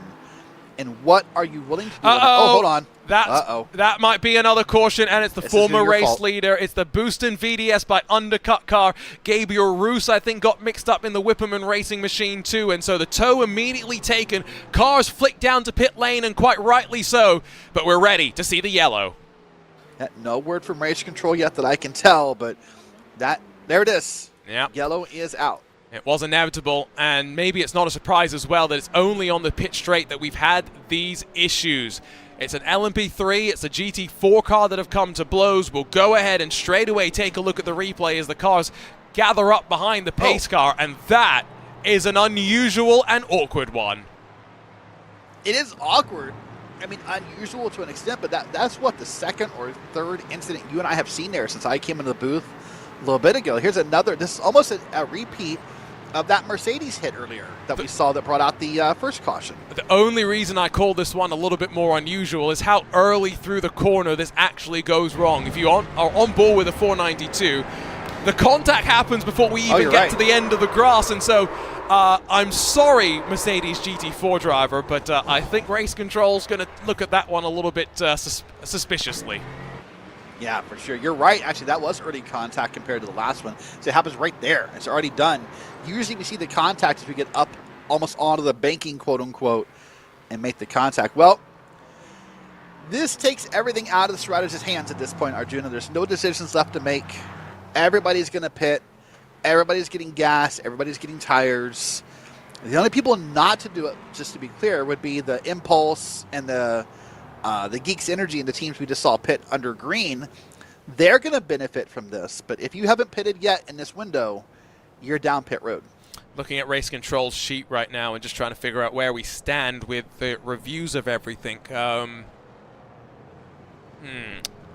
Looking at the numbers, of course, Sim Racing has already had their penalty served, so they're in a good place. Who else might have potential penalties at the front of the class? The 64 has something that 2 different incidents that they're being investigated for. They're running 4th in the LMP3 class as it stands right now. I don't think anyone else up at the front is being investigated, though. Yeah, I think that's basically it.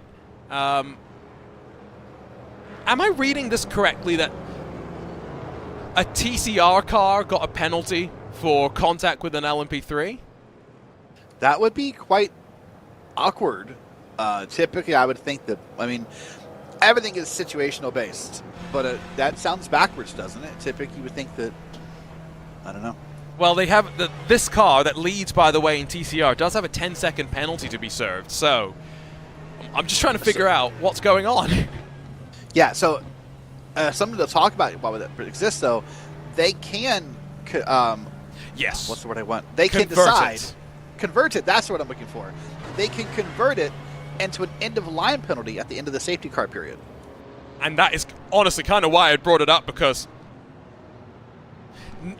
I think they have made their final pit stop. No, they have not. Oh, Gio Cortese is yet to make his final pit stop of the race. Well, that'll be happening here, I would assume. I think that automatically is going to promote Team Hoistingveld into the lead of the class, regardless of the state of the penalty for the 133. So they will probably convert it to an end of line, you'd have to assume. That means basically they were going to be at the back of the queue anyway. They'll be at the back of the queue now, I guess, as well, however you want to look at that. The other classes, though, I don't think there's as much to really think about, because for the most part, GT4 excluded, everyone is basically on the same strategy at this point. Yep. So here's the things to think about now. The lap counter is basically done. It's still up there on the top of your screen at 33 to go. When we go green, this will be a timed race. We're done with lap count, basically. There you go.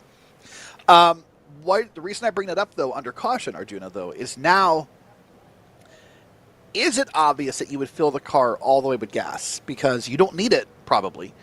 You need just enough gas to get around here, because less gas means less pit road time. Ideally, less gas means less weight in the car, which means faster car.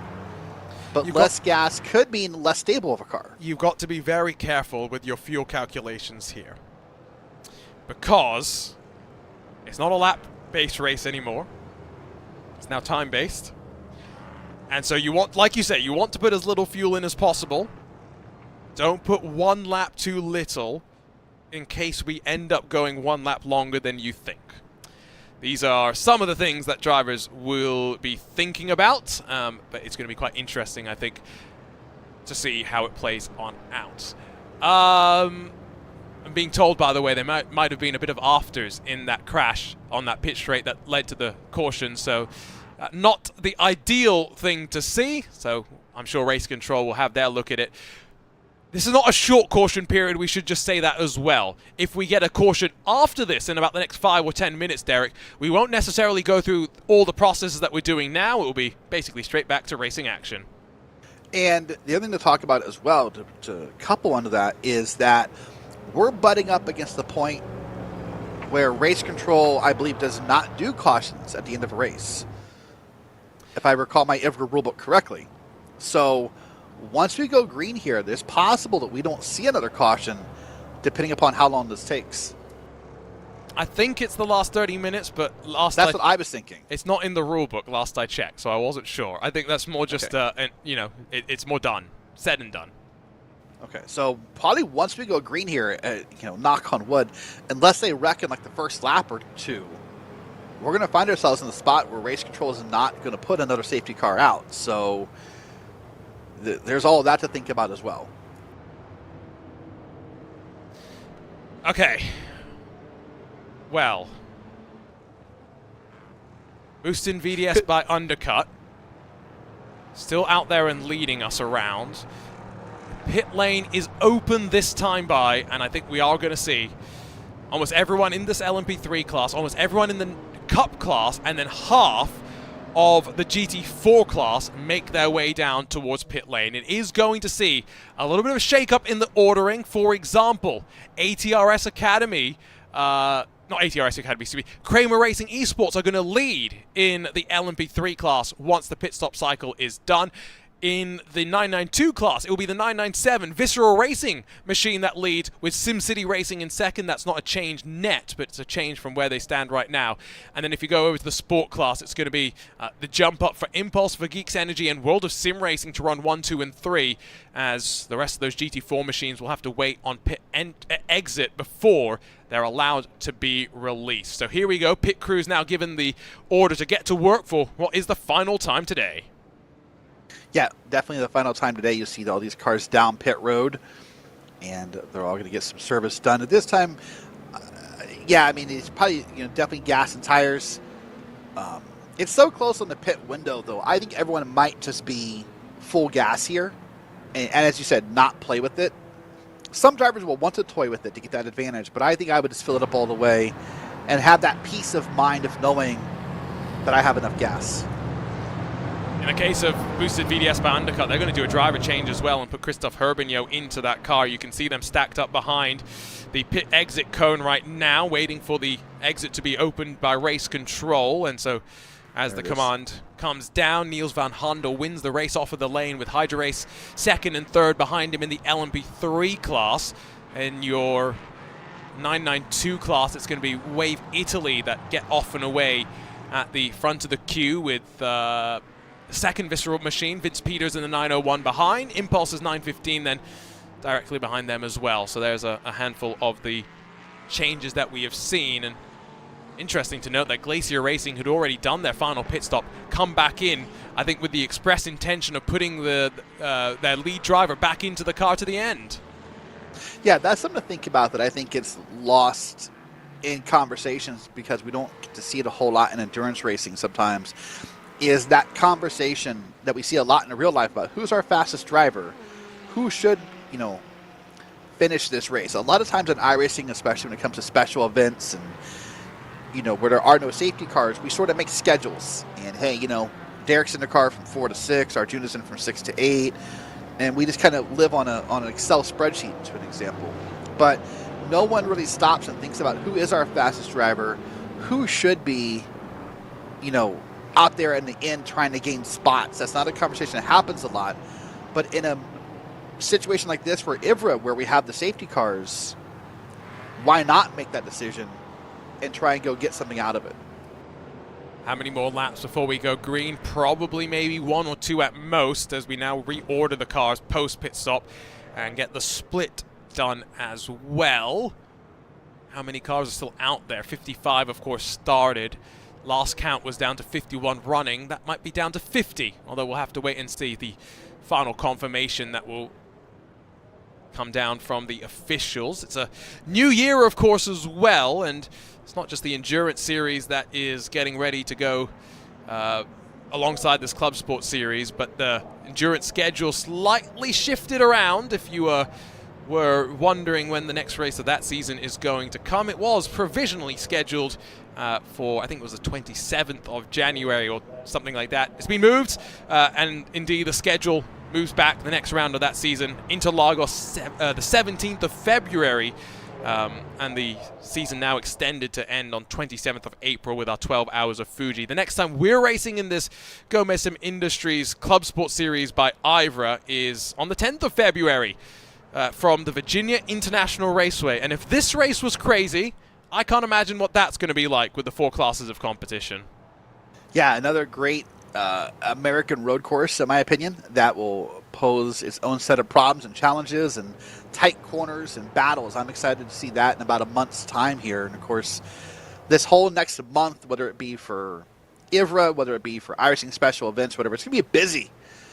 We are busy with the next, it feels like for next forever here at RaceSpot. So, of course, next weekend is Aurora.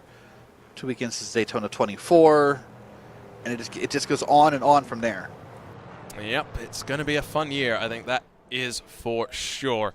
Lights are still on the pace car. They're still, I think, doing the final bits of ordering around. So give it 1, maybe 2 more laps before we're ready to set them loose and get back underway. I think as well, when it comes to strategy, well, throw that all out the window. It's go helter-skelter, pedal to the metal.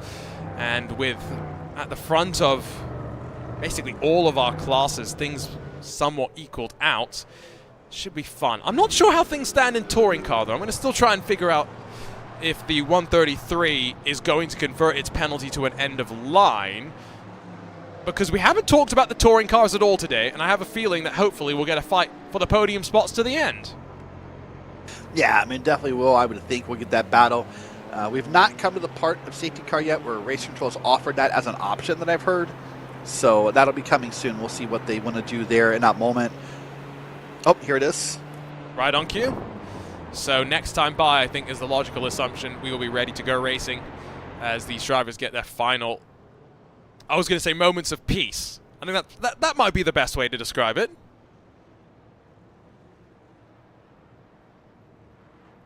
So what the procedure would be for those watching along here is just educate the crowd a little bit.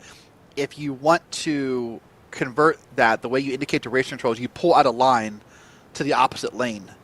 And that's sort of your moment to race control, saying, hey, that's what we want to do. And then that's how race control will know to move that penalty here. So I suspect next time by will be the green flag. Yep, I think so indeed. Means that probably looking at just over 30 laps, maybe just under 30 laps, depending on how aggressive we want to be in terms of fighting and losing times in traffic. It's a new race leader, though. Trek Esports have not been at the front, and I think it's going to be interesting to see how they get us underway at the beginning. The run into turn 1 with cars from behind. We've talked about how there has been the potential for heavy tailwinds as well, so make sure that you're ready for the challenge that is going to come. Talk about your 992 class again very quickly, because it's another case of a team leading that hasn't necessarily been there at the front for the entirety of the race. It's the Orion Race Team car that now is in front of ATRS, the Wave Italy, and Visceral machines. And previous leaders in class, SimCity Racing, find themselves, for example, all the way back in 8th position. Yeah, it's sort of an odd spot to find themselves in here, back in 8th position. But we'll wait and see how they perform here and how aggressive they are in this Cup class to get themselves back into a podium or the lead here. We'll wait and see how that forms out here. But I think the aggression, by the way, if you thought the race was aggressive 20 minutes or so ago, Arjuna, we're about to reach new levels here. Yeah, let's not forget the championships are pretty close, all things considered, for all 4 of the classes. Still half the season left to go. It's a long way in this championship with those halfway points, the main points to be paid out, and trips to VIR and Interlagos left after this one. So, how many of these drivers have got their lead drivers back into the car? It does seem as though it's been a quite popular option. Core Sim Racing have Sven Neumann in opposed to Pascal Stix. Christoph Herbernier's back into the Boost and VDS car. Austin Young's in that Hydrace Geodesic, so it's about 50-50 across of those machines. But in the sport class, there seems to be a lot less of the lead driver in, and it seems to be the case that you get in whoever you can to finish this one off. Different teams, different ideas as to how to split the race up as the lights officially go off on the pace car and they get ready to go this time around. 40-odd minutes or so. We are time limited now, rather than laps limited as we have been mentioning, and so that's going to mean if anyone did put in maximum fuel, Derek, at the pit stop cycle, they are going to be just a little bit heavy at the start.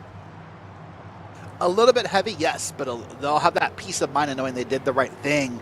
There's probably a team or two in this field that we don't know about who went the opposite way, and they are going to try to take less fuel, have more speed, and less of a pit stop time. But they might be like gritting their teeth for the next 33.5 minutes about what they did. So here we go, 4 races to settle, and Niels van Handel doesn't want to wait, picks up the throttle instantly. We're back underway for the 500 kilometers of Indianapolis. That was a very early jump as well, and I can tell you that a bunch of the LMP3 cars have got an automatic iRacing black flags as a result of that. I think Race Control will get onto that and start one by one dealing with the penalties as they've been coming on in. It's into the opening corner where it's further behind that the 3 wide is coming, and it's for the lead and for second place in the 992 class. Orion gets tagged by Wave Italy. Impulse comes in with nowhere to go, and a smash in through the opening corner. ATRS trying to run away at the front with Visceral in pursuit as well, and the madness consumes. The madness continues as well. Everyone getting tangled up. They're still wrecking, or at least they were. It may finally stop, but everyone I think is moving. I don't think there's any stuck cars anywhere. Wow, that. Ooh. Out wide through the chicane as well. I mean, how much drama do you want on a restart? Yes was the answer. Set the 992 class into the braking zone. SimCity racing up the inside of Hydra Race and Oystein Hereford. Nice move there, tidily executed. GT4s battle for the lead. Sees Impulse hold off Geeks Energy as well. These drivers going to be pushing each other to the end. They were keeping each other very honest in the last 30 minutes before the caution. Yeah, Geeks Energy right here all over the back. Impulse Racing going to try to find some way to dig inside here and just get themselves a spot. Luke Peters here is going to try and make something happen to get around the outside of this geodesic car. And this, of course, a touring car machine that can be relatively quick through the corners. It's not always going to be just a slow thing in the corners. The front-wheel drive nature of the car means you carry speed through the corner and then hope to try and not lose too much momentum on corner exit. So back up towards the front of the LMP3 field where Niels van Handel trying to run away with things. Austin Young 2 seconds back with Prestanda Nomad, Boostin VDS and Core Sim Racing. The rest of the top 5 down the back straightaway. All right, well, things for the moment have calmed down a little bit here compared to the multi-classes of wrecks that happened in turn 1. There were multiple classes that had contact there. But now things have calmed down. Now we're seeing the battle for the LMP3s here happen. And see what we can make of it here. Trek Esports doing a great job off screen, by the way, keeping their 2-second gap. But now we're seeing this battle right in front of you here. And we'll see if anyone makes a move with the drafting line down the straightaway. Let's go ahead and take a look at the replay of what happened. The bowling balls in through turn number 1. So Wave Italy first tags Orion, then Impulse with nowhere to go. It just continues then after that as Wave Italy tries to rejoin the track behind all of the picture. You see the Impulse car once again getting tangled up as Nicholas Nolder went around, and yeah, that was just a bit clumsy and suboptimal, to quote Ron Dennis, Lewis McLeod, and many others in the GT4s. It was also not great for Ryan Hamilton as the Prestanda Nomad Mercedes goes around and the McLaren of John Baedefer takes to the grass. Yeah, as I said, multiple wrecks there in turn number 1, and I really thought at first we were going to go safety car to safety car with how we saw that wreck form and that car in the middle of that corner, but everyone got it moving. And the reason I pointed it out so quickly was with all the cars moving, I knew Race Control would feel safe in leaving it green. Had one of those cars not been able to move in that corner, that would have thrown another wrench into this whole math problem with the second safety car. Swap for the front of 992s, then it's side by side through the chicane. It's Orion back on top as Greg Salmons re-establishes the 944 at the point of the field. Kramer racing second, ATRS now in third. Daniel Gattuso in the Wave Italy cars had another issue in the class. He's dropped back even further, but even amongst all of that chaos, there are 6 cars in line here with a chance of victories. You jump on board with SimCity Racing and you look at some of the lines that have been taken, grass kicked up onto the track itself. These drivers are running as tidily as they can with 30 minutes still left to go. Yeah, doing a great job. Here's what they're doing. Alex Arjuna, I'm going to put tag out here. What's that last name? Uringa. Alex Uringa here with SimCity Racing. Doing a great job keeping with the field here. You see him here right now, back in P6 in class with Visceral and, of course, Olympus right in front. Olympus, I think, has got to be the most recognizable livery on track, by the way. I mean, I love a bit of color. I love a bit of flair, and so I'm a fan of that. Austin Young's lost some time in the LMP3 class, by the way, but as we focus on these drivers, because it's almost going to be 6 into 1 for the lead at the front. Kramer Racing versus Orion. leaning on one another. Greg Salmon's pushed wide. Mark Balzer takes advantage. ATRS wants to try and squeak on through, not going to be allowed to do so. Olympus trying to hold on to fourth as well as Vince Peters puts the pressure on. Everywhere you look in these closing stages, championship stories are on the line here because the second half of the season, starting off at Indianapolis, has started off with a bang. Any moment right now could be the winning moment. Any move could be the winning move as we see these 6 cars really tight here. We see a battle now side by side in the back shot of this camera here. Nice battle, kept it clean. That will allow Kramer to get a small bit of a jump here when his cars are racing side by side behind him. Look at that, the long way around for Vince Peters as he tries to get things through on Daniel Sedgley. It's the chance to try and do something different, which he's going to try and look for here. If he can get back to the inside in through this section, he's got a great chance to try and launch it onto the brakes. Yep, nice to the inside of Olympus. Little bit of leaning possible right there. Now it'll be on the outside of Olympus, and then the inside here to this final corner where we get ready to go back up on the banking. Beautifully done. What execution there from Vince Peters, and the Olympus car held tight by SimCity Racing, losing some momentum on the inside line, yes, but this is now just about the racecraft displayed. Sedgley's not going to force the issue, sees the gap in front, needs to see it close down as well. Uringa not as patient. SimCity Racing sliding on forward back into the top 5. As these drivers continue to fight, let's go over to the LMP3s because traffic's about to be a factor for them, and it's 3.5 seconds at the front for Niels van Handel. Niels van Handel's doing a great job here getting around this first bit of traffic. Used a little bit of the curb there, it looked like, to get around it. But as this traffic hits here, the question now will be, can Lachlan and the others behind him find any time advantage if Niels begins to have any trouble with this traffic, or is he able to kind of pass the one by one to maintain that time advantage? That'll be the question to study here for the next 26 minutes. This is what happened to Austin Young. Loses it by himself and maybe locked the rear tires as he tried to enter in towards turn number 3. That's built up the gap behind as now his teammate Graham Sanders launches it past Adam Brockway. Side by side off of turn 2, sees the Hydra Race car trying to get to the inside of a GT4 Mercedes that just gave the room at the very last opportunity. That could have been disastrous as well. Very, very close margins between all the runners. GT4s, haven't talked too much about them. We did say it would probably be between the two at the front. Impulse and Geeks Energy fiercely forward, starting to charge away.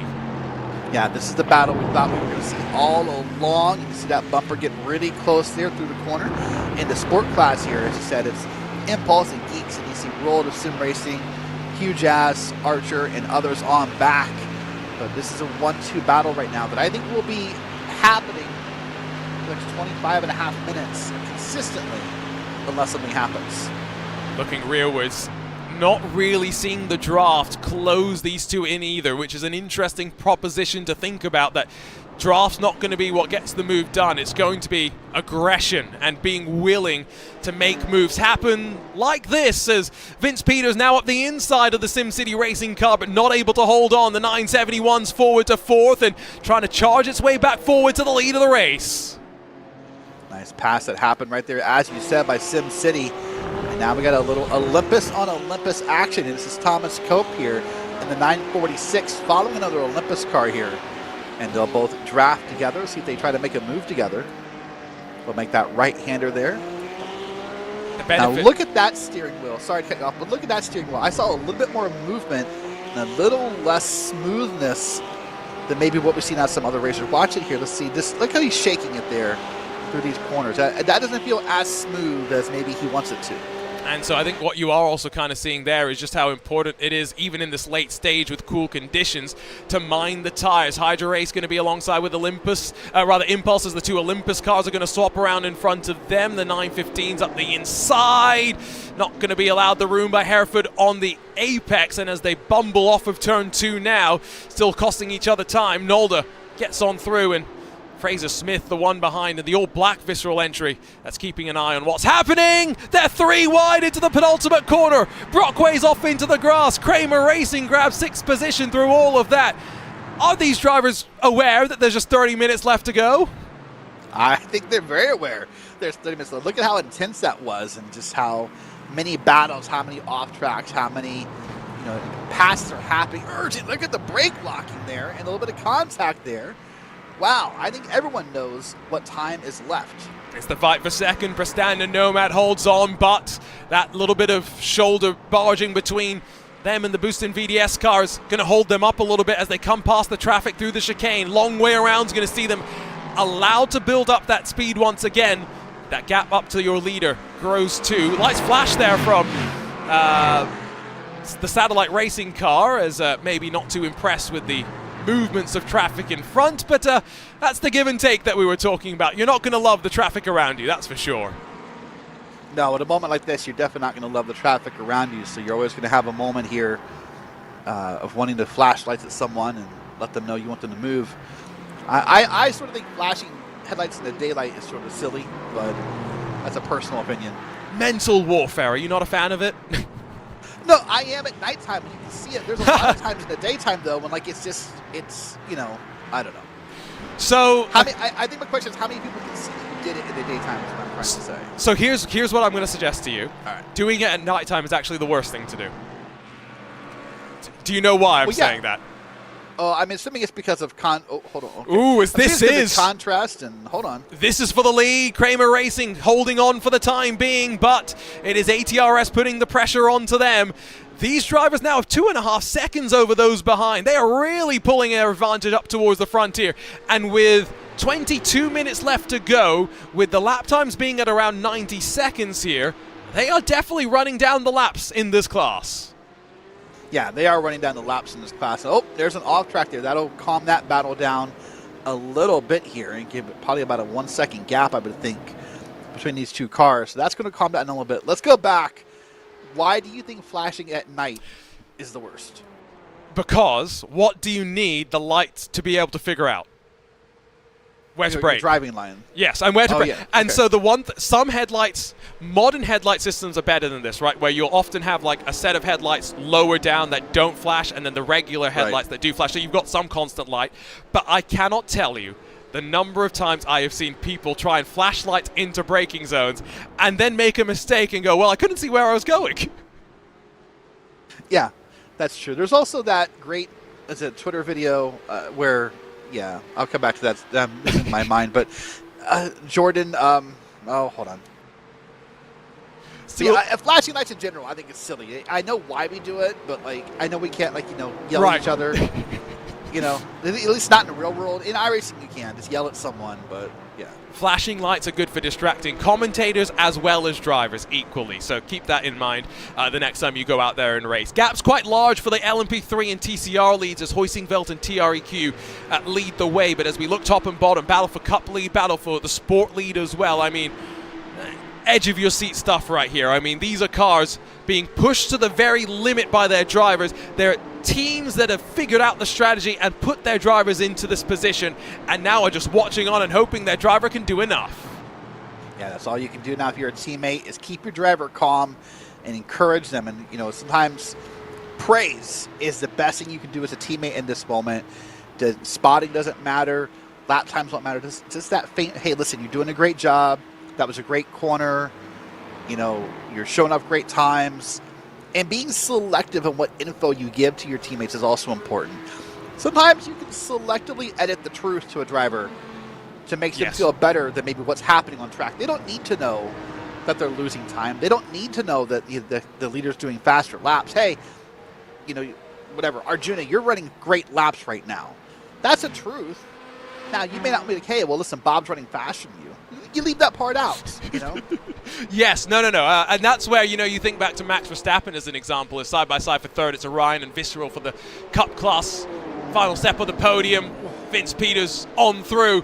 Can the SimCity racing car take advantage as well? Oh, it's going to be close. They give each other the room, the pixels needed.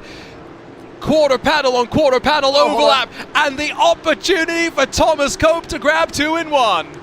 That's amazing. Thomas Cope with nerves of steel to make that pass happen. He let that battle happen side by side in front of him, just sort of snuck in there and made the move needed. That was amazing. This is why these Cup cars are so exciting. They're so electric. They form the foundation of Porsche's motorsports program across the globe.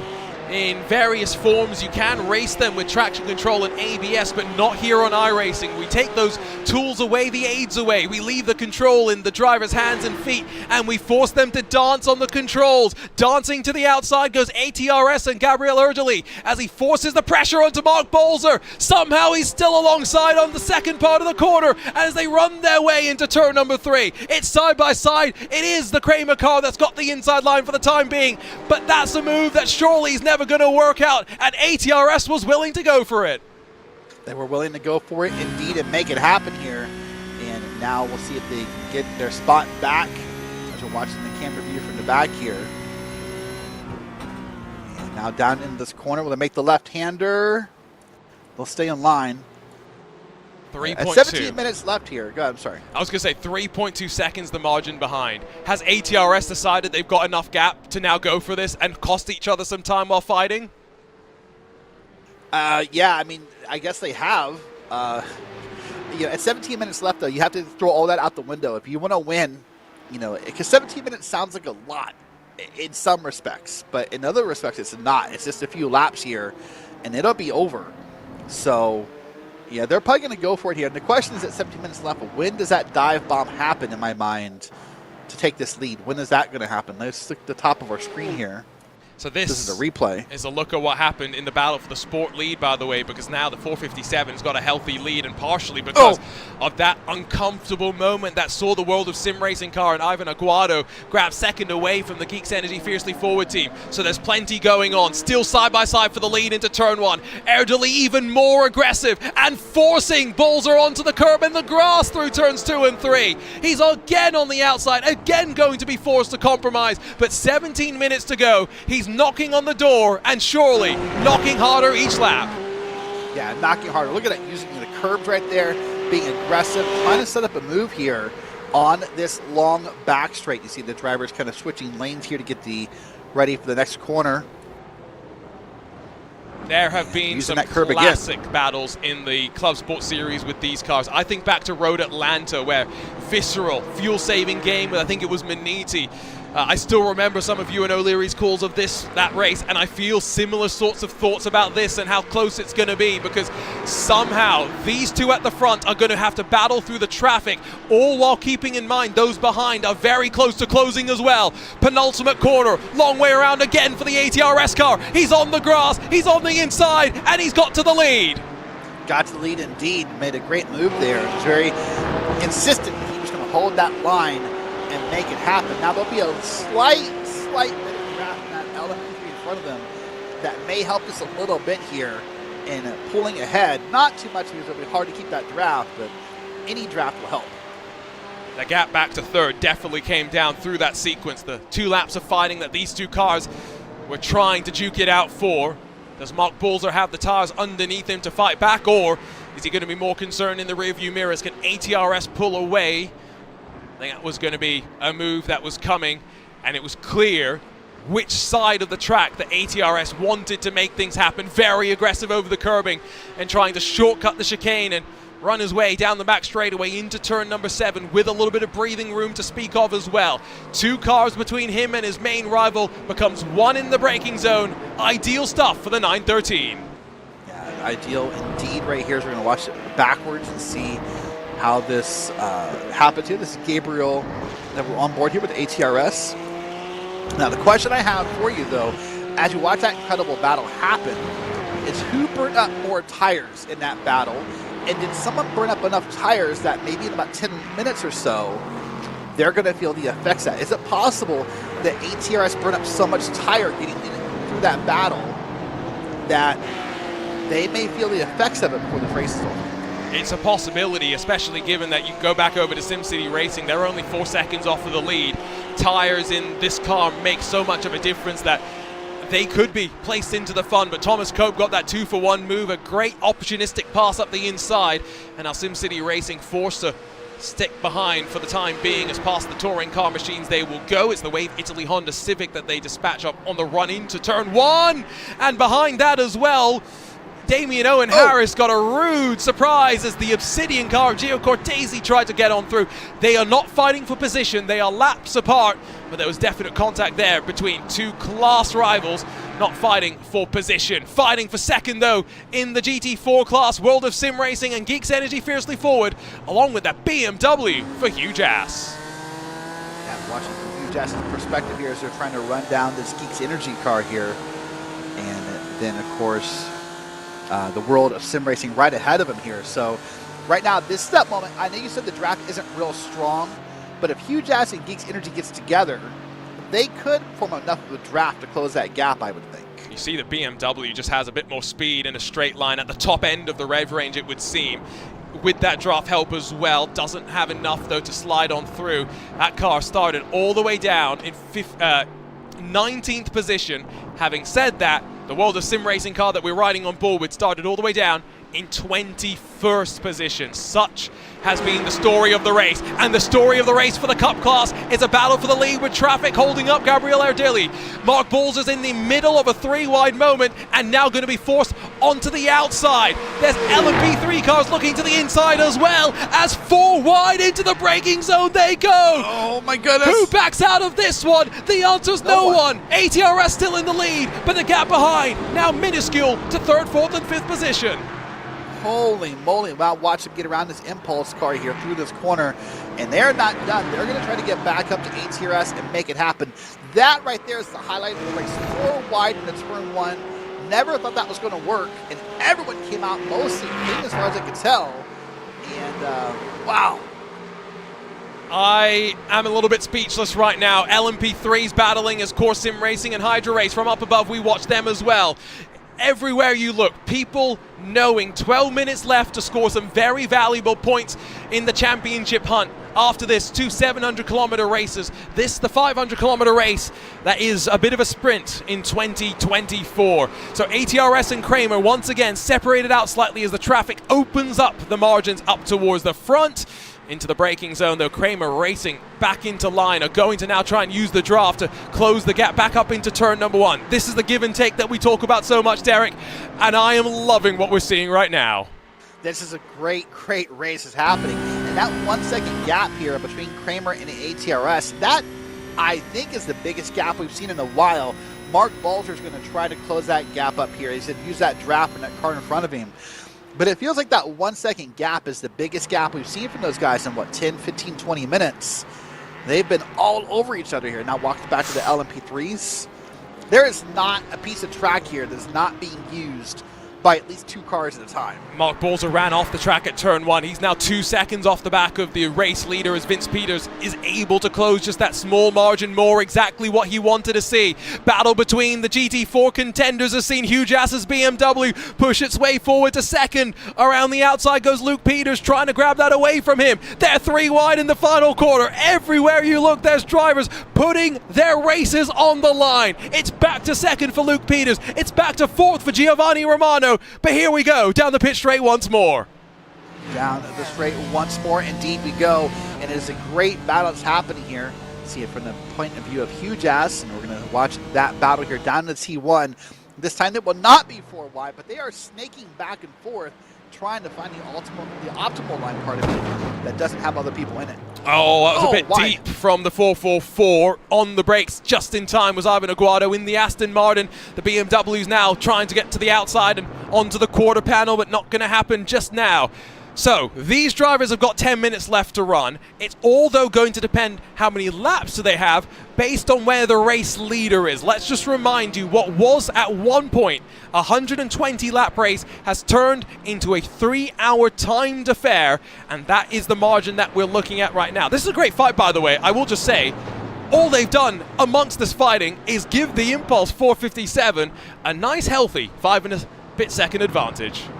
Yeah, that's the downside of fighting this hard, right? When you get into the side-by-side battles and cutting off lines, is you tend to let the car in front of you go, because when you're battling that hard, none of you are running your best line, none of you are running your top speed, none of you are comfortable, but Impulse is, and they're pulling away. So that's the downside of what they're doing here, although it's brilliantly fun to watch and having a great time here. So then we'll see. They're going to stay in line here but they're not going to catch Impulse in the next 9 minutes, I don't think. No, I think we have run out of time for that unless there is a bit of an issue with the traffic. So maybe the focus might end up being for these drivers on just staying out of trouble. Not what's happened to Mark Balzer from second and a podium spot. It's all gone wrong. As out of the top 5 they drop, and it's in that middle and final sector that the rear end seemingly has come around. I asked you earlier who we thought maybe between Kramer and ATS burned up their tires in that battle, and maybe now we know the answer was Kramer. That's his second or third loop around he's had, or at least off track he's had since that battle ended. So I don't know. Let's watch the replay here. He is sandwiched in a whole heap of traffic, to be fair, as we look from up above. Oh, he's on, yeah. Tried to look to the inside of the Geeks Energy Mercedes, not the one that's fighting up towards the front of the class, I should just point out, but pirouettes his own car off the nose, and yep, that's an unfortunate situation that I think now does mean that not only are ATRS going to be comfortable at the front of the class, but as Geeks Energy and Fiercely Forward get spat off onto the track, I think most of the podium spots may now be locked and loaded. Yeah, it's starting to right itself a little bit here, and when it's becoming obvious and the pictures are becoming clear about who is and isn't on a podium, as more contact is happening, and that's where people want to be aggressive and make them a final spot or two, and that's why you're seeing moves like this. Watch this Geeks Energy car here. Oh, I mean, the World of Sim Racing car just doesn't even let off the throttle once the contact happens there. And so, slam dunk, I'm pretty sure there that the BMW for Huge Ass is going to feel comfortable that it's got second no matter what in terms of race control intervention. So, we're looking at a fight between some of the LMP3 cars. We're also seeing the front of the GT4 train with Huge Ass just in front of them. But as they get squeezed to the wall, Graham Sanders versus Lachlan Bierman. Part 5 at this point or something. Sanders on through at turn 1. Up and under attempted from Prestanda Nomad. Not going to happen just yet. No, not going to happen just yet. We're going to have to wait and see in the next corner. If it happens there, they're going to get around that slower class car and both go around the outside of it. Well, we've had some more drama, by the way, because race control's being busy, but also look at this. We went 3 wide in the final sector. It's the Kramer racing car in the middle, Impulse on the outside, Olympus down low. Doesn't end well. Race control's going to look at plenty more. Have just been told that Visceral's 901 has a 20-second penalty, which is going to drop them from second in class. So there's more drama to come after the race is over as well. Wow. Race control is ultimately busy. There's been so much contact. Even that move between SimCity and Geeks would have to be looked at. So much more. So this race, we're going to have 2 sets of standings. We're going to have the unofficial standings we're going to have at the end of the race. And then maybe days later at this point, Race Control will have a final standings after they sort all this out.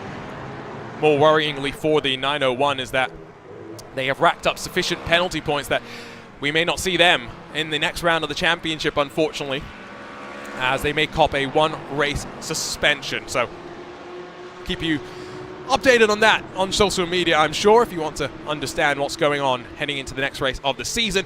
Let's look in then with 6 minutes to go. No fights for wins by any means, but we've got battles going on. 5th in Cup C's, 2 Olympus cars, and behind them a whole gaggle of GT4s as well.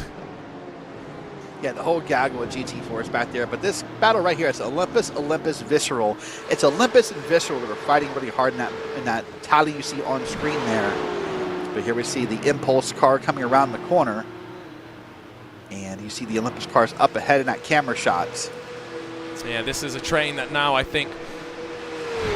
Where is your overall leader? We haven't talked about Niels van Handel much since the restart, so say hello to the Trek Esports number 33.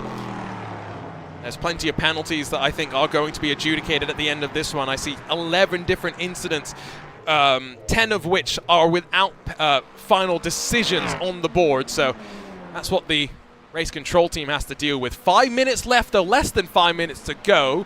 I think we're on to what will be 4 laps left to run then.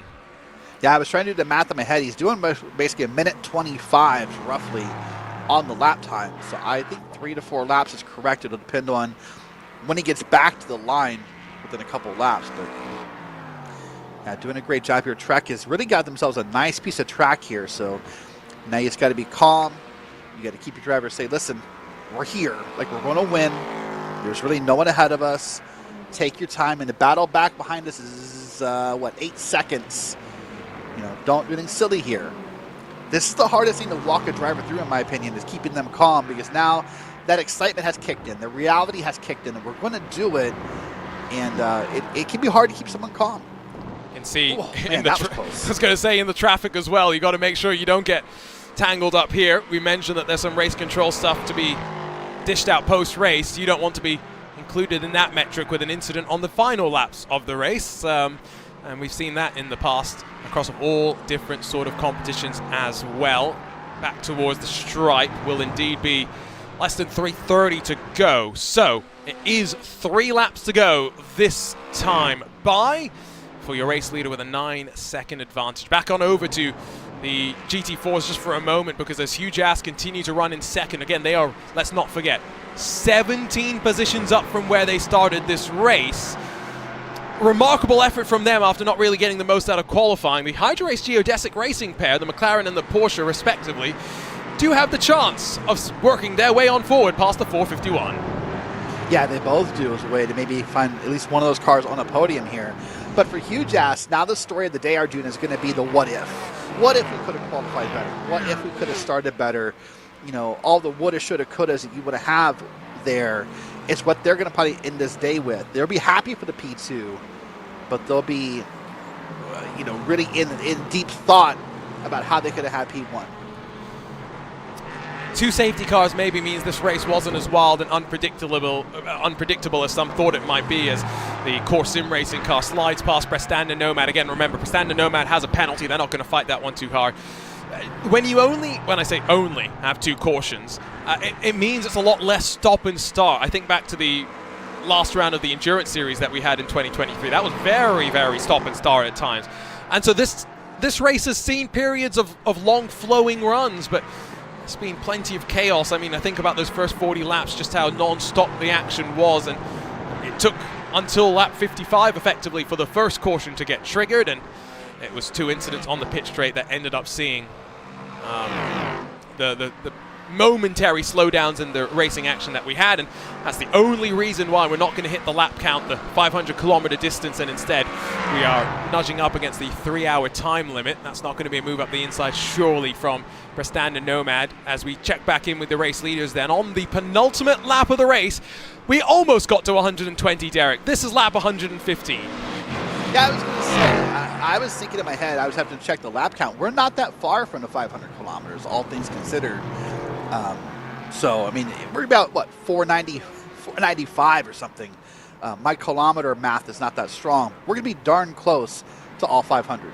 Yeah, it's one of those things where when we saw the race distance, we knew it was going to be close on just a couple of cautions, and I wonder how many teams were trying to backtrack and do the math to figure out how their situations were looking. One more corner and then one more lap to go for Trek Esports and Van Handel. Check back in with the rest of our race leaders as well through some of the other classes, because haven't really necessarily had the most time focused on touring cars in this race, which is a shame, but it's a 6-second advantage that Team Hoisingveld has as Fabian Siegman comes towards the yard of bricks to take on the penultimate lap of the race. Yeah, coming down to the final time here, is I believe our race leader has got to be right there ready to take the flag. So the white flag will be out this time. And sadly, in a way, compared to where we were 10 minutes ago, it feels like all the podium spots are mostly spoken for. But still an exciting finish for these teams. And probably my favorite IVRA ClubSport race of the year so far. I mean, that's a low bar. There's only been one. Well, okay. I meant, yeah, you know what? You said year, not season. I did. Darn it. I was like, what's he saying here? Is he like, I thought you were smack talking. I thought we were back to that sports entertainment thing. But no. Oh. I get it. All right. I get it. No, you're right. I meant of the season, but I spoke wrong.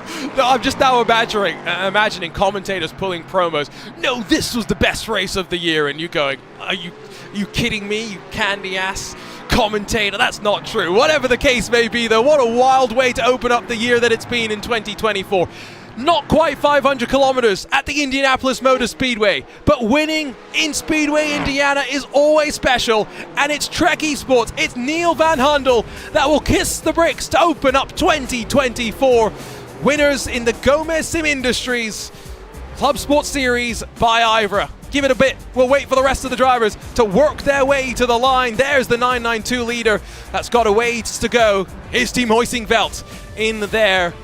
Hyundai Veloster, the 148, going to be 7 seconds clear of those behind in what was maybe a quiet but deserving day for them to stay out of trouble and grab the victory. It's going to be victory as well for the Impulse. 457, a really sterling drive in the middle part of the race for them to pull out a little bit of a gap. We saw Sasha Anglesey do really sterling work alongside Thomas Burgess, and the 457 does enough for Impulse to win the race. It's their first win of the season. It should be enough for them as well to grab the championship lead moving forward to the Virginia International Raceway.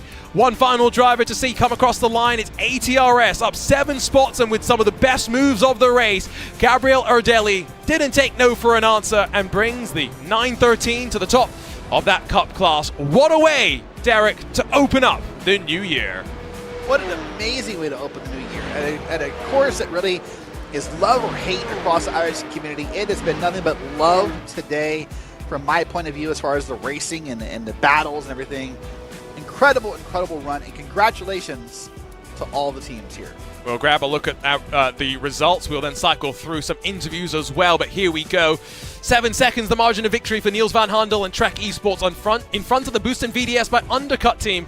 Christoph Herbigno will be delighted with the result, if maybe not the way that the race unfolded. He may have thought he could have won this one.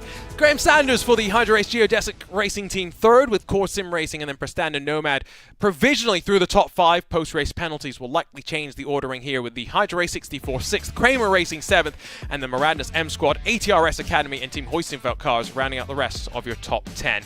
11th for Whipperman Racing after a bold strategy call didn't quite play out the way they wanted. HydroRace Geodesic and Delatraz Automotive by Majors Garage, the other DNFs classified in this category. And as we work on forward to the Cup class, it's ATRS and Gabriel Erdelli 3.2 seconds clear of the rest of the chasing pack, with Visceral Esports' 901 finishing on track in second, but with that post-race penalty liable to drop them back in the order. SimCity Racing and then the Orion Race Team third and fourth positions in front of the pair of Olympus cars. Thomas Cope in front of Daniel Sedgley. Fraser Smith for the second Visceral entry in seventh. Mark Balzer for Kramer dropped down to eighth in the disappointing final 15 minutes for him. Impulse and the HydroRace Geodesic Racing team round out the top 10 in class. Just Wave Italy Racing also left on the leading lap, with V-Racers 2 laps down after initial spin for them on the opening lap. Apex 1 and SRN Motorsports, the DNFs in the class. We had 21 of the GT4s taped to the grid. Not all of those 21 saw the checkered, unfortunately, but Impulse almost 7 seconds victorious at the end over Hugh Jass and their BMW, who climbed forward. And as Derek was saying, what if they had qualified better? World of Sim Racing third provisionally in front of the HydroRace Geodesic Racing Gold team, with the Ultra Brothers, HydroRace Geodesic, and then Glacier, Geeks Energy Fiercely Forward, German Sim Racing, and RJD teams all through the rest of the top 10 in class. On the lead lap for them, as can be said for Prestanda Nomad, Echelon Simsport, Kramer Racing Esports, and the Wave Italy Racing team. 1 lap down for Ronald Grossman, the Core Sim Racing car, along with Satellite Racing, SimCity Racing, and Geeks Energy, before Rusty Spatulas, the final of the finishers, 5 laps down, and then you get to the DNFs, the Boost and VDS by Undercut, and Hyperion Racing teams. Last but not least, it's on over to your touring cars, where Fabian Siegmann in the Team Hoisingveld 148 comes out on top, 7 seconds the margin of victory at the line. Over HydroRace Geodesic and Spencer McCarthy. Impulse's 122, able to grab another podium for them with Norbert Leitner behind the wheel, with Gio Cortesi for Obsidian 4th, and the final car scored on the leading lap. Damien Owen Harris for Wave Italy Racing Team was 5th. Brabham Esports at 1 point leading this race before involved in drama, no fault of their own, down in 6th. And then the core team, the 146, will round out the 7 cars in the touring car category. We'll make our way on over then to Victory Lane, and we can dial on up the 148 of Fabian Siegmann. Fabian, talk us through that race. It wasn't necessarily one at the end, which seemed too close, but it seemed about the strategy and staying out of traffic trouble that seemed to be the key to the race for you today. Yeah, thanks. I think especially the last point you mentioned, staying out of trouble, was probably the most important thing. Luckily, we had a fully intact car towards the end of the race, so we were able to outpaced the rest after the last caution. But yeah, the last 20 minutes roughly were really, really intense, because you could really feel that every class is basically on a sprint race now, and no one wants to lose time in the traffic. So we had some moments, but luckily we managed to finish. So 3 wins in 4 races. I think Road Atlanta was a second place finish as well. How are you feeling about how the season's gone, how 2024 has started off? Yeah, I mean, it's great. Road Atlanta was a bit annoying because it was really, really close. I think we were half a second behind Impulse there. But yeah, starting the year with a win is great, and 2 more races to go, so everything to play for. I think there are no drop results here, so we have to make sure that the next 2 races are good as well, and then I think we're in good shape. So let's talk about those next races. VIR, Interlagos, 2 very different tracks, especially when it comes to traffic management. How are you feeling going off into the final 2 races and the final 1,400 kilometers of the season? Yeah, to be honest, I'm really happy that we're done with the tracks that we had now. So Road America, Road Atlanta, and Indianapolis are really not my favorites, and also not the favorites of my teammates, I think. I think VIR is kind of a small Nordschleife, so it should be great. And Interlagos is actually one of my favorite tracks, so we are really happy about the last 2 tracks. Well, sounds like it's going to be a fun end to the campaign. Congratulations on the win here at the Indianapolis Motor Speedway. What milk are you going to drink now, Fabian? That's the question we have to ask you before we say goodbye. What milk did you say? Yeah, what milk? Alcohol-free, how do you say in English? Beer and Coke. We'll have to get you on the milk train as well. Congratulations, Fabian. We'll see you in a couple of weeks' time. Thanks. Bye-bye. Fabian Siegmund, winner in the touring car category for Team Hoisingfeld. Let's see if we can continue a cycle through some of the winners. I think we have, standing by in the LMP3 category, Lucas Gerrits, who, of course, was paired up with Niels van Handel. Lucas, talk us through the race, because started outside of the top 10, and then the cautions played their part, and suddenly you're in a great position in the sprint to the end. Yeah, thanks. Yeah, we got a bit lucky with the timing of the safety car. The second safety car, and did our magic with the fuel numbers that were spot on, and that jumped us all the way in the second stop to the front of the queue. And we knew, especially Niels had the pace all day long already. So with that, we managed to get a gap at the start and maintain that until the end of the session. It was really good win for us, the first win I think that we had in the IVRA League. Yeah. Talk to us about this race in terms of traffic management, because we saw lots of fighting, especially in the LMP3s through the traffic. How do you stay calm? How do you stay out of trouble when you're the fastest class with 4?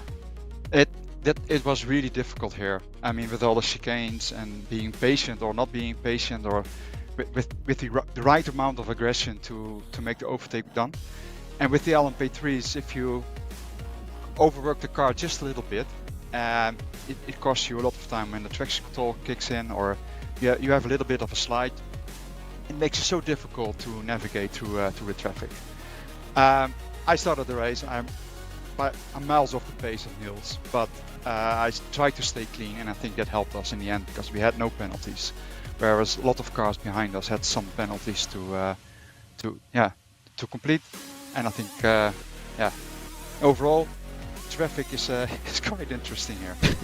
Looks like it from our perspective. Congratulations on the win, the first one for the team, and we'll see you in a couple of weeks' time over at VIR. Yeah.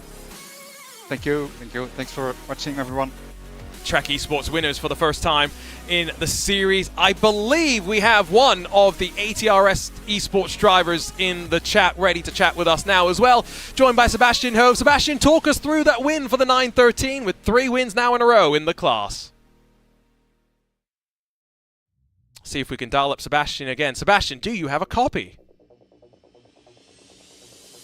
The answer is no, apparently. We'll move things on, and we'll try and cycle back to Sebastian in a few moments' time. In the meantime, let's go talk to Timo Hayden in the Impulse 457. Timo, we talked about what a wild, crazy race it was. I mean, from your perspective, in that Mercedes, in the sport class, that seemed to be one of the wildest classes of them all for us here today. Hey, thank you very much. Yeah, sorry that no one of our drivers is here. I was the spotter. but they have not installed TeamSpeak. But yeah, it was a great race. We could have already done our strategy we have planned before. It worked out very well. Of course, we had a little bit of luck by the second safety car. Otherwise, it would be very harsh to get it on fuel. But we have made it, and we are pretty happy about it. I would hope so. And I mean, we sometimes talk, Timo, about what it's like for someone to spot rather than to drive.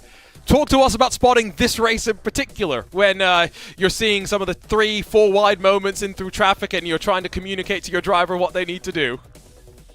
To be honest, at Indianapolis it was quite okay. I did not expect that. I expected much more cars, but in terms of traffic, everyone did a good job. The Porsche Cups were a little bit slow in some corners, but I think they can't go faster there. But overall, was pretty okay, to be honest. We also had just 2 safety cars, which is good. Yeah, we are just happy about that, and was a good race overall. So 2024 started off with a win for the team. What else are you guys hoping for in this new year as you continue to try and go from strength to strength? We're trying to continue on that. It's running very well in the IVRA. I think with that spot, we are also now in the championship lead position, or really close to geodesic, one of both. In the other series, 24-hour series, we are also running very good, and we try to continue in that and build up on that victory now in 2024, and looking forward to a great second half of the IVRA season. Well, congratulations on starting off the year with a win, and Timo, hoping we chat to you plenty more over the course of this year. Thank you. Timo Hayden representing the Impulse team, with the drivers deciding they don't want to come and talk to us. Don't blame them, let's be honest. They want to go and celebrate. We can go and hopefully now chat with Sebastian Hove of the ATRS Esports team. Sebastian, talk to us. 3 wins in a row, and what a way to get it done as well, with some beautiful moves from your teammate. Yeah, it's a fantastic feeling from starting off this round with absolutely no teammates because they all left to other teams, and getting Gabriel in. It's just a fantastic way to start with them. Indianapolis, VIR, and Interlagos still left to come. I think this is a championship which is going to go all the way down to the wire. How are you feeling about our race at VIR in just over a month's time? Yeah, honestly, I can't wait for VIR. I need to put in a lot of practice at that track, but should be good. I think it's going to be a lot of fun indeed. Congratulations on another victory for the team, and can't wait to see you guys go in a couple of weeks' time. Thanks. So that wraps up our post-race interviews. Always great to be able to dial up the drivers, even after a couple of the technical issues. But Derek is now looking forward. We talked to the drivers a little bit about what lies next. It's a trip to America's Motorsport Resort on the 10th of February. We make our way to VIR. I'm excited for it. 700 kilometers, a little bit longer than this race. Lots of great corners and battles will be had, and possibly one of the most underrated American road courses on the iRacing service. It is a track, though, which has pedigree for sports car racing, but usually you leave some of the other classes behind when you go racing there. So that's what's going to make it somewhat interesting. And, of course, 2 700-kilometer races, Derek, to wrap up the season. Yeah, of course, then next is Interlagos. That will be the finale on the 30th of March. So we'll see how that fares out. That's probably, in a way, a more traditional racetrack for the style of racing we do. So that'll be exciting in a whole different manner. I think exciting is one way to put it. With a championship on the line, trying to figure out those halfway third point situation calculations. Good luck to whoever is in the commentary booth there. What a way to open up the year, though, here at Speedway Indiana. And boy, it's great to be back home again in Indiana for some more great racing action. We'll be back in a couple of weeks' time, of course, with the 700 kilometers of VIR. But as Derek had mentioned, the action fast and frenetic on RaceSpot to come. Next week, the iRacing Raw. The week after that, the Daytona 24. And so much more left to come, of course. Still building up to the next rounds of the Gomez Sim Industries ClubSport Series by IVRA. And, of course, the IVRA Endurance Series as well. For the team behind the scenes, thank you so much for joining us. For Jack Stiles alongside myself, Arjuna Kankipati, joined alongside, of course, by Derek Watson as well. We'll see you from America's Motorsports Resort for the next round of the championship.